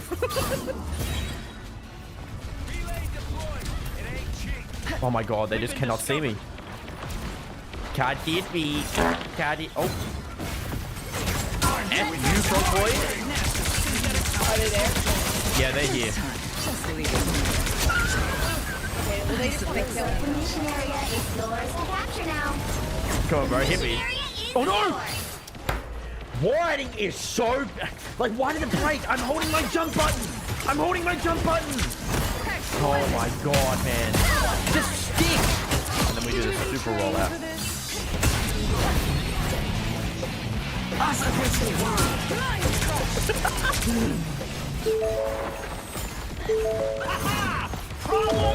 That's me, driving through the country. New vacation home, new expanded business. I know what you're thinking. This only happens in dreams. Actually, it happened for me with help from a Wells Fargo Premier team. Ready to meet the dream team? You can with Wells Fargo. They're coming straight.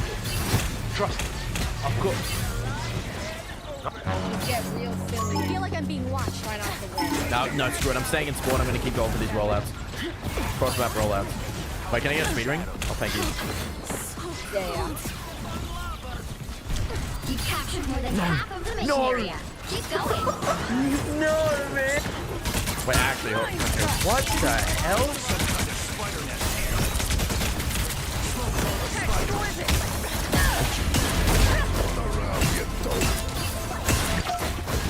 Okay, and I've just.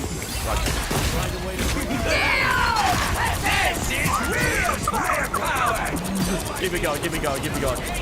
Okay, ready? We're gonna find a target, then go in on him. There's an Honor and Ash coming out of spawn. This could be a play. Get the mercy. No, man! Oh, man. Trying again. Accelerating.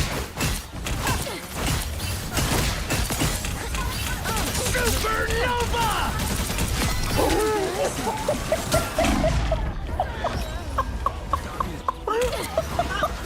Oh my gosh! Yeah, can't get me, buddy. Can't get me. I'm too quick. Yep, too quick. Goddamn Taunt turret is broken, man. Okay, doing the rollout from spawn again. Don't worry, I'm coming back with beat. Give me a second. Let's fly. Going in.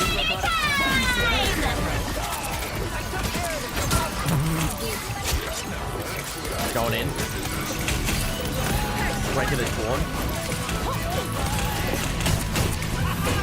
Come on. Yes! Oh my god! That's so good! They rested anyway, but that's so funny. Oh my god, that is peak. Bro, I miss being able to boot tanks, man. Oh my gosh. Okay, let's fly. Wait, oh my god, Aspen, what do you mean? I can't move! Oh my god. Okay, no.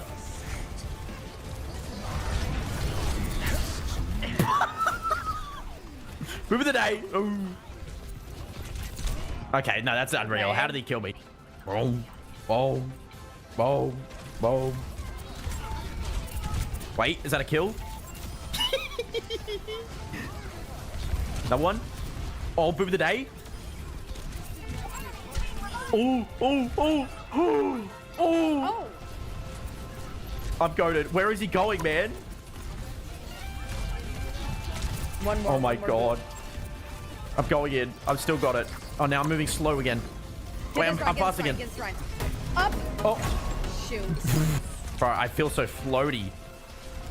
Like, as soon as I touch it, Yeah, falls back. Ooh. Nice. I'm trying to bait into the edge. I don't think it's working, though. I got two. Oh, yay, thanks.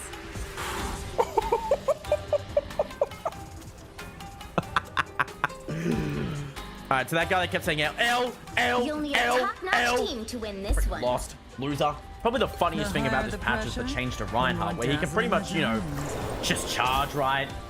I mean, it's nothing too crazy, right? I mean, it seems normal, but it just keeps going and going and going. And we can go all the way to the end of the map if we want.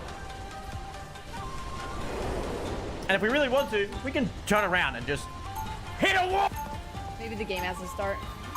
Oh. You getting more? Yeah, let's go. All right, let me gain some speed real quick. Hold on a second. Let me go around the world real quick. All right, don't disconnect. And you disconnected. You know. Oh my god. This guy's swifting. Even when it clashes with my own. 30 seconds before you attack. Get ready. Okay, we're just. Is low. Meow, meow, meow. I was honored to receive your invitation to Hellfire Gaia, Emma. I lost all my speed. You do better on Bucky. I think it's bugged again. Sometimes you go too fast, and then like when you're off ground, it doesn't linger anymore. Wait, can you put a turret on me? The battle starts in And 5, here. 4, One for Ryan. Okay, what the? I'm behind you. 1. Stand still.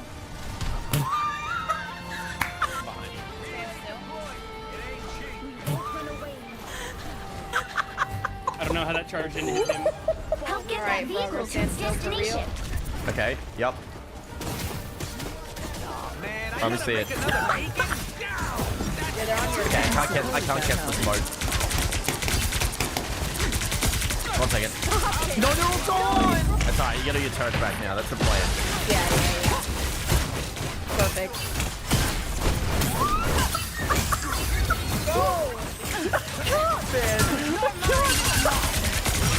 Get the right. Oh, thank you. That's smart. That's smart.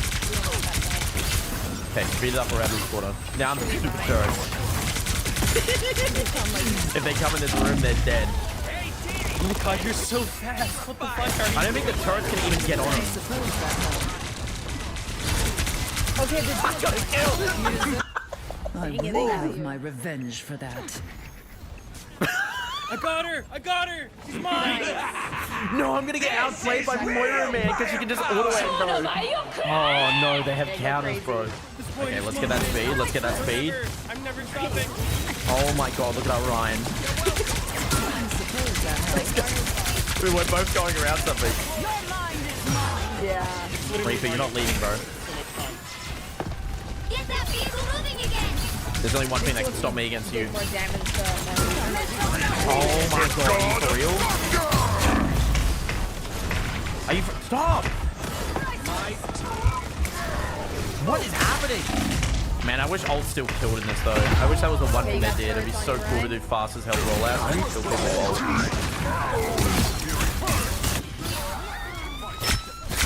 guys are on point. They're being scary. Alright, rollout time. Okay. No, impossible. Sure, I'm the MVP. Wait a second, hold on a second. Can I do this? Okay, bro. I'm stuck! Like, what is that range? How does that connect? How? I can win this. The rift is getting bigger and Hold on. She's staying still for me and everything. Come on. Come on. Oh, wait. Let's get a battle.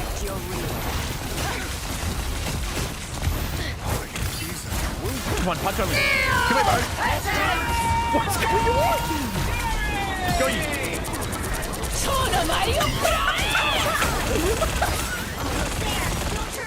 One cup of fresh aged cheddar for a new cheddar crust pizza sent down to our kitchen from the cheddar heavens. Actually, we sit down here from the Garrett farm.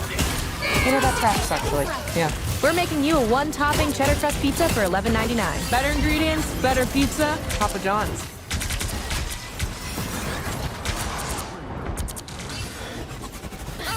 Look who's here. I was fine. What is happening?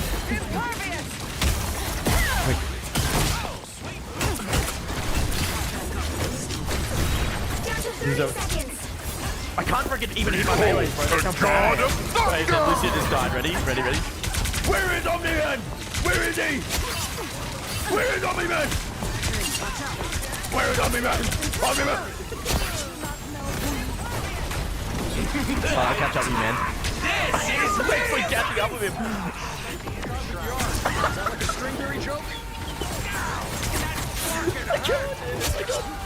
I'm literally like keeping speed with him, man. That's actually insane. I can keep up with him, bro. Going around town. Yeah, what are you gonna do, man? Come here. You're not leaving me. You know that, right? You're not leaving me. You're not leaving me. You're not leaving me, man. Come back. You can't run, man. You can't run. He is. Prove that ace. No! There's sim turrets on that Juno, bro. There's sim turrets on that Juno. She's dead. Eliminated. Like, I wonder how long I can just be kept, like, held by a Reinhardt, though. Alright, let's see how good you do. Okay, it didn't even connect. It didn't even connect. I'll patch you up. Alright, you got this, man. No!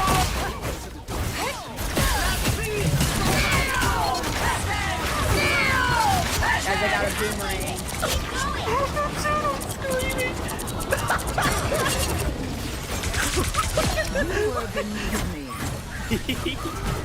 Alright, let's see. How far can he take me?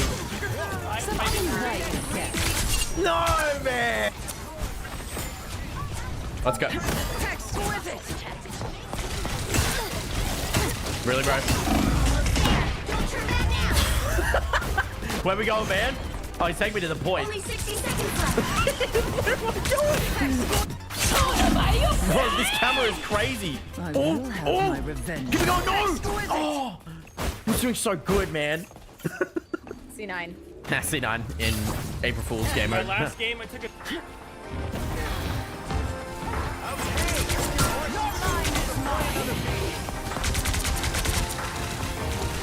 Look at this warning, man. What is so weird? Okay, we're bubbling. All right, you guys go take that boy. Whatever. I'm gonna go kill their widow.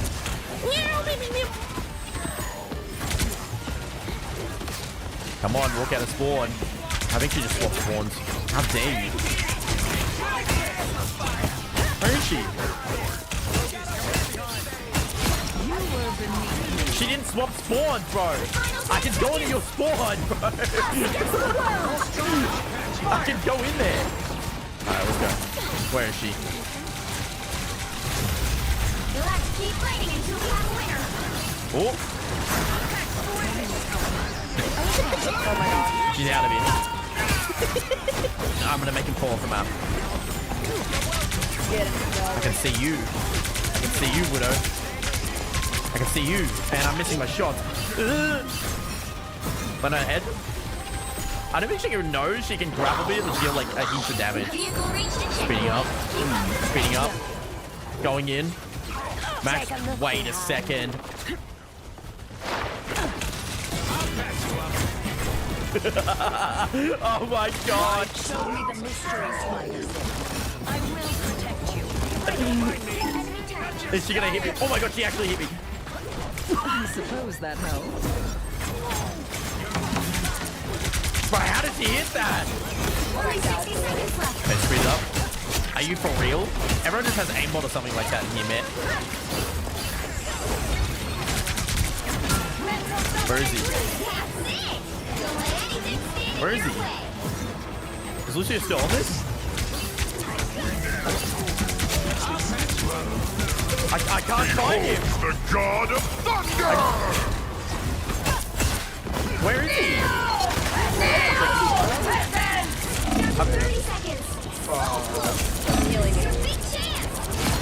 Okay, who got in the way? That's just about one We got, bro.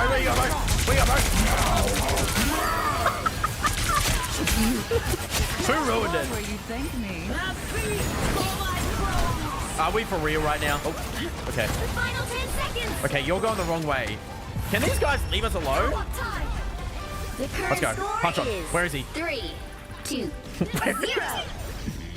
Time to switch things up, including which side you're Wait, on. I can get him. I just gotta. The right heroes could make all the difference. The higher the pressure, Got him! the more dazzling the diamond. Oh my god, man, that's so funny. Wait, get ready to damage me. I'm gonna kill this Ana. No man, she's dead. Can you even see anything? Right, what's happening? Got her. Thank god I'm on ping. I was about to Ajax.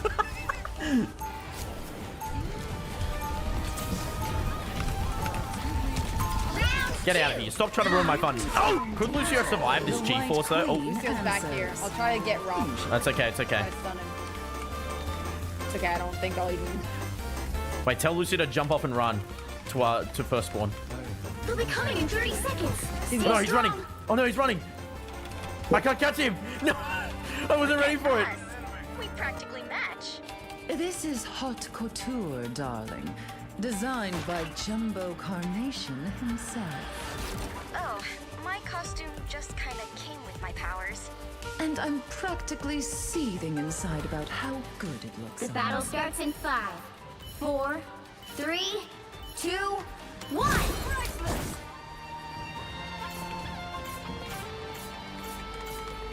Never say Hulk is stupid just because Banner is smart. You need to stop that vehicle in its tracks.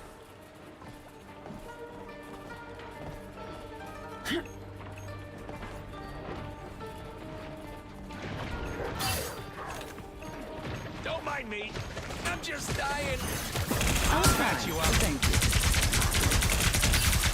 Your mind is mine.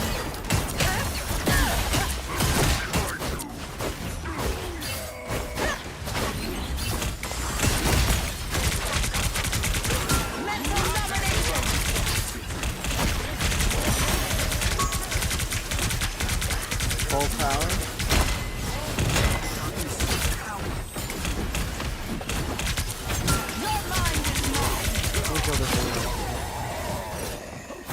Exquisite.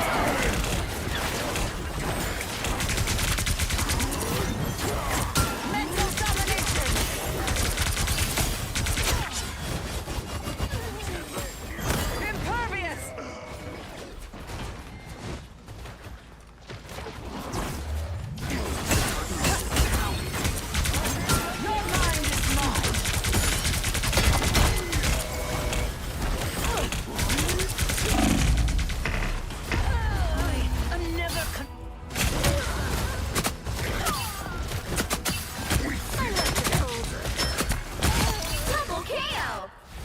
They made it halfway. Stop them. Better stop that vehicle.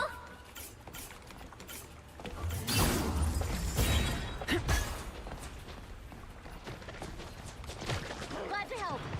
Pulse charge. Fire. Mind crush. Be careful here. Don't mess with the amazing Spider-Man. I was fine, but thank you. You better get a look behind you. I specialize in dreams and revenge. Mental domination.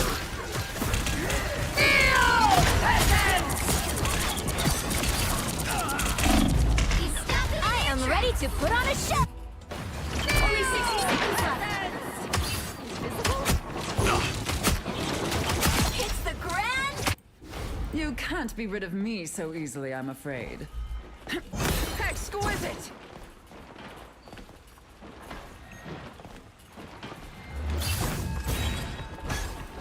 There's still a chance to stop them. Clobbering time! Hey, team! Enjoy the fire! Down to 30 seconds. They're up against it. Just gotta hold on.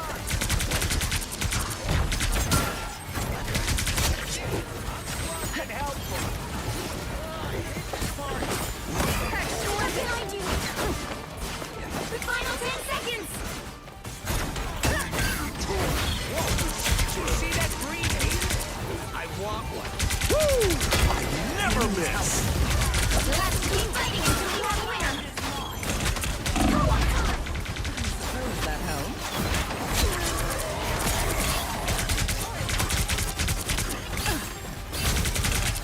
Your mind is mine. Get right up. Impervious.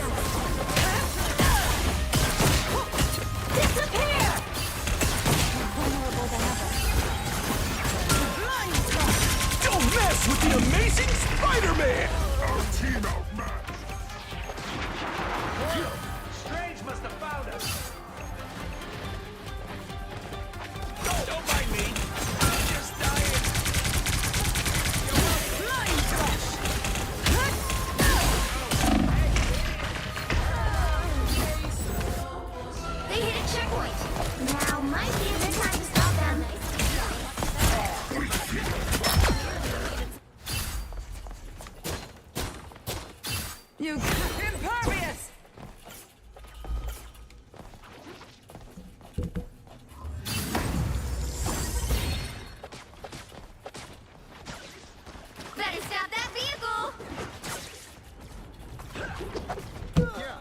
grudges. This is a nice spot.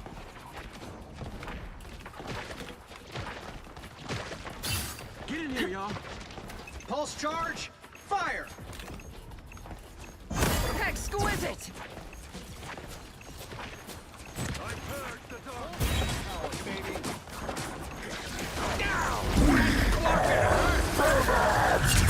Mental domination. That's me. Exquisite. I was fine, but thank you. A feast for my clothes. Hey, T, enjoy the amplifier. I am ready to put on a show!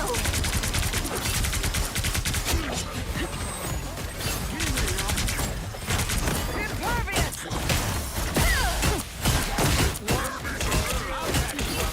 Only 60 seconds left.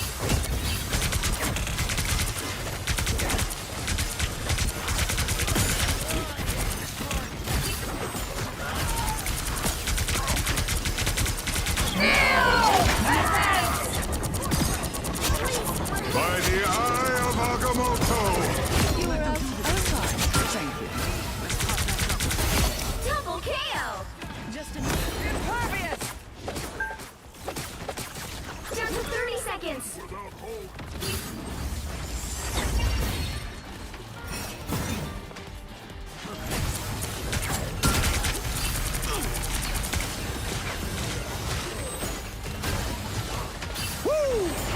Never miss. Mess with the amazing Spider-Man. Woo! I never miss. Gives me that belief Can't be rid of me so easily, I'm afraid. You'll have to keep fighting until we have a winner.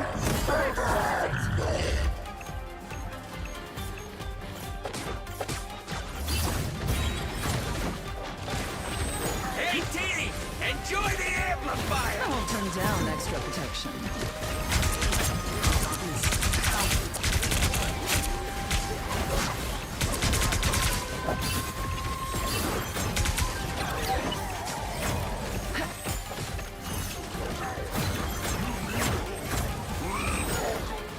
You're welcome.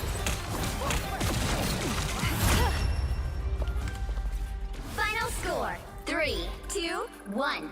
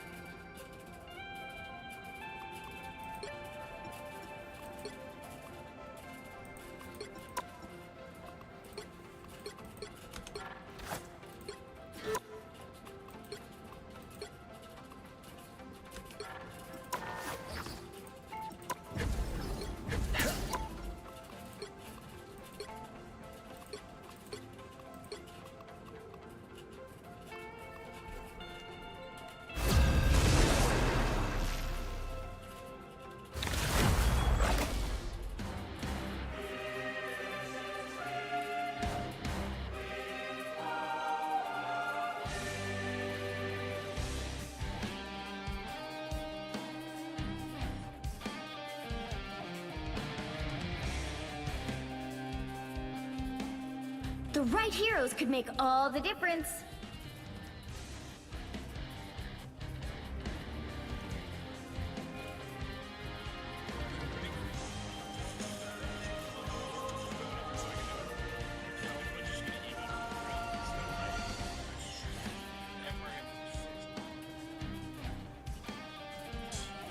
The higher the pressure, the more dazzling the diamond.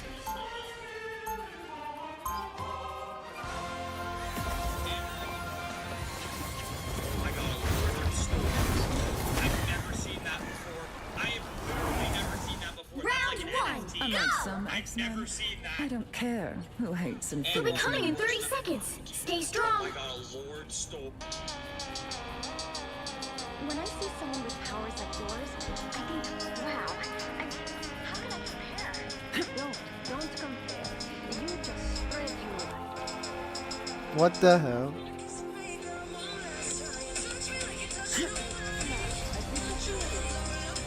The battle starts in 5, 4, 3, 2, 1. You need to stop that vehicle in its tracks. A choice between two dudes is not much of a choice at all.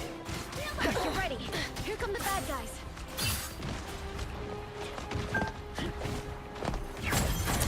Anyone willing to help? Better stop that vehicle. I was fine, but thank you.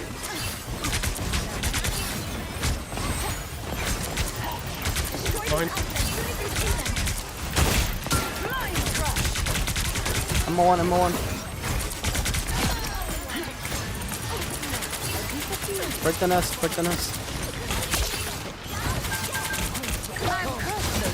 There's a bubble right next to you. Panic die. I hooked her.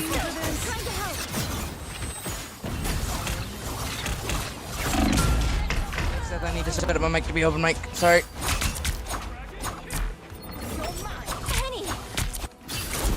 That's better. Impervious!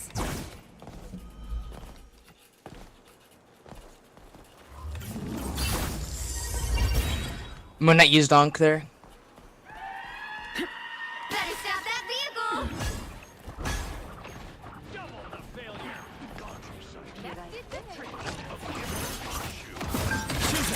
My apologies. I was fine, thank you. Cloak. Good job. Scarlet can die. I can hook her. Nice. I might use this time to get him to open. One moment. They're right behind you. Might push the duck bind isn't in the best place for me to do that. Time to work some magic. He's stuck in their tracks. Play all at cap. You gotta go. Sorry, I gotta get out. You're walled off. I gotta You're wait for walled my off. M2 to reload. Yeah, back up. Alright. Look at that. Force Never ult. mind. Fall back, Luna ulted. I can shield that. Nice one. Psylocke behind us. I'm gonna try and get it. Stay inside the invisible Luna. Yeah, fall back. That is tough fight. This one.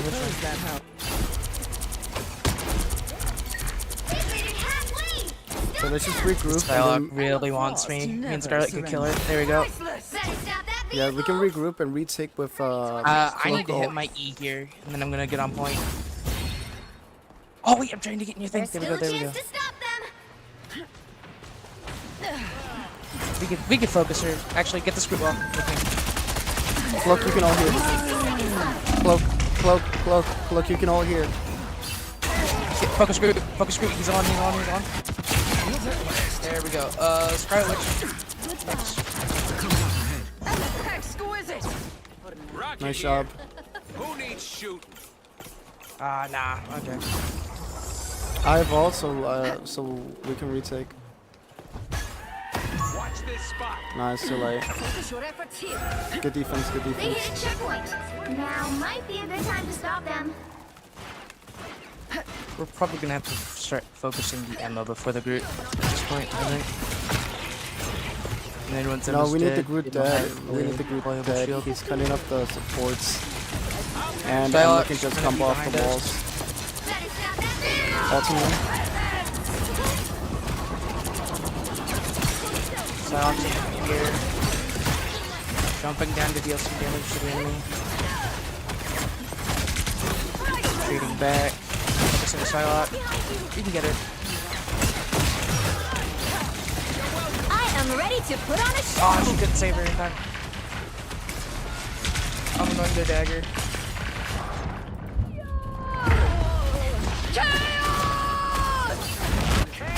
Ooh, did they trade? 1 second. I have ult. You guys can stay alive. Yes, I'm sorry. You can pop it in here. It's up. Here again. Get another kill.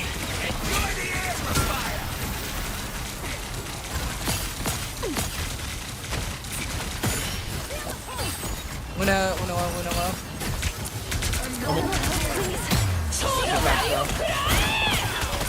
Oh, that's... I'm on, nice. It's scary. 1 second, I'm with you, Rocket.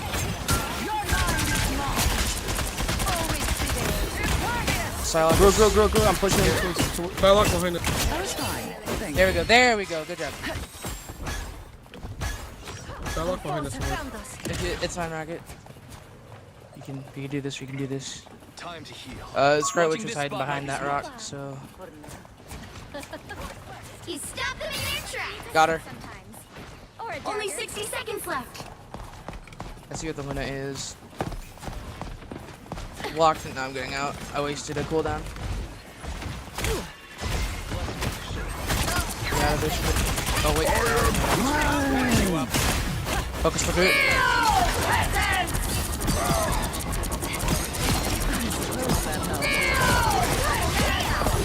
Got the boot. Oh my goodness gracious! Oh my god! Now I celebrate. I said now it.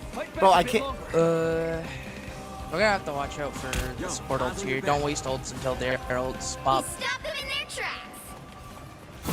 Why can't I see? I can't see it, bro. Here come the bad guys. Psylocke's going behind us. She's going down that hallway. Final 10 seconds.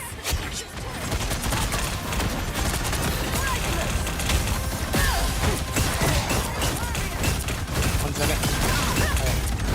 Keep fighting until we have a winner. I am ready to put on a show. Forcing the pop. Punisher no turret. Getting out. Heals it.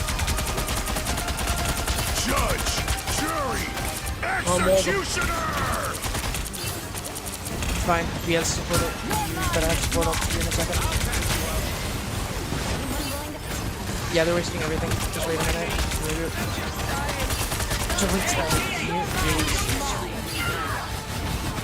That kills her. Why did she go in?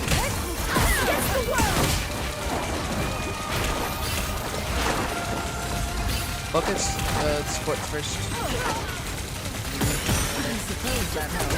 Yeah, fall back a little bit. You can afford some distance here.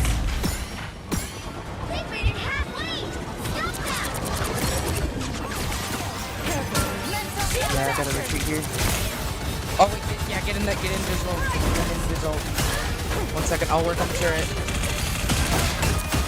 We'll work on the turret.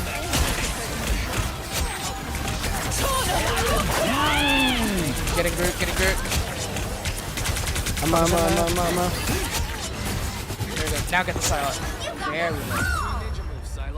That's what I'm talking about. The current score is 0-2-1. Time to switch things up, Maybe including the iced which coffee was a side good you're decision on. today. The higher the pressure, the more dazzling the diamond. You'll need a top-notch team to win this one.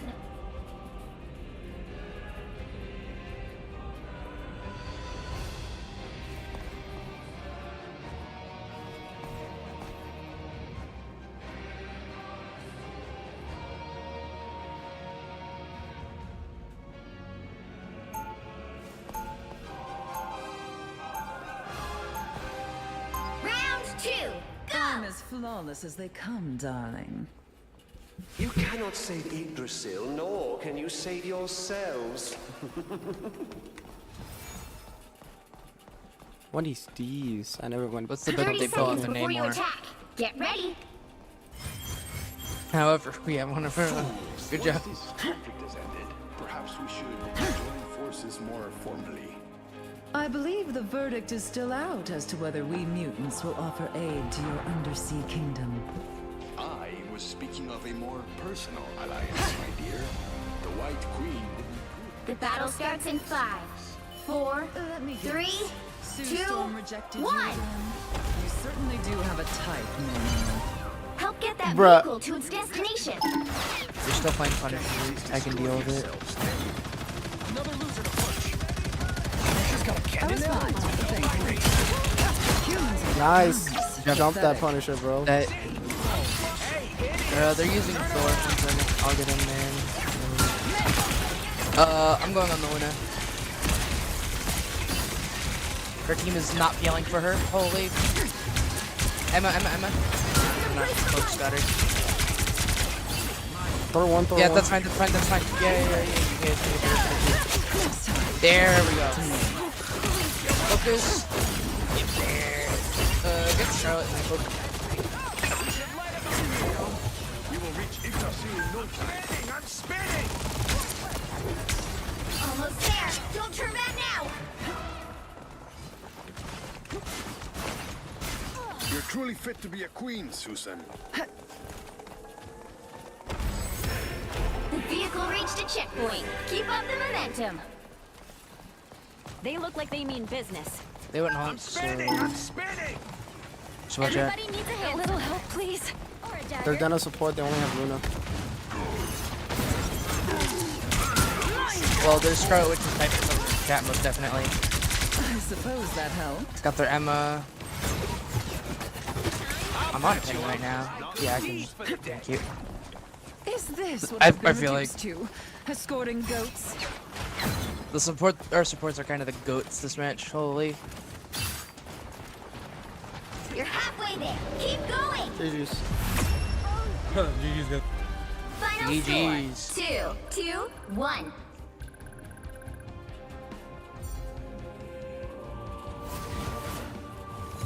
Another epic victory. Big win.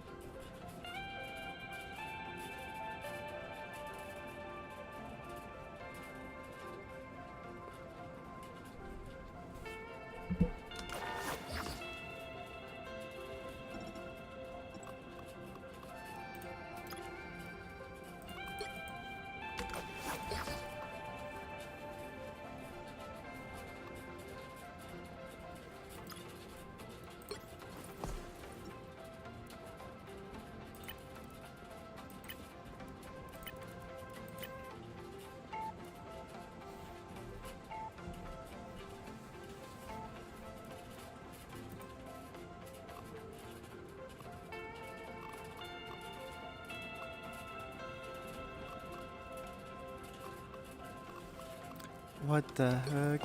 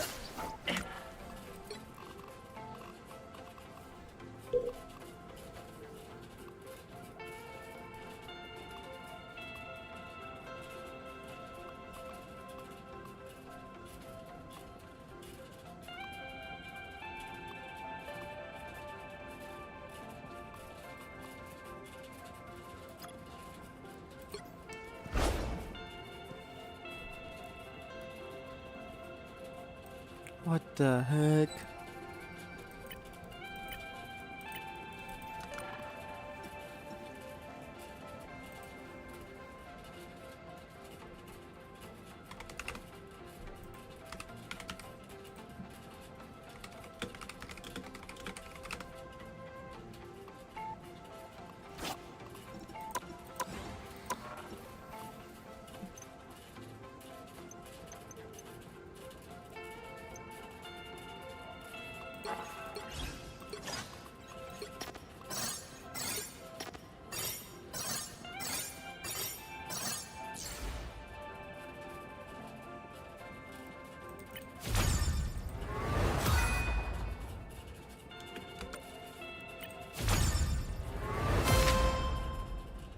That's sick.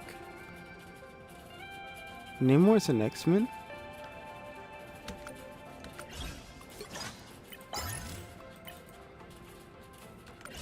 I did not know that.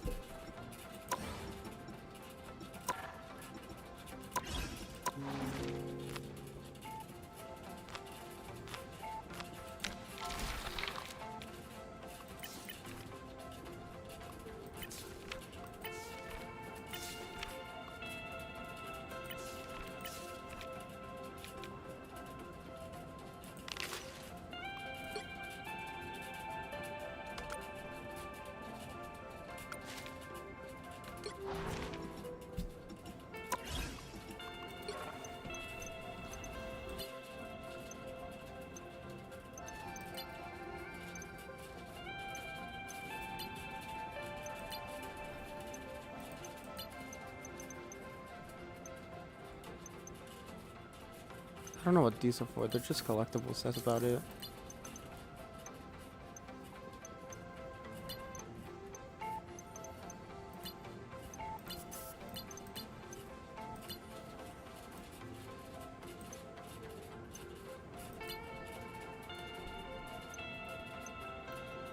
That's one.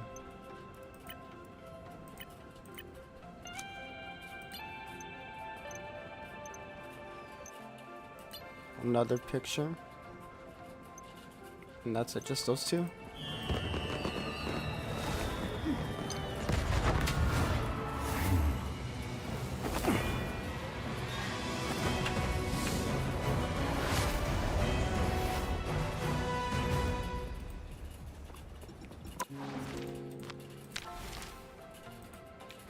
That one in the beginning. The last one. There's just two more.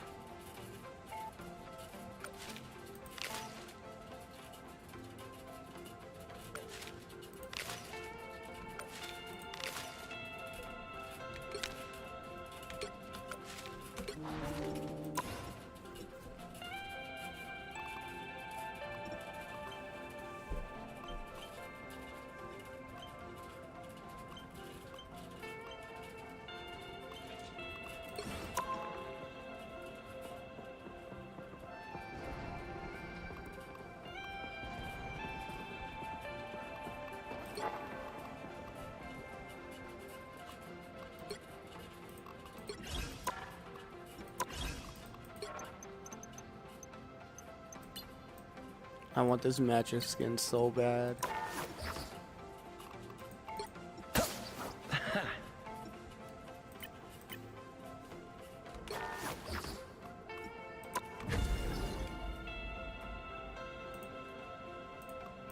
I would say.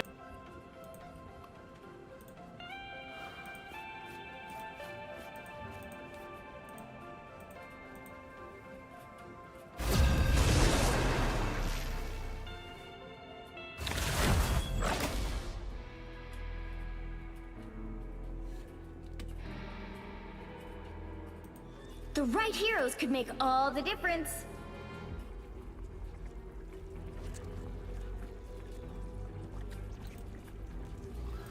The higher the pressure, the more dazzling the diamond.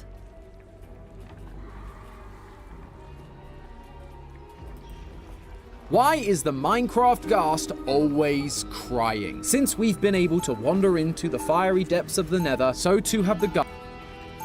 This summer, put Bunch of Balloons, fill and tide 100 balloons in just 60 seconds. Check Okay. You know, here's the thing.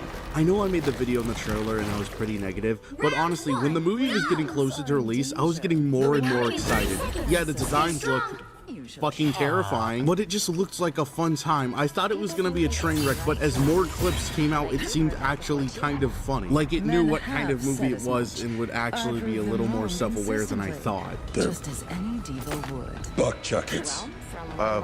They're what? But before getting into the actual movie, I just want to ask, what the fuck happened to movie theaters? We decided to go to a Regal theater because we thought it would be more popular and there would be like a full audience, so then we got fucking Minecraft costumes on because we thought it would be funny, and then we get there, it's a fucking ghost town. This guy just saw Karate Kid trailer and thought Jackie Chan was Bruce Lee. Bruce Lee's been dead for years. Nobody's at this fucking theater. We walk in and there was 2 other people in the entire room, and this is opening day. And no, it was April 3rd actually, so it's the earliest possible way to watch this. Nobody's fucking there. They get no ticket sales. This is why they have to sell you some piece of shit creeper cup that you can barely pour anything into for 24 bucks. Maybe it's just the fact that people weren't planning to see it a day early, or maybe movie theaters are just dying and nobody gives a shit. But either way, it is not looking good for Minecraft Movie 2, which is very upsetting because they could do so much. Like the Ender Dragon, Wither Storm. No, I don't. You're my best friend. The development of this movie was very weird. It's not like an Angry Birds thing where the movie came out way too late, because Minecraft is still obviously immensely popular. And it will probably stay like that until Notch makes Minecraft 2 or whatever the fuck he says. But you can tell this was supposed to come out way earlier. Like this shit goes as far back as 2014. They even hired Rob Michaelini to direct it, and they actually got pretty far until being scrapped, and instead we got what we know today. I would act like we were robbed, but sadly only Rob got robbed. These probably would have been pretty similar movies anyway. I know the obvious criticism is why the fuck did they choose live action for this, but you know, I don't care anymore. I'm glad they did. We're gonna get a Minecraft animated series anyway on Netflix, so I don't think the existence of this one is really a problem, especially when they're going out of their way to say it's just one adaptation of the game and isn't super canon or anything. It's called a Minecraft movie and not the Minecraft movie because they don't want it to be the only representation of what Minecraft should be. This tracks because Mojang is usually pretty protective over everything. When Minecraft Story Mode was in development, originally Telltale wanted to use Steve as the main character, but we're told no because then that would make it so Steve could only be seen as this new character instead of a blank slate, which is what he's supposed to be. Thanks for saving me. No problem, man. I'm Steve. Thank you, Steve. Or maybe Mojang just didn't give a shit about Minecraft Story Mode because now I can only see this as Steve. I'm Steve. I'm not saying this is a bad thing, but again, before getting into the movie, I spent 40 bucks on the shitty Garrett the Garbage Man Garrison playset, and I'm gonna talk about it. Some of the promotional stuff we did with the toys were pretty funny. Like, dude, what the fuck? Of course, there were Minecraft skins, and they were fine. They looked good. Then there was McDonald's. I saw some people say this is how the humans should have been stylized, but man, I don't think you know what you're asking for. You got your kids meal, and then now you got an adult's meal, because McDonald's has learned there's some real sickos out there. I want Pinkie Pie and Rainbow Dash. All of these toys are kind of take it or leave it. I'm okay with the Grimace egg, and it's funny that you can scan it into the game like goddamn Angry Birds telepods. But also, there are other ones that are kind of lame. What am I supposed to do with this? Dip it in my nether sauce? They made a new sauce called nether sauce. No worries. Because again, there's some real sickos out there. It tastes like fucking car engine oil. The normal toys are something to behold. All the plushes are kind of just normal Minecraft plushes, but with weird textures on them. And then there's Steve. Oh, you think this is bad? Look at the big action figure. Who in their right mind wants to buy a fat, middle-aged man action figure? Whoa. There are really some other characters as action figures, but they're pretty small and pretty shitty. I wish we got a huge Garrett figure or a plush of Garrett. That would have been good. Garrett the Garbage Man Garrison. Game of the year 1989. I wish there was more to say about these toys I spent money on for no reason. And I guess I could go like, oh, the art style looks weird, but that's more about the movie than the toys. The toys honestly just did a good job at replicating the movie. Speaking of the movie, oh god, it's time for the movie. I'm gonna be honest, I really liked it. And maybe you shouldn't take my opinion as fact, because we're the kind of people to walk in with fucking costumes on. I didn't even like it in the train wreck sort of way either, like I usually do. I think, yeah, the idea of a live-action Minecraft movie is really weird and doesn't sound or look like the most appealing thing. but they did the best they could with it. I genuinely cannot remember the last time I laughed this much at a movie in theaters when it made actual jokes. Now, the hardest I actually laughed in a theater was for The Flash, and that wasn't even trying to be funny when I laughed at it. It was just dog shit. I suppose that helped. Seriously? What? You know what Nicole's mom is doing right now? Remodeling her kitchen. Oh, that's nice. I don't know how to remodel a kitchen. She said it was easy. They just called America First Credit Union. No. Move. Spectre's toy is out. Do you have any cheese box? I'll call it America First. Get your money working with a low-rate home equity line of credit now at AmericaFirst.com. Robert is a coding genius who just so happens to have a phenomenal vegetable garden. I mean, I could sit here and say everything looks uncanny. Why aren't the zombies just green Jack Blacks and the chickens make my spine crawl? But also, I don't really care. It's just kind of funny now. That doesn't mean I don't have problems with it, but I thoroughly enjoyed it. It knows what it is. I like it when they made a trailer saying this.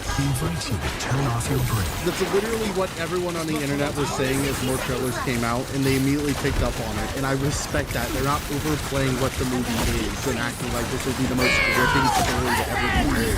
It's just a Minecraft movie, and I like that. That's all you need. I'm not sure if it was the best idea for some of it to take place in the real world, though. They're trying to do the Jumanji thing, but that's so overplayed, and part of me wishes they did what Dungeons & Dragons did, where the characters are just living in the world already and kind of just act like normal people anyway, so there's not like 15 minutes of them questioning what everything is.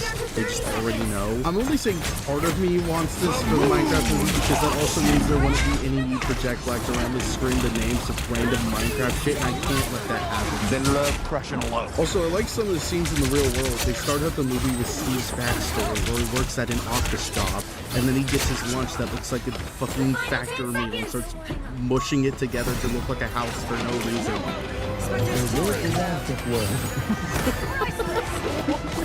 Then there's a scene where Garrett is at a storage unit auction and starts ripping apart the entire unit, screaming, "Where's the Atari?" I don't know, I like that. This is also the scene with the YouTuber cameos, and I'm gonna be honest, they wasted those motherfuckers. First off, the only ones I recognize are Dan TDM, LD Shadow Lady, and Mumbo Jumper. Come on, you could have thrown out Stampy Cat or Captain Sparkle. They also don't do jack. They're only in the background and have no speaking roles. But come on, if you have Dan TDM on set, you should give him like 2 lines. Also, Jeb plays a waiter in the movie just like Matt Patton's FNAF movie, so that's important. That's understood. Okay. Now let's whack it on this beat.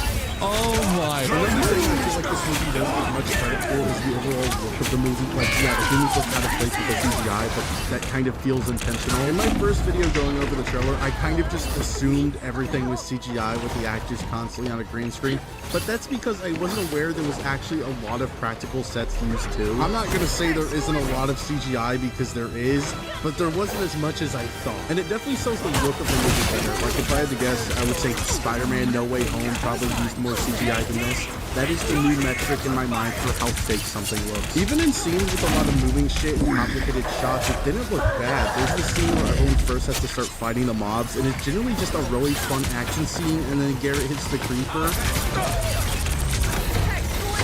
Oh my gosh, I'm so sorry.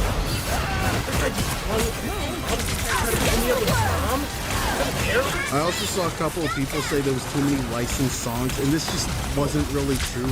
This isn't really a Mario or Sonic situation where there's a bunch of iconic pieces of music. The most iconic song from Minecraft is just the Minecraft theme, and they use it. It's fine. There's also tons of straight up original music that plays in some fight scenes that Jack Black just randomly sings for no reason. I like how there's a line in I Feel Live where he mentions the Ender Dragon who just isn't in the fucking movie. It only happens like 3 times, so it's not really trying to be a musical, it's just a dumb gag. There's this unfinished cut of the movie floating around online, but I don't think I can really show it. I don't even know how shit like this leaks. But the important part is that the credits are unfinished, but you can clearly hear the beginning of Revenge. They were gonna put fucking Captain Sparkle's Revenge in this shit, like you know this? Oh man. Why didn't they do this? Tryhard Ninja was gonna sing in a theatrical movie. How could we let this not happen? Now, let's talk characters. Steve. Then love crushing loaf. Round 2. ST.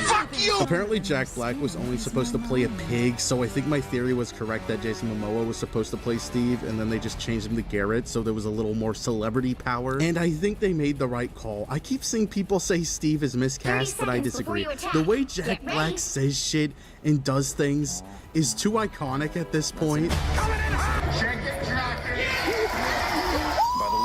Like, you're lying to me if you say you really want to live in a world without this. The first sentence of this movie was Jack Black going like, "Welcome to the overworld," and it was amazing. After hearing fucking "I am Steve" 5,000 times a day on the internet, I kind of thought I would hate Jack Black in this, but no. Like, I could see how it gets old fast to some people, but the fact that this is how Steve talks the entire movie is funny to me. Also, Jack Black is probably the biggest celebrity I could think of that likes Minecraft, and all of the interviews Jason Momoa just admits he doesn't know what any of this shit is. Well, Jack Black made his own Minecraft world with the cast, and then they immediately stopped playing, so he was the only one playing on it. I don't give a shit, this is a good character. Jack Black's track record is almost clear. Also, I don't know where else to mention this, but they changed what the Endermen do just so they could have a Herobrine reference. Henry looks into an Enderman's eyes, and it shows him all the characters with purple eyes poking at his insecurities. But for only Steve, they clearly made his eyes white. This is the best movie ever made. Henry, I guess, was supposed to be the main character, but it really only feels like that for the second half. For the first half, it feels like Steve and Garrett are the main characters, and you know, I'm okay. Henry works completely fine, but most of his lines were just setups to punchlines said by other characters. He's apparently supposed to represent the modder community, so he makes stuff like a potato gun. But look, this came with the action figure. Isn't that interesting? These characters, I spent like $80 on all of these. Henry's actor kind of looks like a really young Paul Rudd. That's all I have to say about him. Natalie is Henry's sister, and she has another fine arc in the movie. It's just that with everything else in this, I feel like she's a pretty forgettable aspect. Same with Dawn. They aren't unlikable or anything. They just aren't given much to do, especially when they're separated from the main group for a while. The villain Maldosha had a couple of funny lines, but I'm more concerned about General Chungus. Today, I'm going to buy Big Chungus from GameStop. Oh, do you guys have Big Chungus and stuff? I know this is like Reddit humor from 2019 and it shouldn't be working, but I think just the fact that this isn't a multi-million-dollar movie elevates that a bit. Jennifer Coolidge plays a principal that falls in love with a villager. Oh my god! Oh my god! Are you alright? Wix gives you the freedom to tell your story with a professional website that reflects who you are and what you have to offer. Customize every element of your website to meet your needs and achieve. Your head is huge. I really fucking like this clip. Now it's time to talk about my favorite character, Garrett the Garbage Man Garrison. I am ready to put on a and show. yes, these are the only characters that are getting ranked.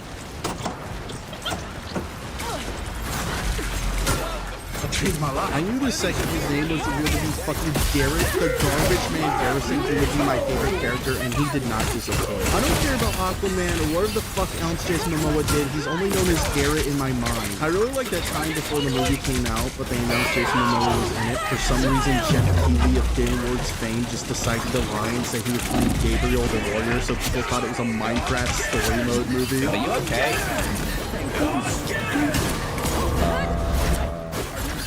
What again?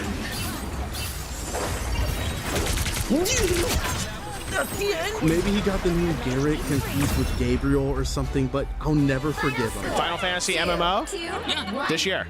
Not this year. Not this year. Exactly. Didn't come out this year. Okay, stop right here.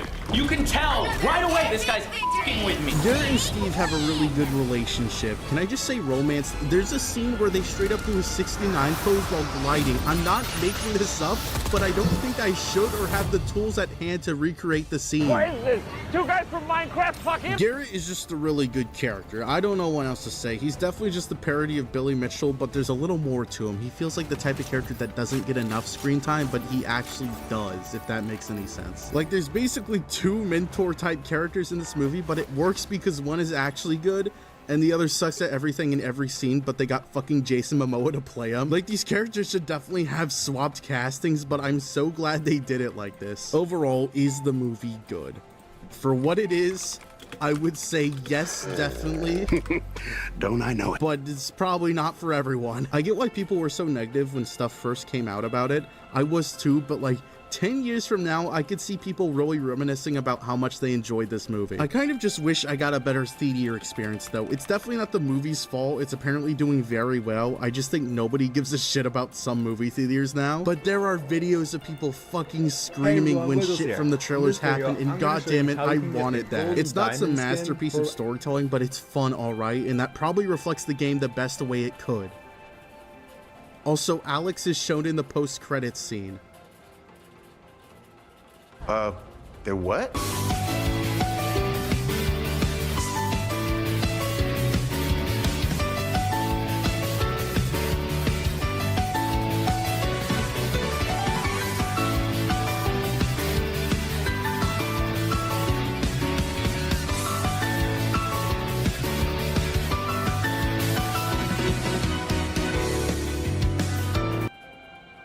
Recently, my theory on the Happiest Day minigames from FNAF 3 was confronted, because they were vague at best, and in trying to think more about it and what they might mean, I had a sort of epiphany. One that might not only nail down exactly what's going on in Happiest Day, but might solve a massive motif for Five Nights at Freddy's in general. So Slices, put on your aprons and let's bake ourselves a theory. So what am I referring to by the Happiest Day minigames? In FNAF 3, there are several secret minigames you can access in the camera system. On most nights, you can access this minigame, Happiest Day, showing these kids sitting at presumably a Freddy Fazbear's Pizza, and off to the right there's an empty dining room. However, throughout the game there are several other minigames you can access, and if you go out of bounds in these minigames, the first time collecting a cake and every other time finding a child, one by one children start appearing in that empty dining room wearing Freddy's masks. And if you've done all of the other secret minigames, this last dining room is then filled with 4 kids wearing 4 different Freddy masks and 1 crying child on the right side. You, wearing the puppet mask, give that child a cake,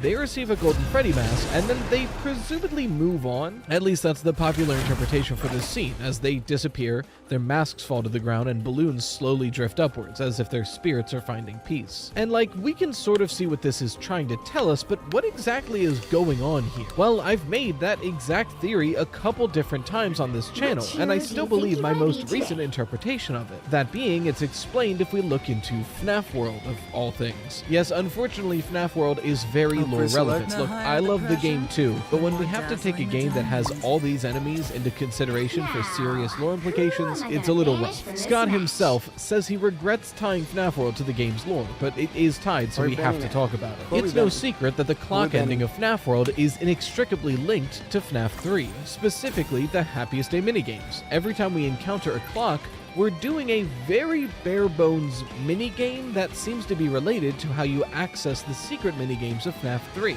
The first clock has us placing this Balloon Boy into a square, and to access the Balloon Boy minigame, you have to click a poster of Balloon Boy. To access the Toy Chica minigame, you have to click on 4 cupcakes, and when you collect this clock, there's 4... See what?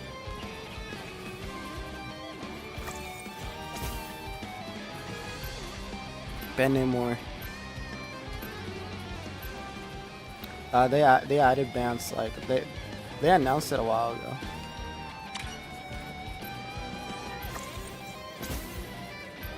Yep. You'll need a top-notch team to win this one.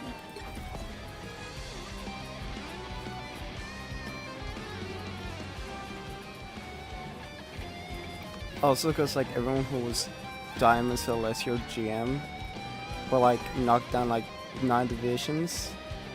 Because like I used to be Diamond 1. I got put into Silver. Yeah, it's better for the game now. Because people were waking up too fast.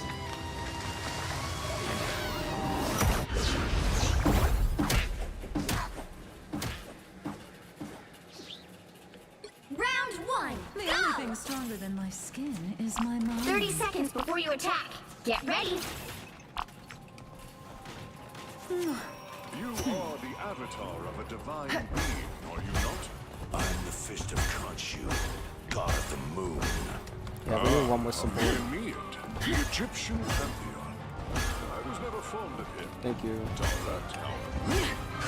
Yeah, she's great. This is The battle easy. starts in 5, 4, 3, 2, 1.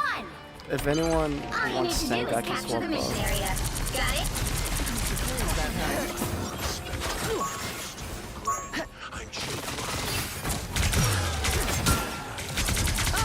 Look who's here. Lion Crush.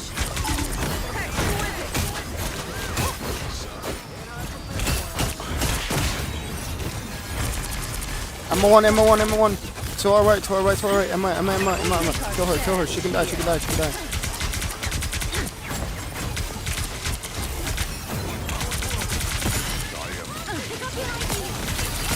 Solid one.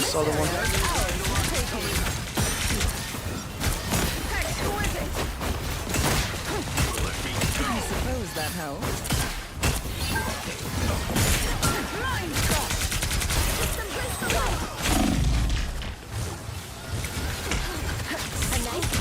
Throw one.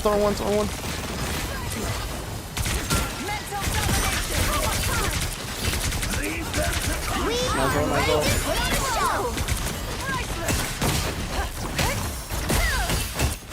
I got Mantis. Look who's here. God of Thunder! Another unsuspecting foe. Focus Emma, she's slow.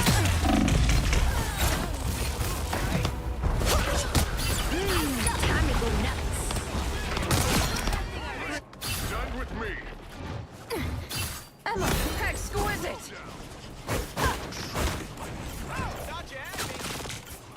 Someone here worth looking at. I suppose that helps. I'm ulting. Gamma.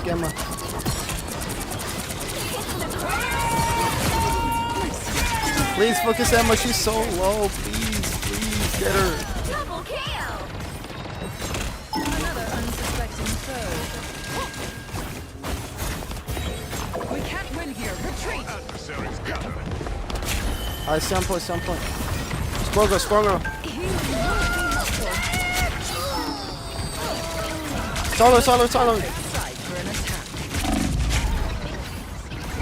Please, sound point. Double kill. Could have capped. I will have my revenge for that. Exquisite. I just regroup.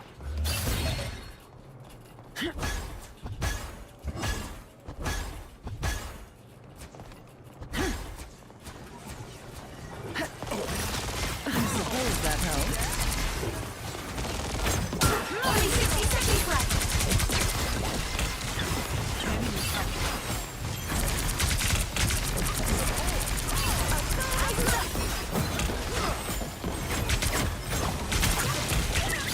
I am ready to put on a show.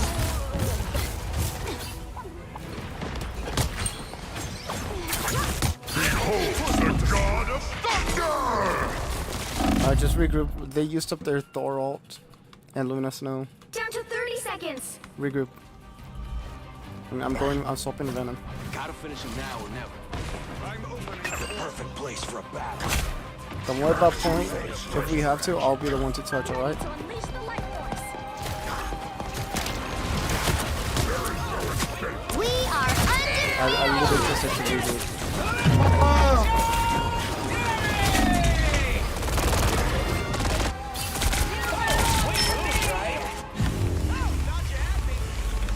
The current score is 0-0. Time to switch things up, including which side you're on.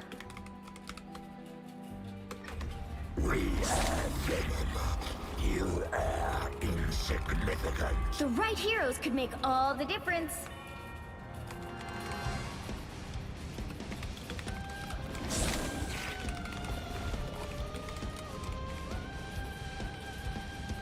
The fuck you mean I can't kill shit? I've been killing it this entire time. I've been in comms saying, hey, focus this person, focus Emma, focus this person. I keep getting them low and I keep killing them. Round 2, go! No. Don't be blaming your DPS. Don't be blaming anyone, bro.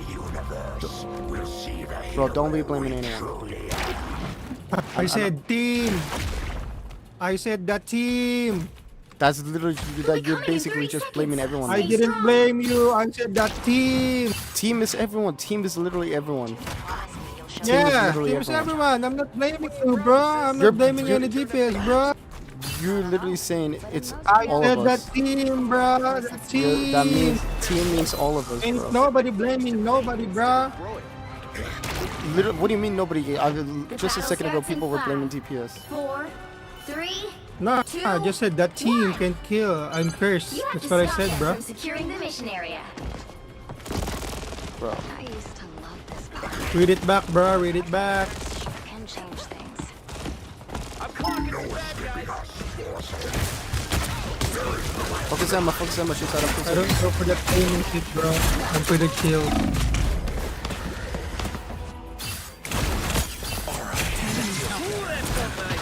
Appreciate the food.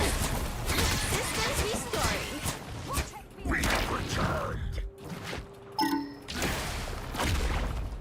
Take a step back. Khonshu has his eye on you. Did you see that?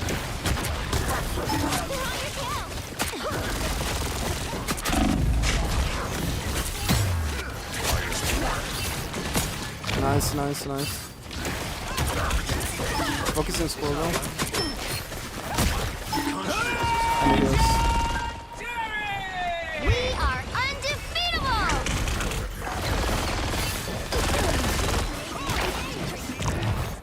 Here comes trouble. Just in there.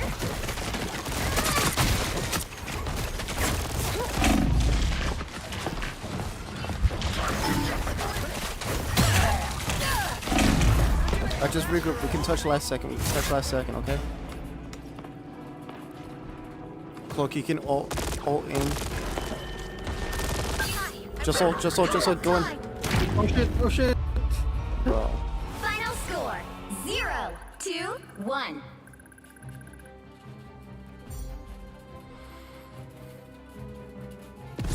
Well, expect to win them all. Yes, you would.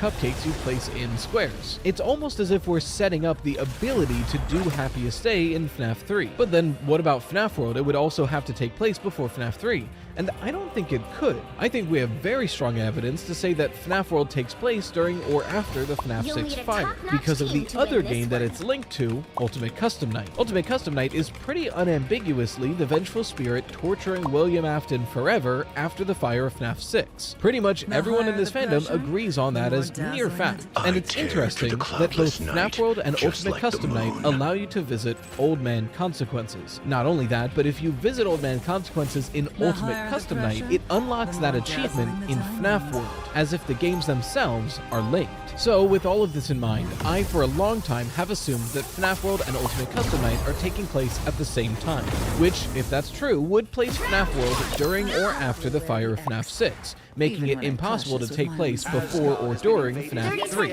If Happiest Day and FNAF World are inextricably linked and seem to take place at the same time, and we have evidence to suggest that FNAF World takes place during or after the FNAF 6 fire, then I would argue that Happiest Day takes place at that same time, which would also line up with the spirits moving on after they are last seen. I would argue that Happiest Day and FNAF World are two different tellings of the same story. They focus on one spirit trying to assist other spirits in moving on, namely 4 of the missing child incident victims and this 5th child. Now, I hear you, these minigames are accessed within FNAF 3, but that's never been a good indicator on when something takes place. After all, in FNAF 2, we have several death minigames of the missing child incident point of Charlotte being killed, all things that definitely took place not during 1987, sometime beforehand. So, just because a minigame takes place during a game doesn't mean it's taking place at the same time that game is. So, who's this spirit helping them move on?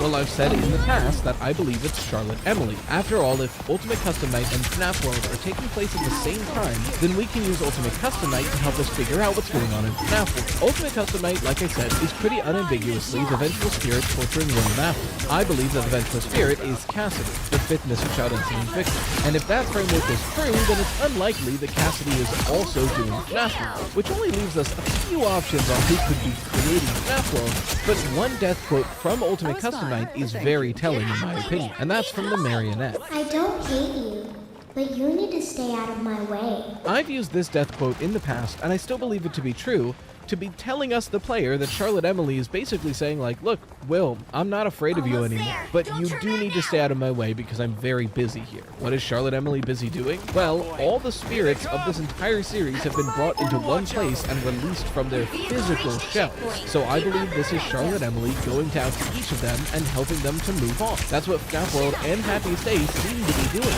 Not to mention the supporting evidence from stories like Alone Together from Tales from the Pizzaplex. Now, we don't have a lot of time to go into that story directly, but in that story we see a spirit who doesn't even realize they're dead because their body is undiscovered. They've lost the memory of dying and assume everything is still fine and just go throughout their daily life as they would. It's not until he finds his own body that he receives all of his memories again and gets the memory of his death, therefore allowing him to rest and find peace. This is what I believe the Marionette does when it's assisting the Missing Child Incident victims in possessing the animatronics. Charlotte doesn't necessarily have stronger spiritual powers that can teach people how to possess things. It's just that when you have knowledge of your death and realize you're a ghost, in that scenario you are able to much better possess the thing your body is inhabiting. So Charlotte is just showing the victims where their bodies are, giving them their memories back, and in doing so they're better able to possess the animatronics. So like I said, if FNAF 6 truly is the gathering of all of the remaining souls of this series and burning it all to pieces, Charlotte is using FNAF World to reach out to each of those souls to make sure they're able to move on. We actually get a parallel to this at the ending of Battlefield Friends, where Jake uses his final moments to reach out to the victims who are still trapped in that weird purgatory space of the Into the Pit vault. He basically goes memory to memory, reaching out to each of those victims and changing their memories, so they're more peaceful and able to rest. This really feels like what FNAF World and Happiest Day is showing us. Charlotte helping the Missing Child Incident victims find peace. And that's where my theory sat. I just liked where that was, I liked how everything added up, very evidentiarily backed, and I left it. But there was one major issue that I never really looked into because I didn't think about it. Recently on Freddy Fazbear Pizza Podcast, the weekly FNAF themed podcast I have on this channel, I've been working on making my full Five Nights at Freddy's timeline, from 1979 to whenever the hell Ruin takes place. Obviously, I'll make a more flashy and scripted video version of it eventually, probably the end of this year, but this is just to kind of get my thoughts out and show you guys my process on making the timeline, especially before Secret of the Mimic or Escape the Pizzaplex ruins everything. Although, to be fair, I'm a little late on that second part. I didn't finish reading this one, so who knows if it's more relevant. Don't worry, I'm waiting till next week to make a video on it because it comes out on the 1st and I don't want to spoil anything. Unlike some people I've seen on Twitter posting spoilers 3 weeks before the book is even out yet. But on the podcast, I'm actually nearing the end of that little timeline mini-series, where I'm just going through the summary of the entire timeline and I'm taking feedback and questions on it as I go. And in asking for feedback, I received an email from longtime community member and chatter Jack Solano. And yes, I say chatter because I do live stream 4 days a week, Monday, Wednesday, Friday, Saturday at 9 p.m. EST on twitch.tv/rightfoot. Actually, while I mention that, tonight on this channel and Twitch, I'm going to be streaming Security Breach, but it's me versus you. Essentially, I'm not going to pause the game ever. You guys have the ability to literally electrocute me safely in real life using the chat and stuff, and I've given Gregory a weapon to defend himself. So one of us will make it to the end of the game. Anyway, self-promo aside, here's the majority of the email Jack Solano sent. I appreciate you taking feedback right now because there was an area of vagueness in your timeline that I believe needs more elaboration. This being explaining the fate of the spirits post FNAF 6 fire. You explained in the timeline that you see Happiest Day and the FNAF World clock ending as two tellings of the same event, with Charlotte and the MCI spirits helping Dave move on by finding his body. While this conclusion makes sense, this explanation is more aligned with FNAF World and doesn't attempt to explain the actual events of Happiest Day in FNAF 3.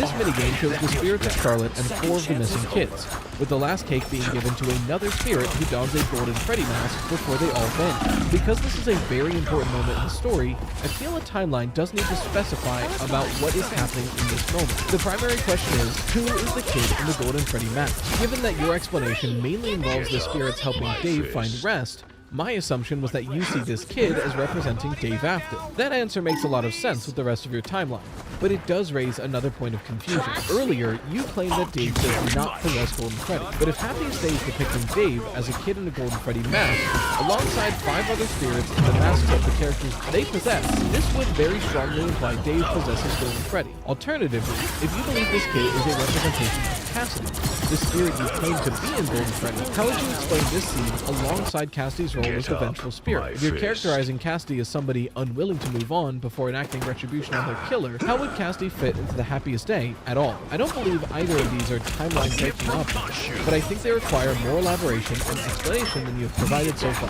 And, like, straight up, they're right. This is a major flaw that I haven't talked about, nor have I looked into, because I haven't really thought of the implications of this scene in the greater context of the timeline. I came to such a satisfying conclusion as to what that means and what Happiest Day is telling us, especially in relation to Shatter Victim, which, if you don't know what that means, we'll get into it, but if you want to watch the full theory, it's right there, without repercussions of how it affects the rest of my timeline. Namely, I don't think the Crying Child possesses Golden Freddy, and if Cassidy is busy doing Ultimate Custom Night, and the Crying Child is the one in Happiest Day who receives the Golden Freddy mask, why would that be if they're not possessing Golden Freddy? It's one of those things that can get missed in the details of a theory. Whenever you're making a FNAF theory, it's huge to consider the grander context that it sits in. Something can make perfect sense, but contradict a completely separate theory you said at a different time. And it's always good to try to catch yourself when doing that, and I missed it. So thank you for that email, Jackson. It's a great piece of evidence to point out. So I started thinking more deeply about this and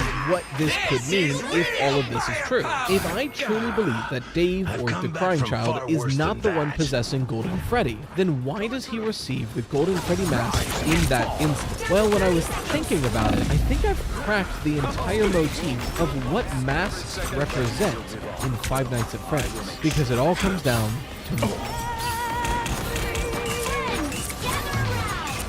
It's over. Thank you. I'm not done yet. That's right. Makeshift gave everyone one more final week to get your very own Mark plushies. It is fully funded and will be real. But once this last week is up, it will never be sold again. You have until April 4th. Start running. Throughout these games, masks have been used in a fairly consistent manner, and laying them all down in front of us, it almost always has to do with memories. Starting with one of the weaker examples, in FNAF 2 we get these in-between night cutscenes, where we're seeing the perspective of Freddy, likely as they're being possessed. I believe that the reason we see these visions is the night guard of FNAF 2, Jeremy Fitzgerald, is receiving them in his dreams. And like we learn in Alone Together, when a spirit reaches out to you, one of the first things you might notice is dreams that aren't yours. I believe that this is Gabriel reaching out to Jeremy Fitzgerald because he's wearing a Freddy mask repeatedly throughout his night shift, and that's allowing Gabriel to reach out to him, giving him some of Gabriel's memory. In Help Wanted 2, we collect these blank poppets with different masks on them, and what are they used for?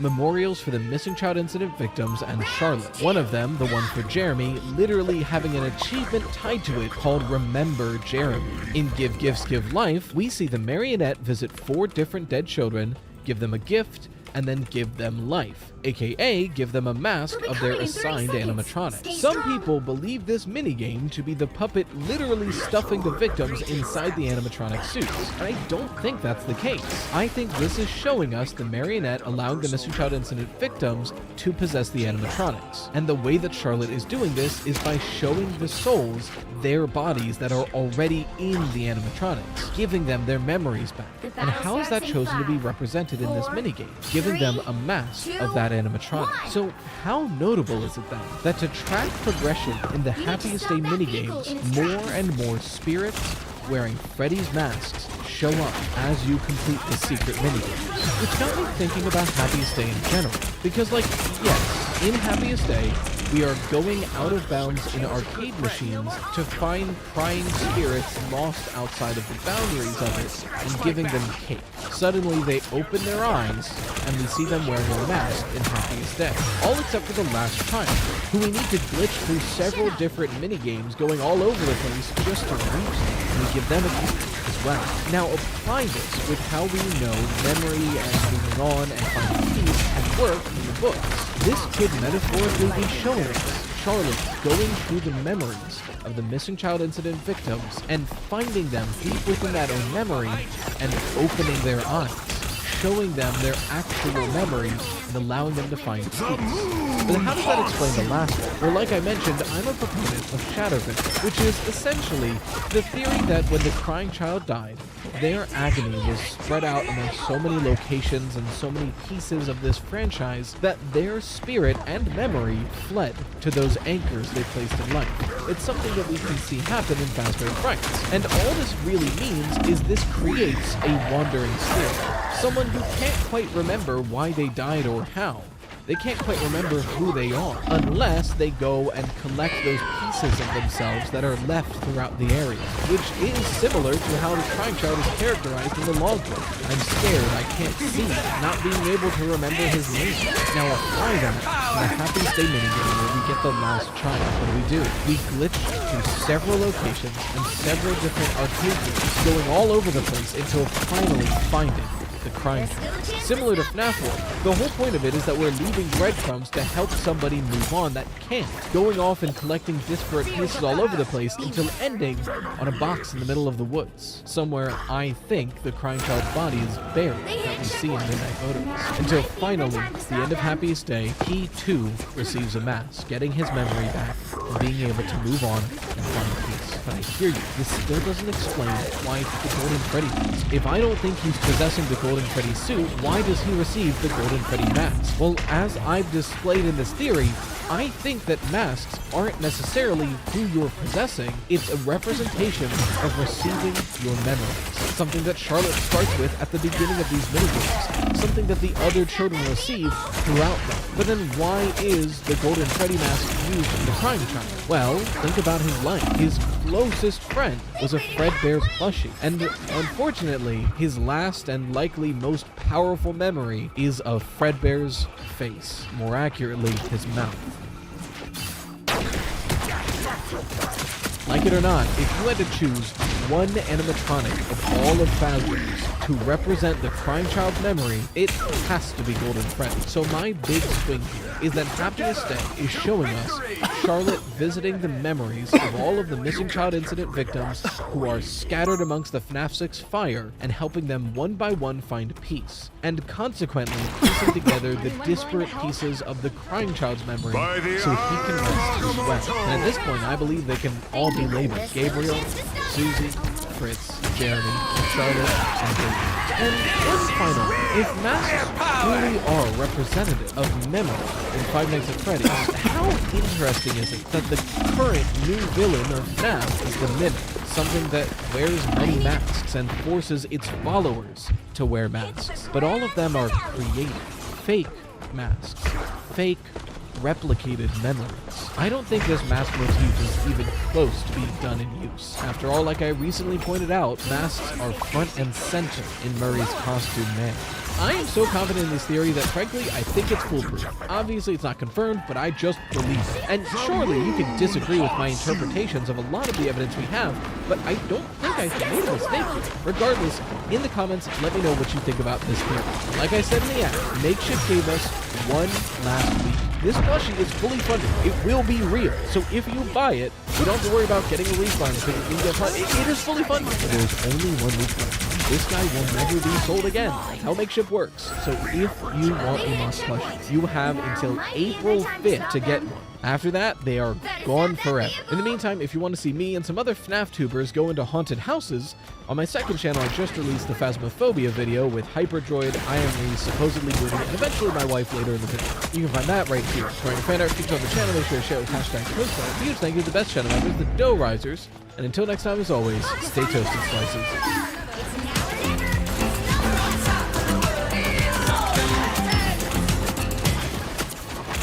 Every bottle of McCormick is flavor sealed. For fresh flavor, everyone knows.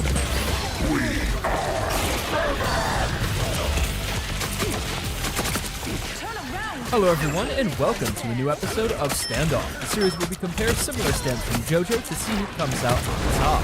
So in the most recent arc of JoJo's latest manga, we were greeted to a funky little guy called Bagstreet, a stand whose ability was extremely reminiscent of Lovers from Stardust Crusaders, which was definitely a blast from the past seeing a microscopic stand fight where the enemy is attacking from within the body and our heroes have to use their own stands to go in after it. Although the Bagstreet arc is written nearly 35 years since the Lovers, so we got to see Araki give a whole new take on this type of stand with a completely different attack method. So before we get into things, this video will be very spoiler light for part 9, as I understand not everyone may be completely caught up, so I won't be mentioning any specific plot details, but obviously we'll have to show panels from the manga that include some of the other stands from part 9, and a lot of Usagi suffering, who is the character that's primarily being targeted during this fight. But if you just want to learn about the new stand and how it compares to Lovers and aren't extremely spoiler sensitive, you'll totally...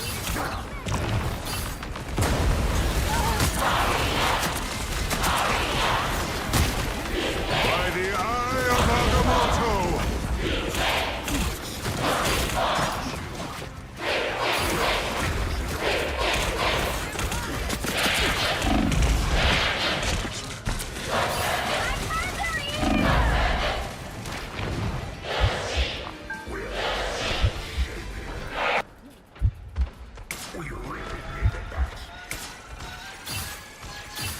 Only 60 seconds left.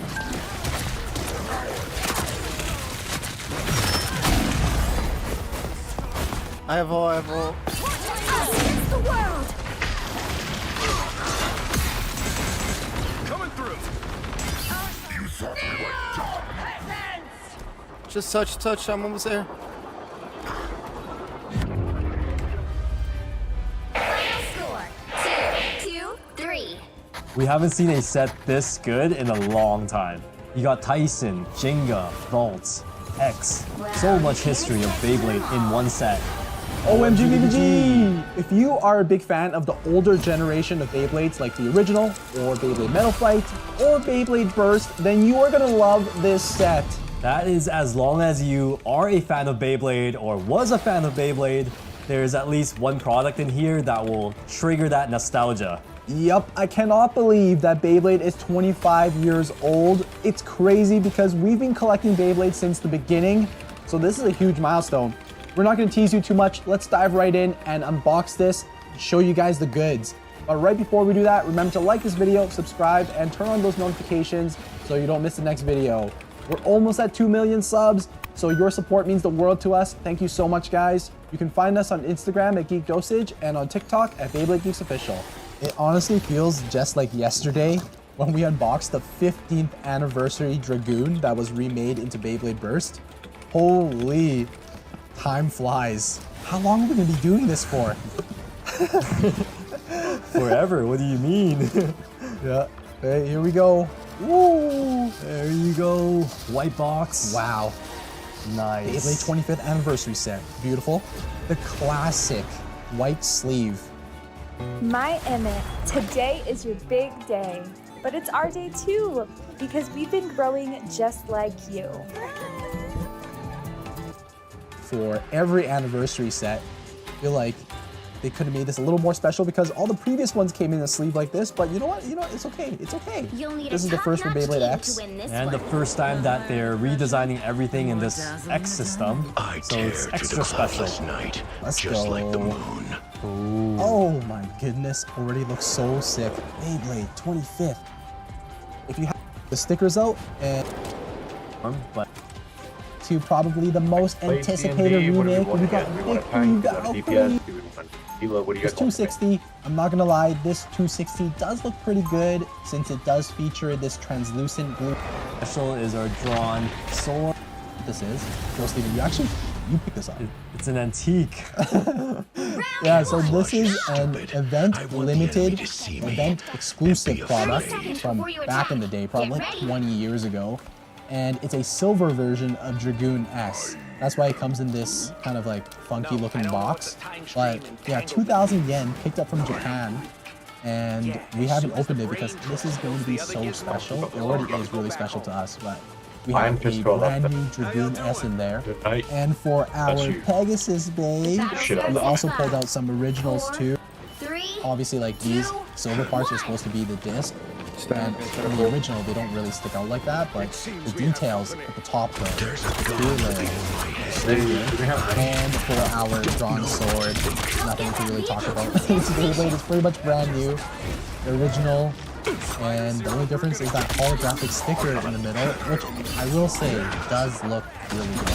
But other than yeah, nothing crazy to compare it to. I mean, we'll throw it side by side with the original drawn sword, but you guys won't see a massive difference. The holographic sticker does look pretty sick, and that's it. Yeah, this drawn sword is pretty much the side character of this set. And of course, we're not going to forget about the launchers. We're going to show you guys that too. Storm Pegasus and Jingo's launcher, this light blue shade here. You gotta match it, or try to match it to the original anime colorway. And moving on, we have Volt's launcher here. So also blue, but yeah, they just changed it a little bit. I mean, the shade of the blue is a little bit different, obviously. The launcher prongs are black. Yeah, this color kind of reminds me of Cobalt Dragoon's Lespin launcher, but it does have that black in the middle. Yeah, true that. The shade of the blue is pretty similar to that, actually. This is probably going to be the favorite now, right here. We got the Beyblade X Winder Launcher L. The first Lespin Winder launcher in Beyblade X. Blue and red color scheme. Obviously, exactly like Tyson's original one with the Dragon Ripcord. In the future releases, like with EX40, you can already get a Lespin Winder launcher, but right now it's still pretty rare, and of course you don't get that Dragon Ripcord, which is a little bit longer than the regular one. Just beautiful launcher. This is hands down the best launcher in the set, in my opinion, especially because Winder launchers are meta.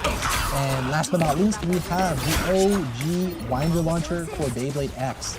Really nothing's changed here except for the text that you see on the top there. It says Beyblade 25th anniversary. Very, very subtle. I don't think there's any other changes other than that, but for those people that like a more minimalistic look, I mean, that right there, just that small detail makes it kind of special too. All right, it's time to weigh the bays, guys. We have quite a few new blades here, so let's hope that they're competitive. Goon. 25.17 grams. Oh my god, yo. That's a new record for lightest bay. I guess this isn't shocking because we kind of expected this. We warned you guys that it probably would be pretty lightweight and but on to the next. We have Storm Pegasus. I have high hopes for this right here. It feels pretty heavy. Ooh, okay, so 31.22, still very, very light. Alright, at least it's in the 30s, you know, just barely, I guess. But this has potential, you know, it's not the worst. There's a lot of days in the 20s, and at least Storm Pegasus is in the 30s.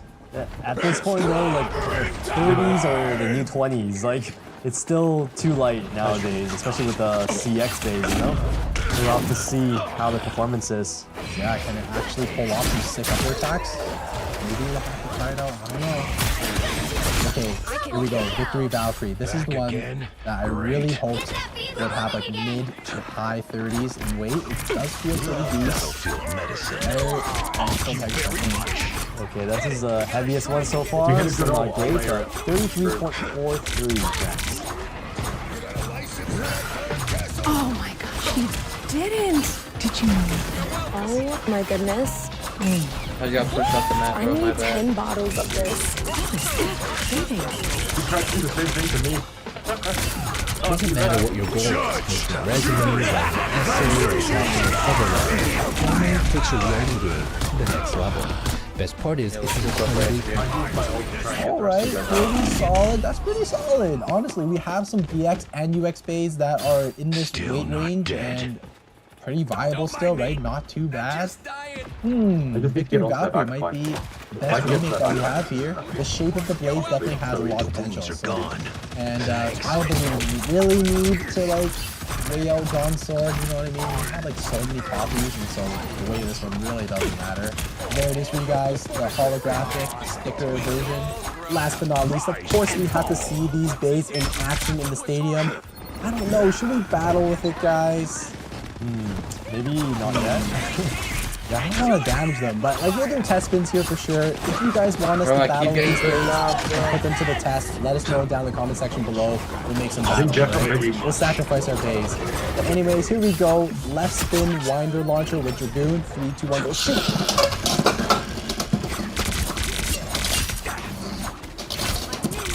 Pretty good. Man, when I launch it that hard and it hits the stadium with that much impact, I may as well just be battling with them. We always ask this question, but we always battle with them. Dude, this launcher feels so good. Next up, let's go Storm Pegasus. The match launcher, string launcher. 3, 2, 1, shoot! So sick. Genga's Bay, guys. It's been a hot minute since we saw this blade in the stadium. I mean, in the stadium, in general. But yeah, you guys let us know though, which remake is your favorite in here? Season 16 of Overwatch 2 is just over 3 weeks away. You're nothing but a false genius. But don't worry, I'm not sure to favor you. Well, you are welcome. Thank you very much.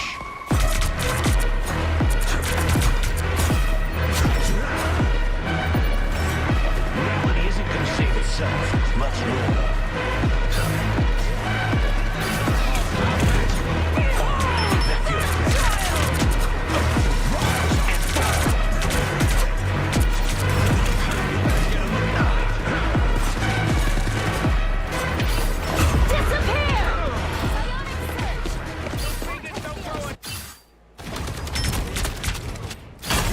They're not. They don't have communication. Oh, you can't shoot. Got it. Worth it. A gift from Kachu. Wait a second, ready? Boing. You guys rather than that? Boing. Go for it again. On your toes. Here they come. Doing. I'm gonna go hold I need it support. Ready for some sweet, sweet. No, I can get him away. No! Oh, that would have been so good. Ready? Now we do it to the brig. Wait, into the air. Let's keep her up there. No, I couldn't hit her. Like she's being and LeBron James, he goes to the dunk into the air. Here we go. Slam dunk. Whoa! Need somebody to keep me. LeBron James getting up to the dunk again. Oh my god, man. Oh my god. We're fine, we're fine, we're fine. Look, he's angry. Ooh. Using his dash. This is real firepower. Oh. And now he's. Oh my god. Oh man, I'm going.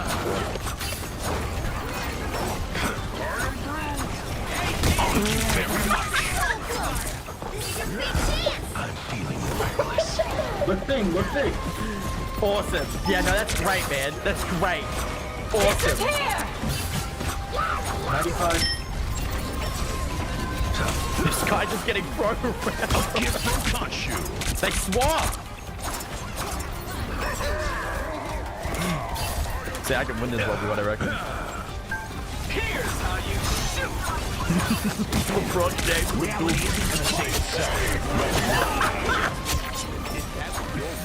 Oh my god, man. Against not my kill, but whatever. There it is, guys. Another victory royale. Big W with #1 Frogger Hager on my team. That's me, driving through the country. New vacation home, newly expanded business. I know what you're thinking. This only happens in dreams. Actually, it happened for me with help from a Wells Fargo Premier team. Ready to meet the dream team? You can with Wells Fargo. With Asana, AI teammates are here to help level up your goals. Try it for free. All the difference. I tear through the cloudless What the night, hell are we looking just at, like man? the moon. How much do I get for that? 23%? Oh, we're so back, guys. Boom City! Oh, yeah! Wait, look at that team! Man, I would, but I don't know how to. You know, guys, I'm kind of just having a bad game, No, but I'm like, thinking for me. that's cool, I guess. Oh, You can double down, you can own it. Don't switch up now. I'm just thinking charging game. I had a bad game, man. Wait, Lazy Turtle, it's you! What is your yeah, I shit you in that Esperanza game, bro. Yeah. After you called me in that Rialto game. I remember you, man. I remember you. Hey, man, no hard feelings, right? Yeah, no hard feelings. Let's get to see this, bro. I'd be pissed. I ain't gonna take that. Not gonna lie, guys. I thought it said. I literally had a dyslexic moment. I thought it said lazy purple. I shit myself. Yeah, I'm I thought it said lazy purple. I was shitting myself. I'm pretty sure I'm dyslexic. Nice, groupie time, guys. This is a good version of Ilios. First point win already. Yeah. 3. Wait, can you just hold on? Just walk over there, right over there, and boom. There you go. What? His freaking toes grabbed into the edge. Wait, that's Ari's in a I'll get the first one. Group for the main first point. What is Zari bubble? Why does it have the last 2.75 seconds? What is Zebra fan doing, bro? Oh, never mind. Hold on, get some air time on it again. Boom. Boom. Oh, you know what time it is. You know what time it is.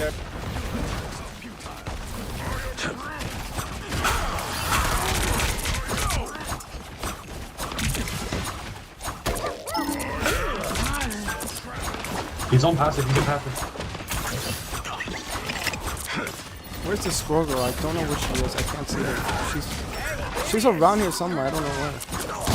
Very much.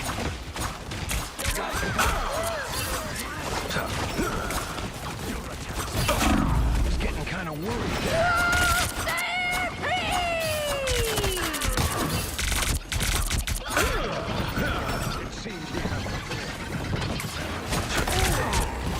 The moon!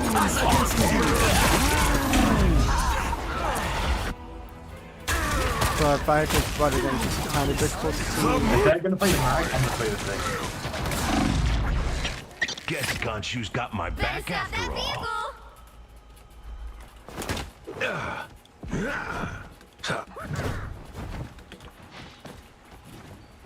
Golden touch.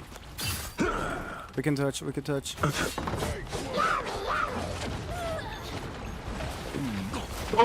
Get from Gonshu.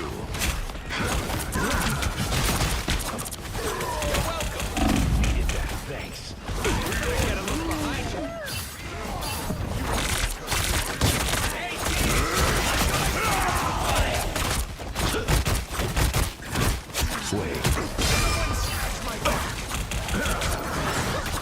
Those guys are about to shoot at us. A gift from Gonshu. Magneto! This is a waste. Nice. Fizzes every time, Logan. He killed him by respawn. Help me. Delay cloak. Got cloak. A gift from Gonshu.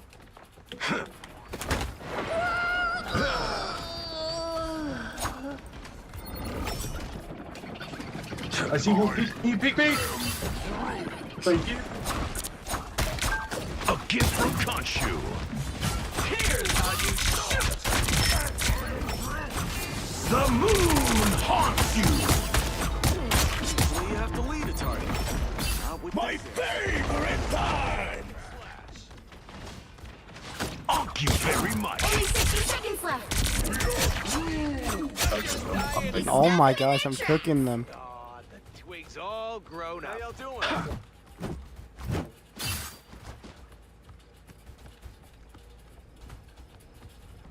How y'all doing?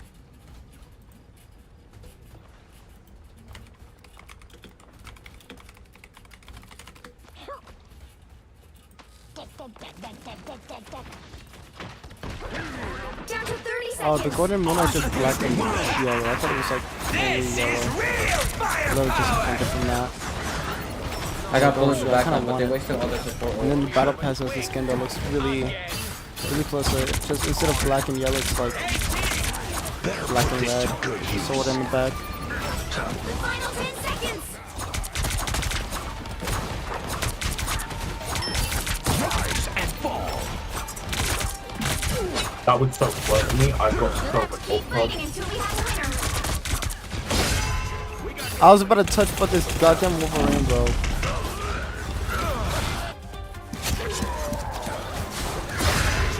Nobody. Wolverine has ult. Oh my god. Come on, Khonshu. Let's rise and They hit checkpoint. Now might be a good time to stop them. haunt you. Love battlefield medicine. Turn around.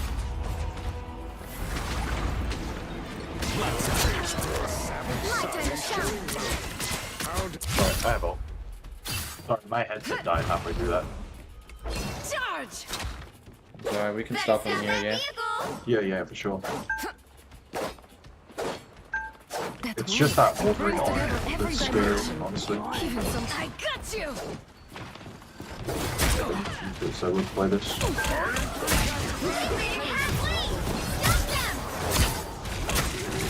Yeah, he's getting pulled off by Wolverine.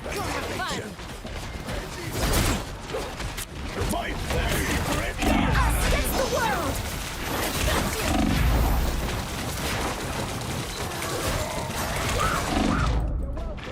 Better stop that vehicle. It's on the boomerang arrow. There's still a chance to stop them.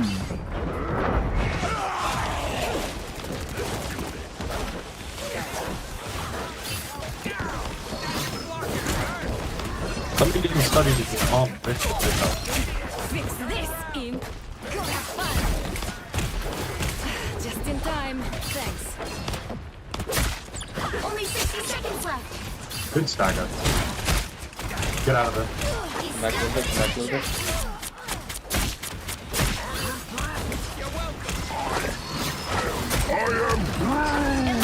I think I'm okay, Dad. Yeah, you're okay, I got you. This is real firepower. Down to 30 seconds. I have ult. I've got drew off by Wolverine.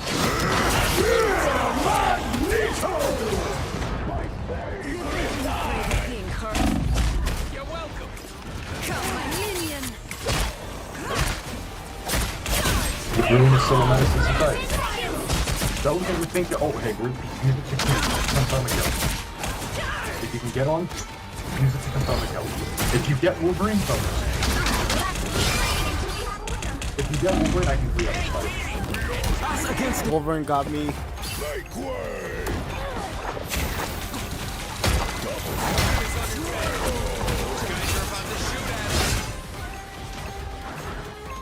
Soul Sword will travel. Survive this. Yo, I literally can't with Wolverine, bro. I'm sorry.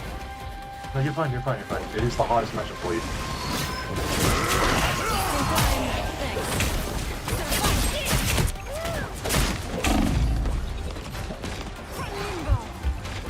We need one team like when we win, by the way. Get me out, please. Cloak one, cloak one, cloak one, cloak one. Somebody give me some healing. Who have we here? Wolf with one shot. I got Wolverine, we win. Oh, I think I'm Swirl, lucky swirl. for that. Thank you for going with me. Grew one. He's I'm actually fine, one I'm shot. fine. One shot. No supports. One shot. Got him. Nice. Nice, guys. Good job. There you go. Who's your rank up, boy? Very down. Appreciate you. You know what time it is? What are you doing? Another epic victory. If they don't have communication, it's huge. Oh no, I missed it. Oh gosh. You're out of here, man. You're alive? He's wearing my skin. My drip, my... Okay, the Lucio just fell off the map. What's happening? Oh, thank you, guys. Thank you so much, guys. That's fucked up, bro. I'm sorry, I had to happen. No, boop of the day. Boop of the day. Okay, never mind. Wait, they don't see me. It doesn't work on me. Shit. Well, they're going for you, bro. I go with this. What has happened? Yeah, I mean, this early isn't even a fair match at all. Oh, he's got a quest for me. Oh, he has a quest for me. Hello, sir. Do you have a quest for me? You take a picture with your ass out and your back bent. Which hero do you think you want to be today? Oh, my bad. What is happening?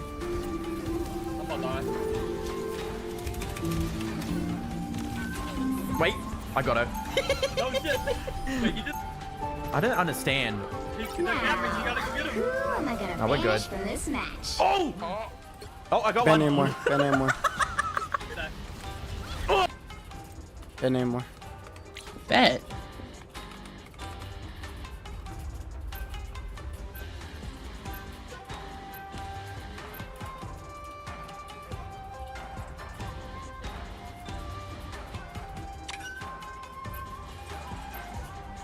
You could also ban Rocket, maybe. Maybe a Rocket.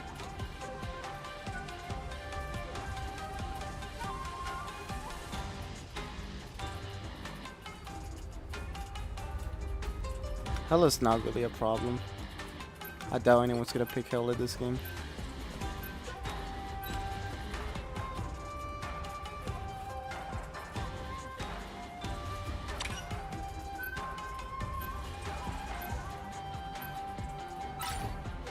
You'll need a top-notch team to win this one. The higher the pressure, the more dazzling the diamond. Did you want Emma?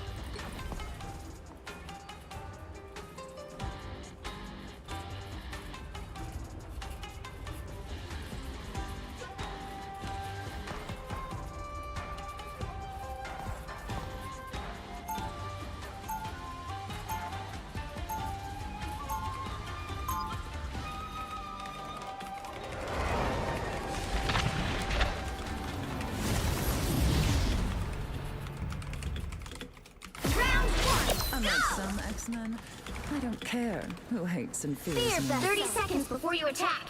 Get ready. I have been fighting to protect my people since before you were born. Good for you, old man. But age doesn't always mean wisdom. Ah, the fire of youth. Charming, but dangerous. You would be wise to follow my lead. The battle starts in 5, 4, 3, 2, 1. I was fine, thank you.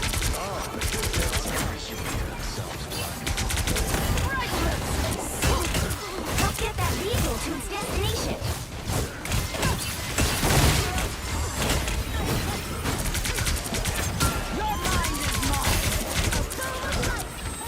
Push guard. No one's on point. Did you drop something, Moon Knight? Now your arm is as broken as your mind, Spectre. Mental domination!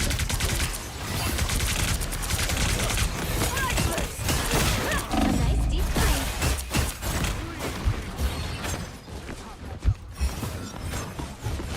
Back to my full glory. Those two guys, just one.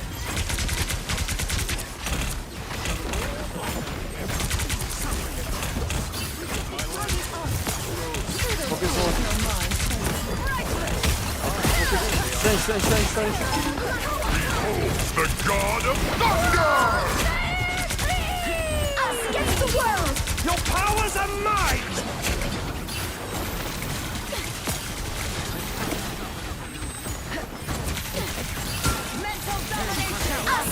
Your battle changed my night. I suppose that helped. Your mind is mine.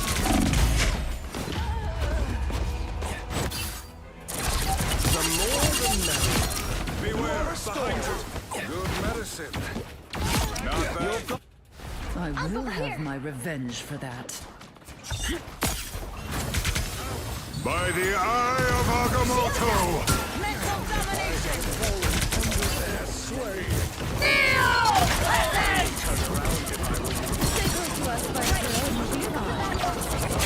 The moon haunts you!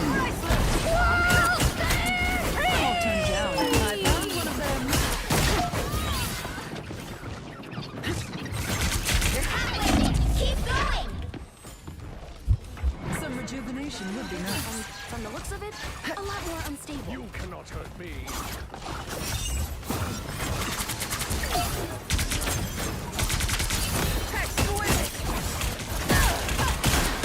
Thor, focus him. Another unsuspecting foe. Focus Thor, please.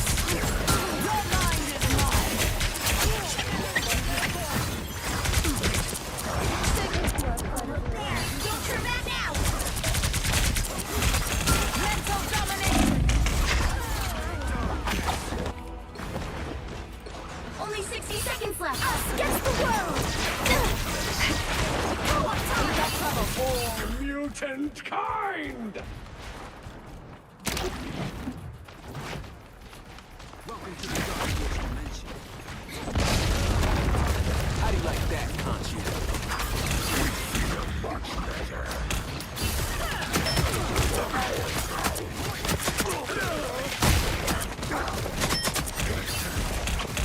Down to 30 seconds. Alright, just fall back and regroup. Just need one team to just regroup. Squirrel Girl has her ult. That's 3. Venom is running out.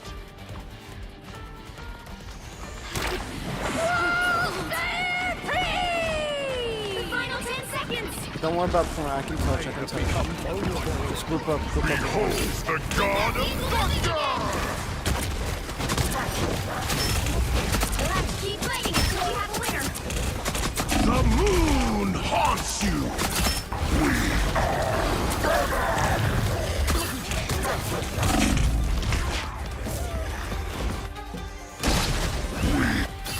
Your powers are mine! Against the world.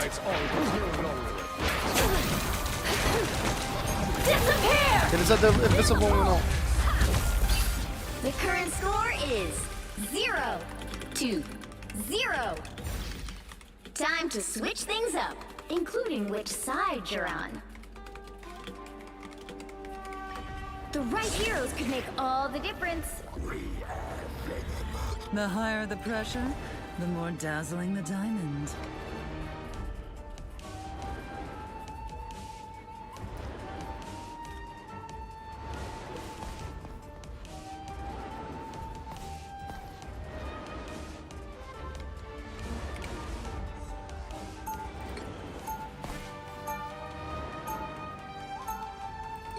Round 2. I proudly wear the X, even when it clashes with my ensemble.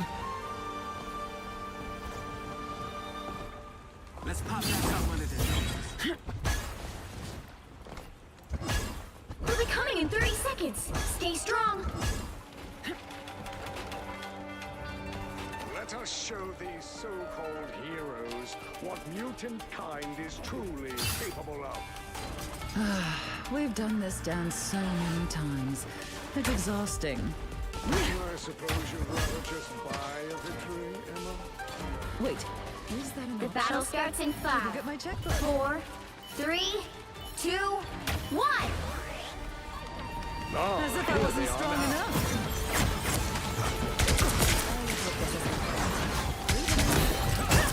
Back to Captain Guy. We need to stop that vehicle in its tracks.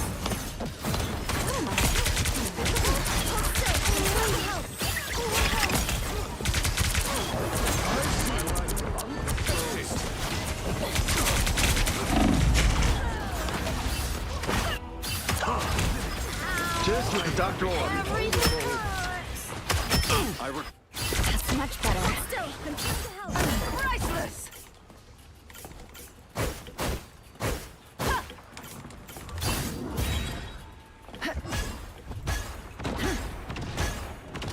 Focus on the battle. Better stop that vehicle.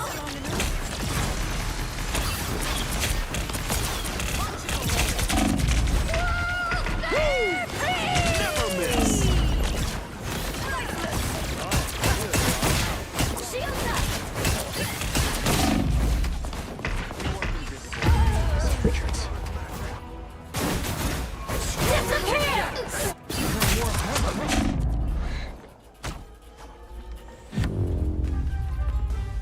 Final score 0-1.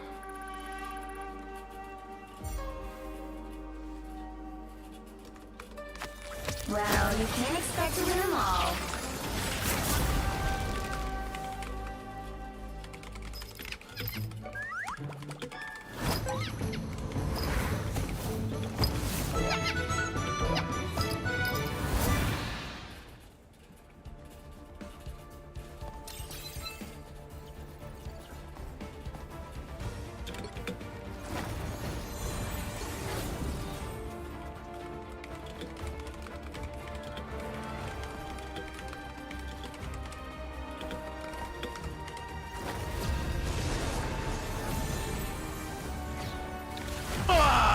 There you go.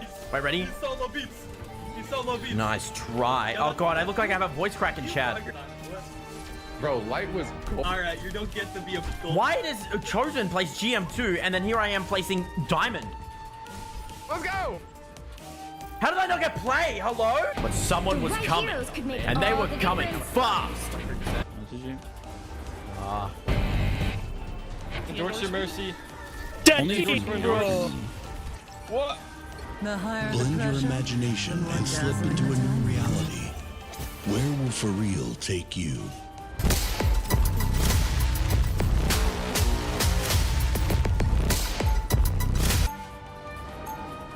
For every kill you get, I'll give you another. We now introduce you to BBL Junkie. Alright, what's going on, man? BBL Junkie eliminated. After you, bro. Did I just go for it? Coming in 30 seconds. Stay strong.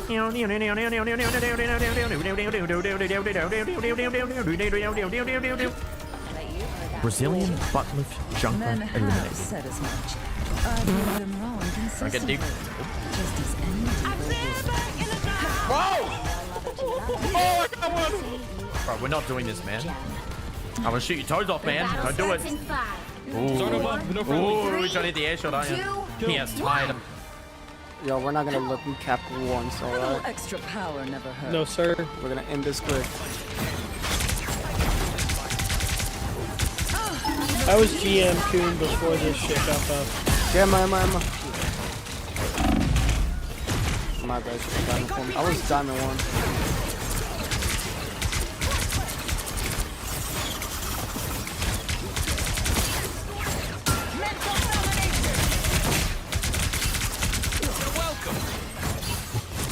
Watch, we can get Emma.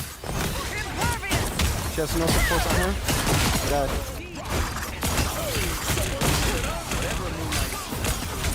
Suppose that helps. Magneto.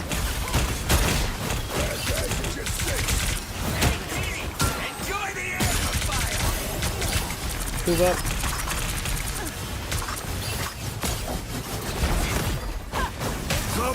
Emma. This is real firepower! That's res. Nice.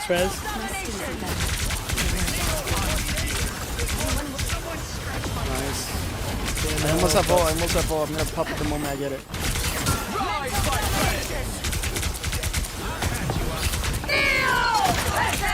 My favorite time!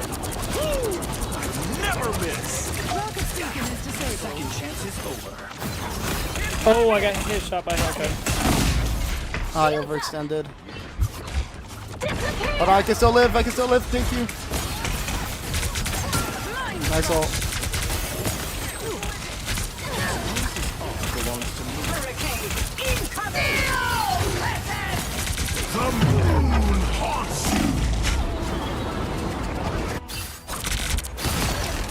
Nice, nice.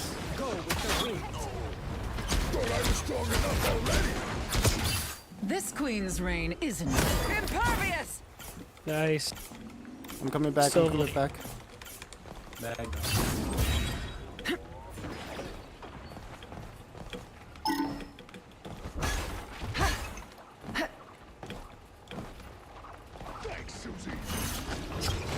This song takes a pulse list. I must have it.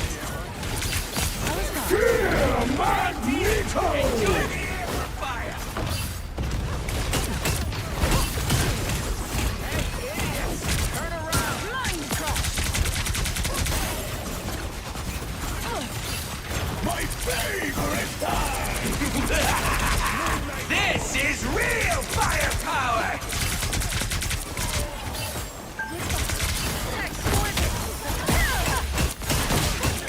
Only 60 seconds left. Both of their tanks are super low. Their Wanda's behind me. Wonder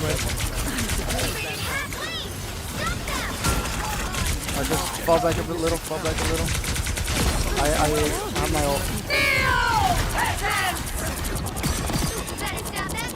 I got three, I got 3. Nobody mind control. Nobody mind control.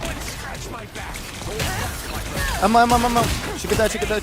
Emma.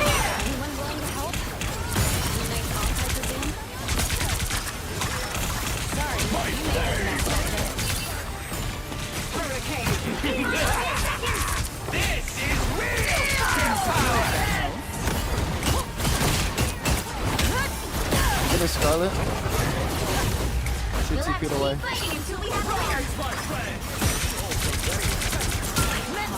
I'm looking down.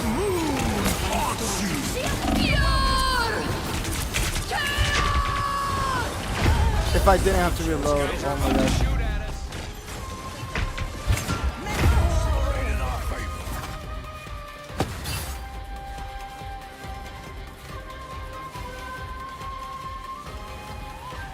There's still a chance to stop them. You want to throw down a TP? I'm back. And now there's Oh, I'm too hellfire late. to pay. Touch. They hit a checkpoint. Now might be a good time to stop them. We can hold from this spot right here.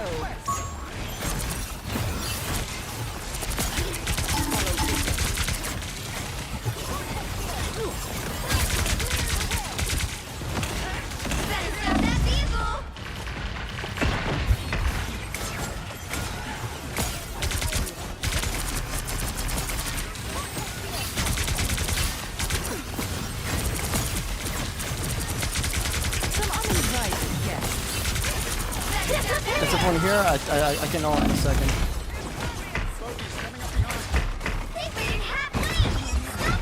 Emma's trying to destroy the revive beacon. Yeah. Melting. Damn, it got canceled, bro. The moon haunts you! Making in numbers.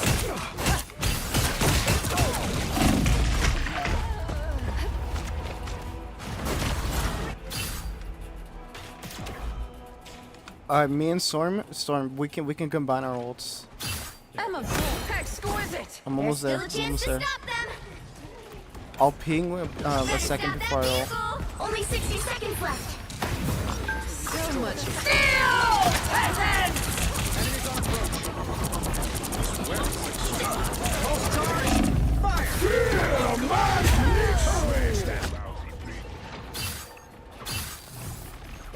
I promise we'll finish this. Shield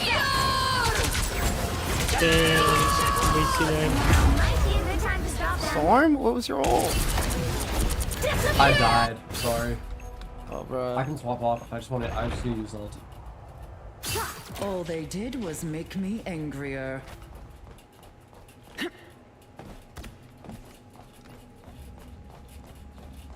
Relay deployed. It ain't. You're welcome. Better stop that vehicle! Moonlight's on. Anyone willing to help? There is this I suppose that helps.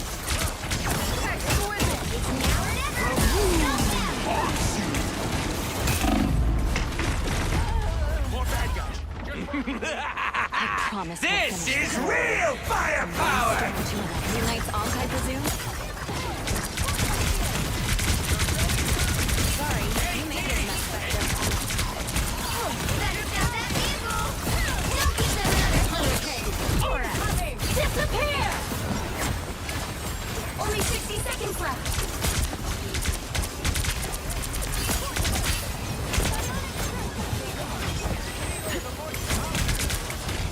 Moon right behind.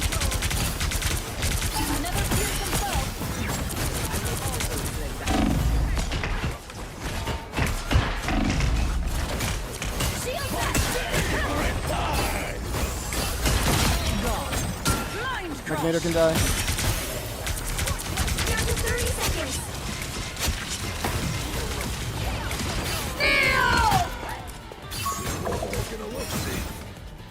You stopped them in their tracks. Can't hold back anymore. Some uninvited guests. Another Final 10 seconds. They're on your team. Oh, fine. Thank you. Enough games, Moonlight. We'll have to keep fighting until we have a winner. This When I The movie! That's gonna go.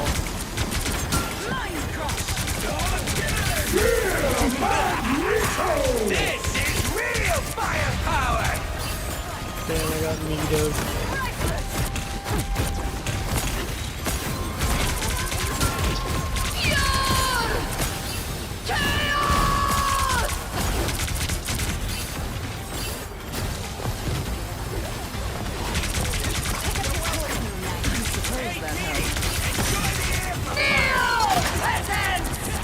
Disappear!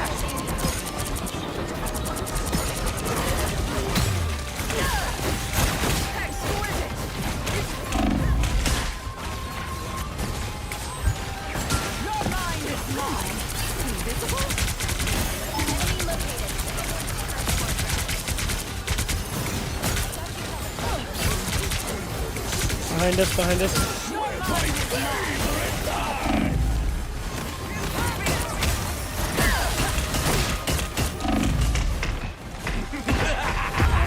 This is real! The moon haunts you! Armed and dangerous! You can't be rid of me so easily, I'm afraid.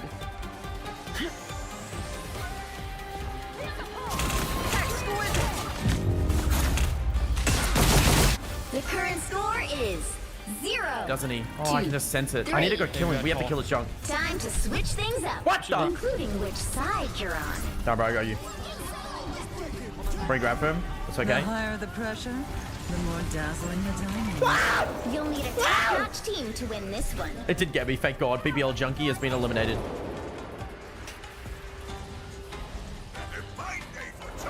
I feel like I'm in until dawn right now. I can't move. Watch his tech. Ready? Boom! Yeah. No, come on.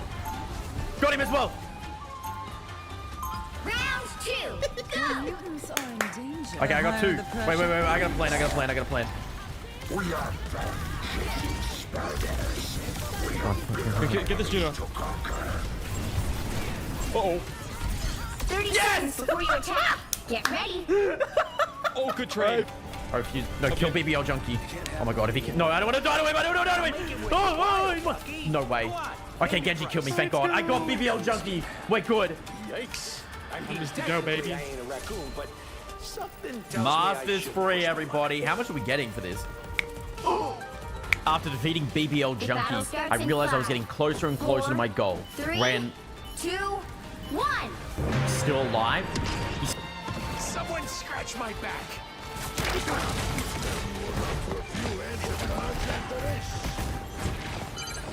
Help get that vehicle to its destination.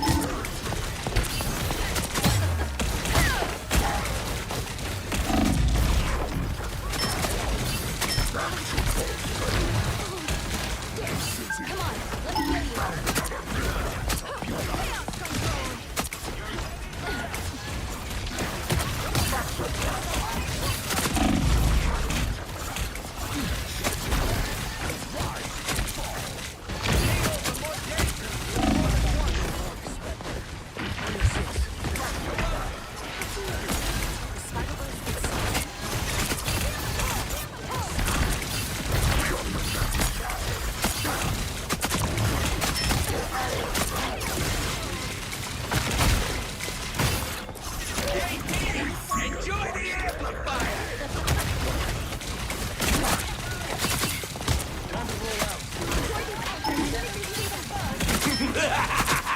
This is real! The moon haunts you!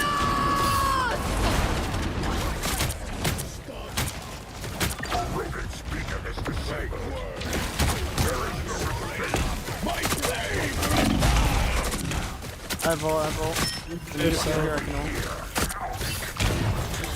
Actually, I can combo with Buzzing maybe. Behind you! Hold still! I'm trying to help! Ready? Her cloak is dead.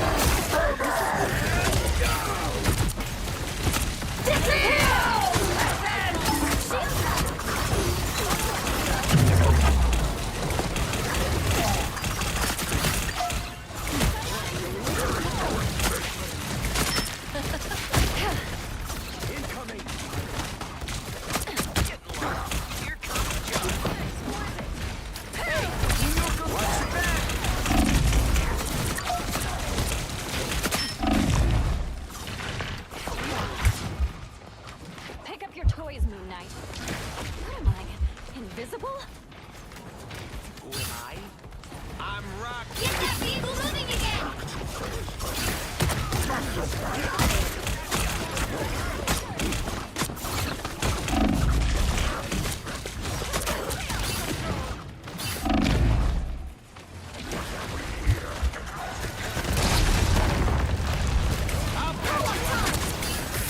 The Magnetos! This is real firepower! When I won. Only 60 seconds left.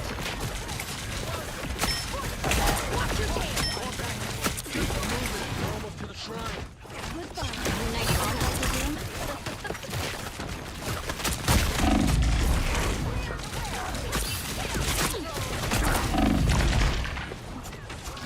I'll patch you up. Disappear! Hey, Teeny! 30 seconds. What do we do? Need attack more than you know. We'll make it to Budokan Zero. I promise. What are these weird keyhole things anyway? I have my ult. Get that vehicle moving again! Doctor Strange. The final 10 seconds!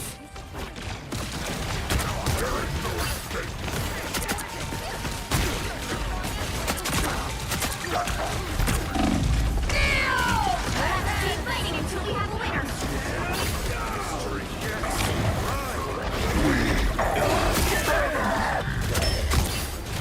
Magneto 1.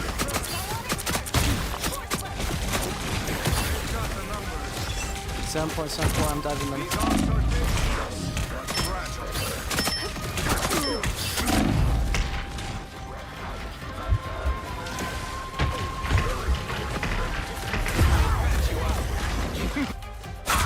Like, what else was I supposed to do there?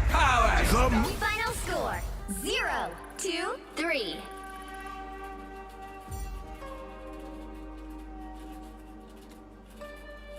Well, you can't expect to win them all.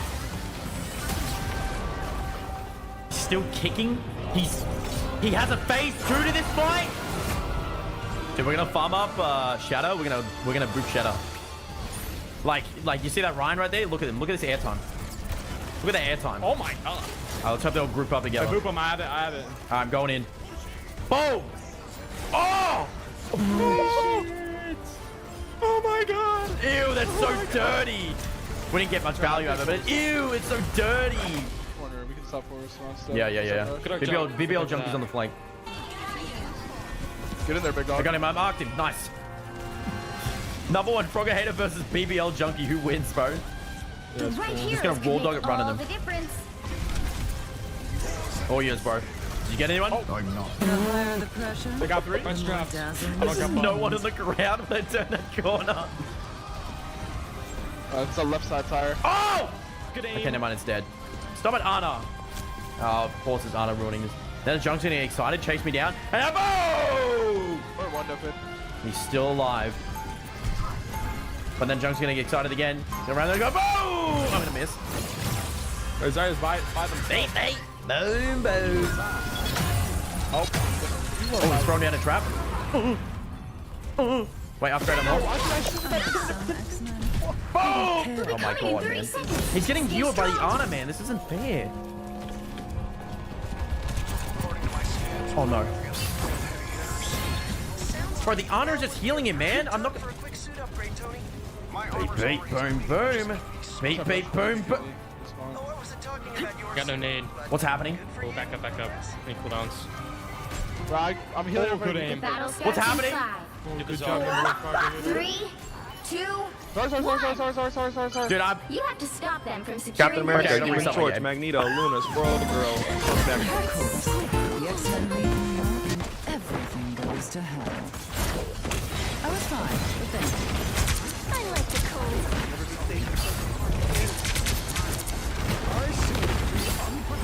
Still warming up. Be careful over here.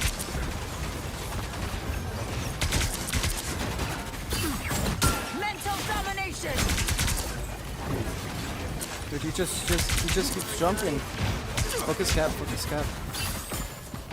I like the cold. Exquisite. Turn around. We're on your back. What the hell? I can't do anything. I feel like one.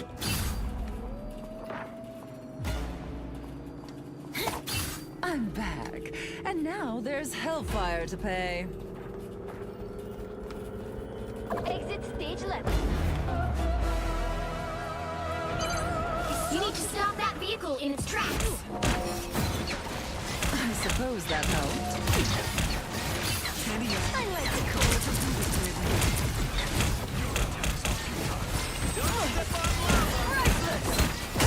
Watch your back. I am ready to put on a show. I can take it.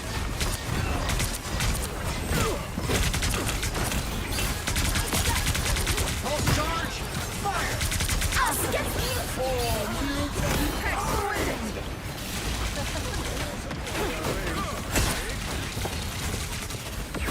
Your mind is mine. I always have to reload, man. I can't make it.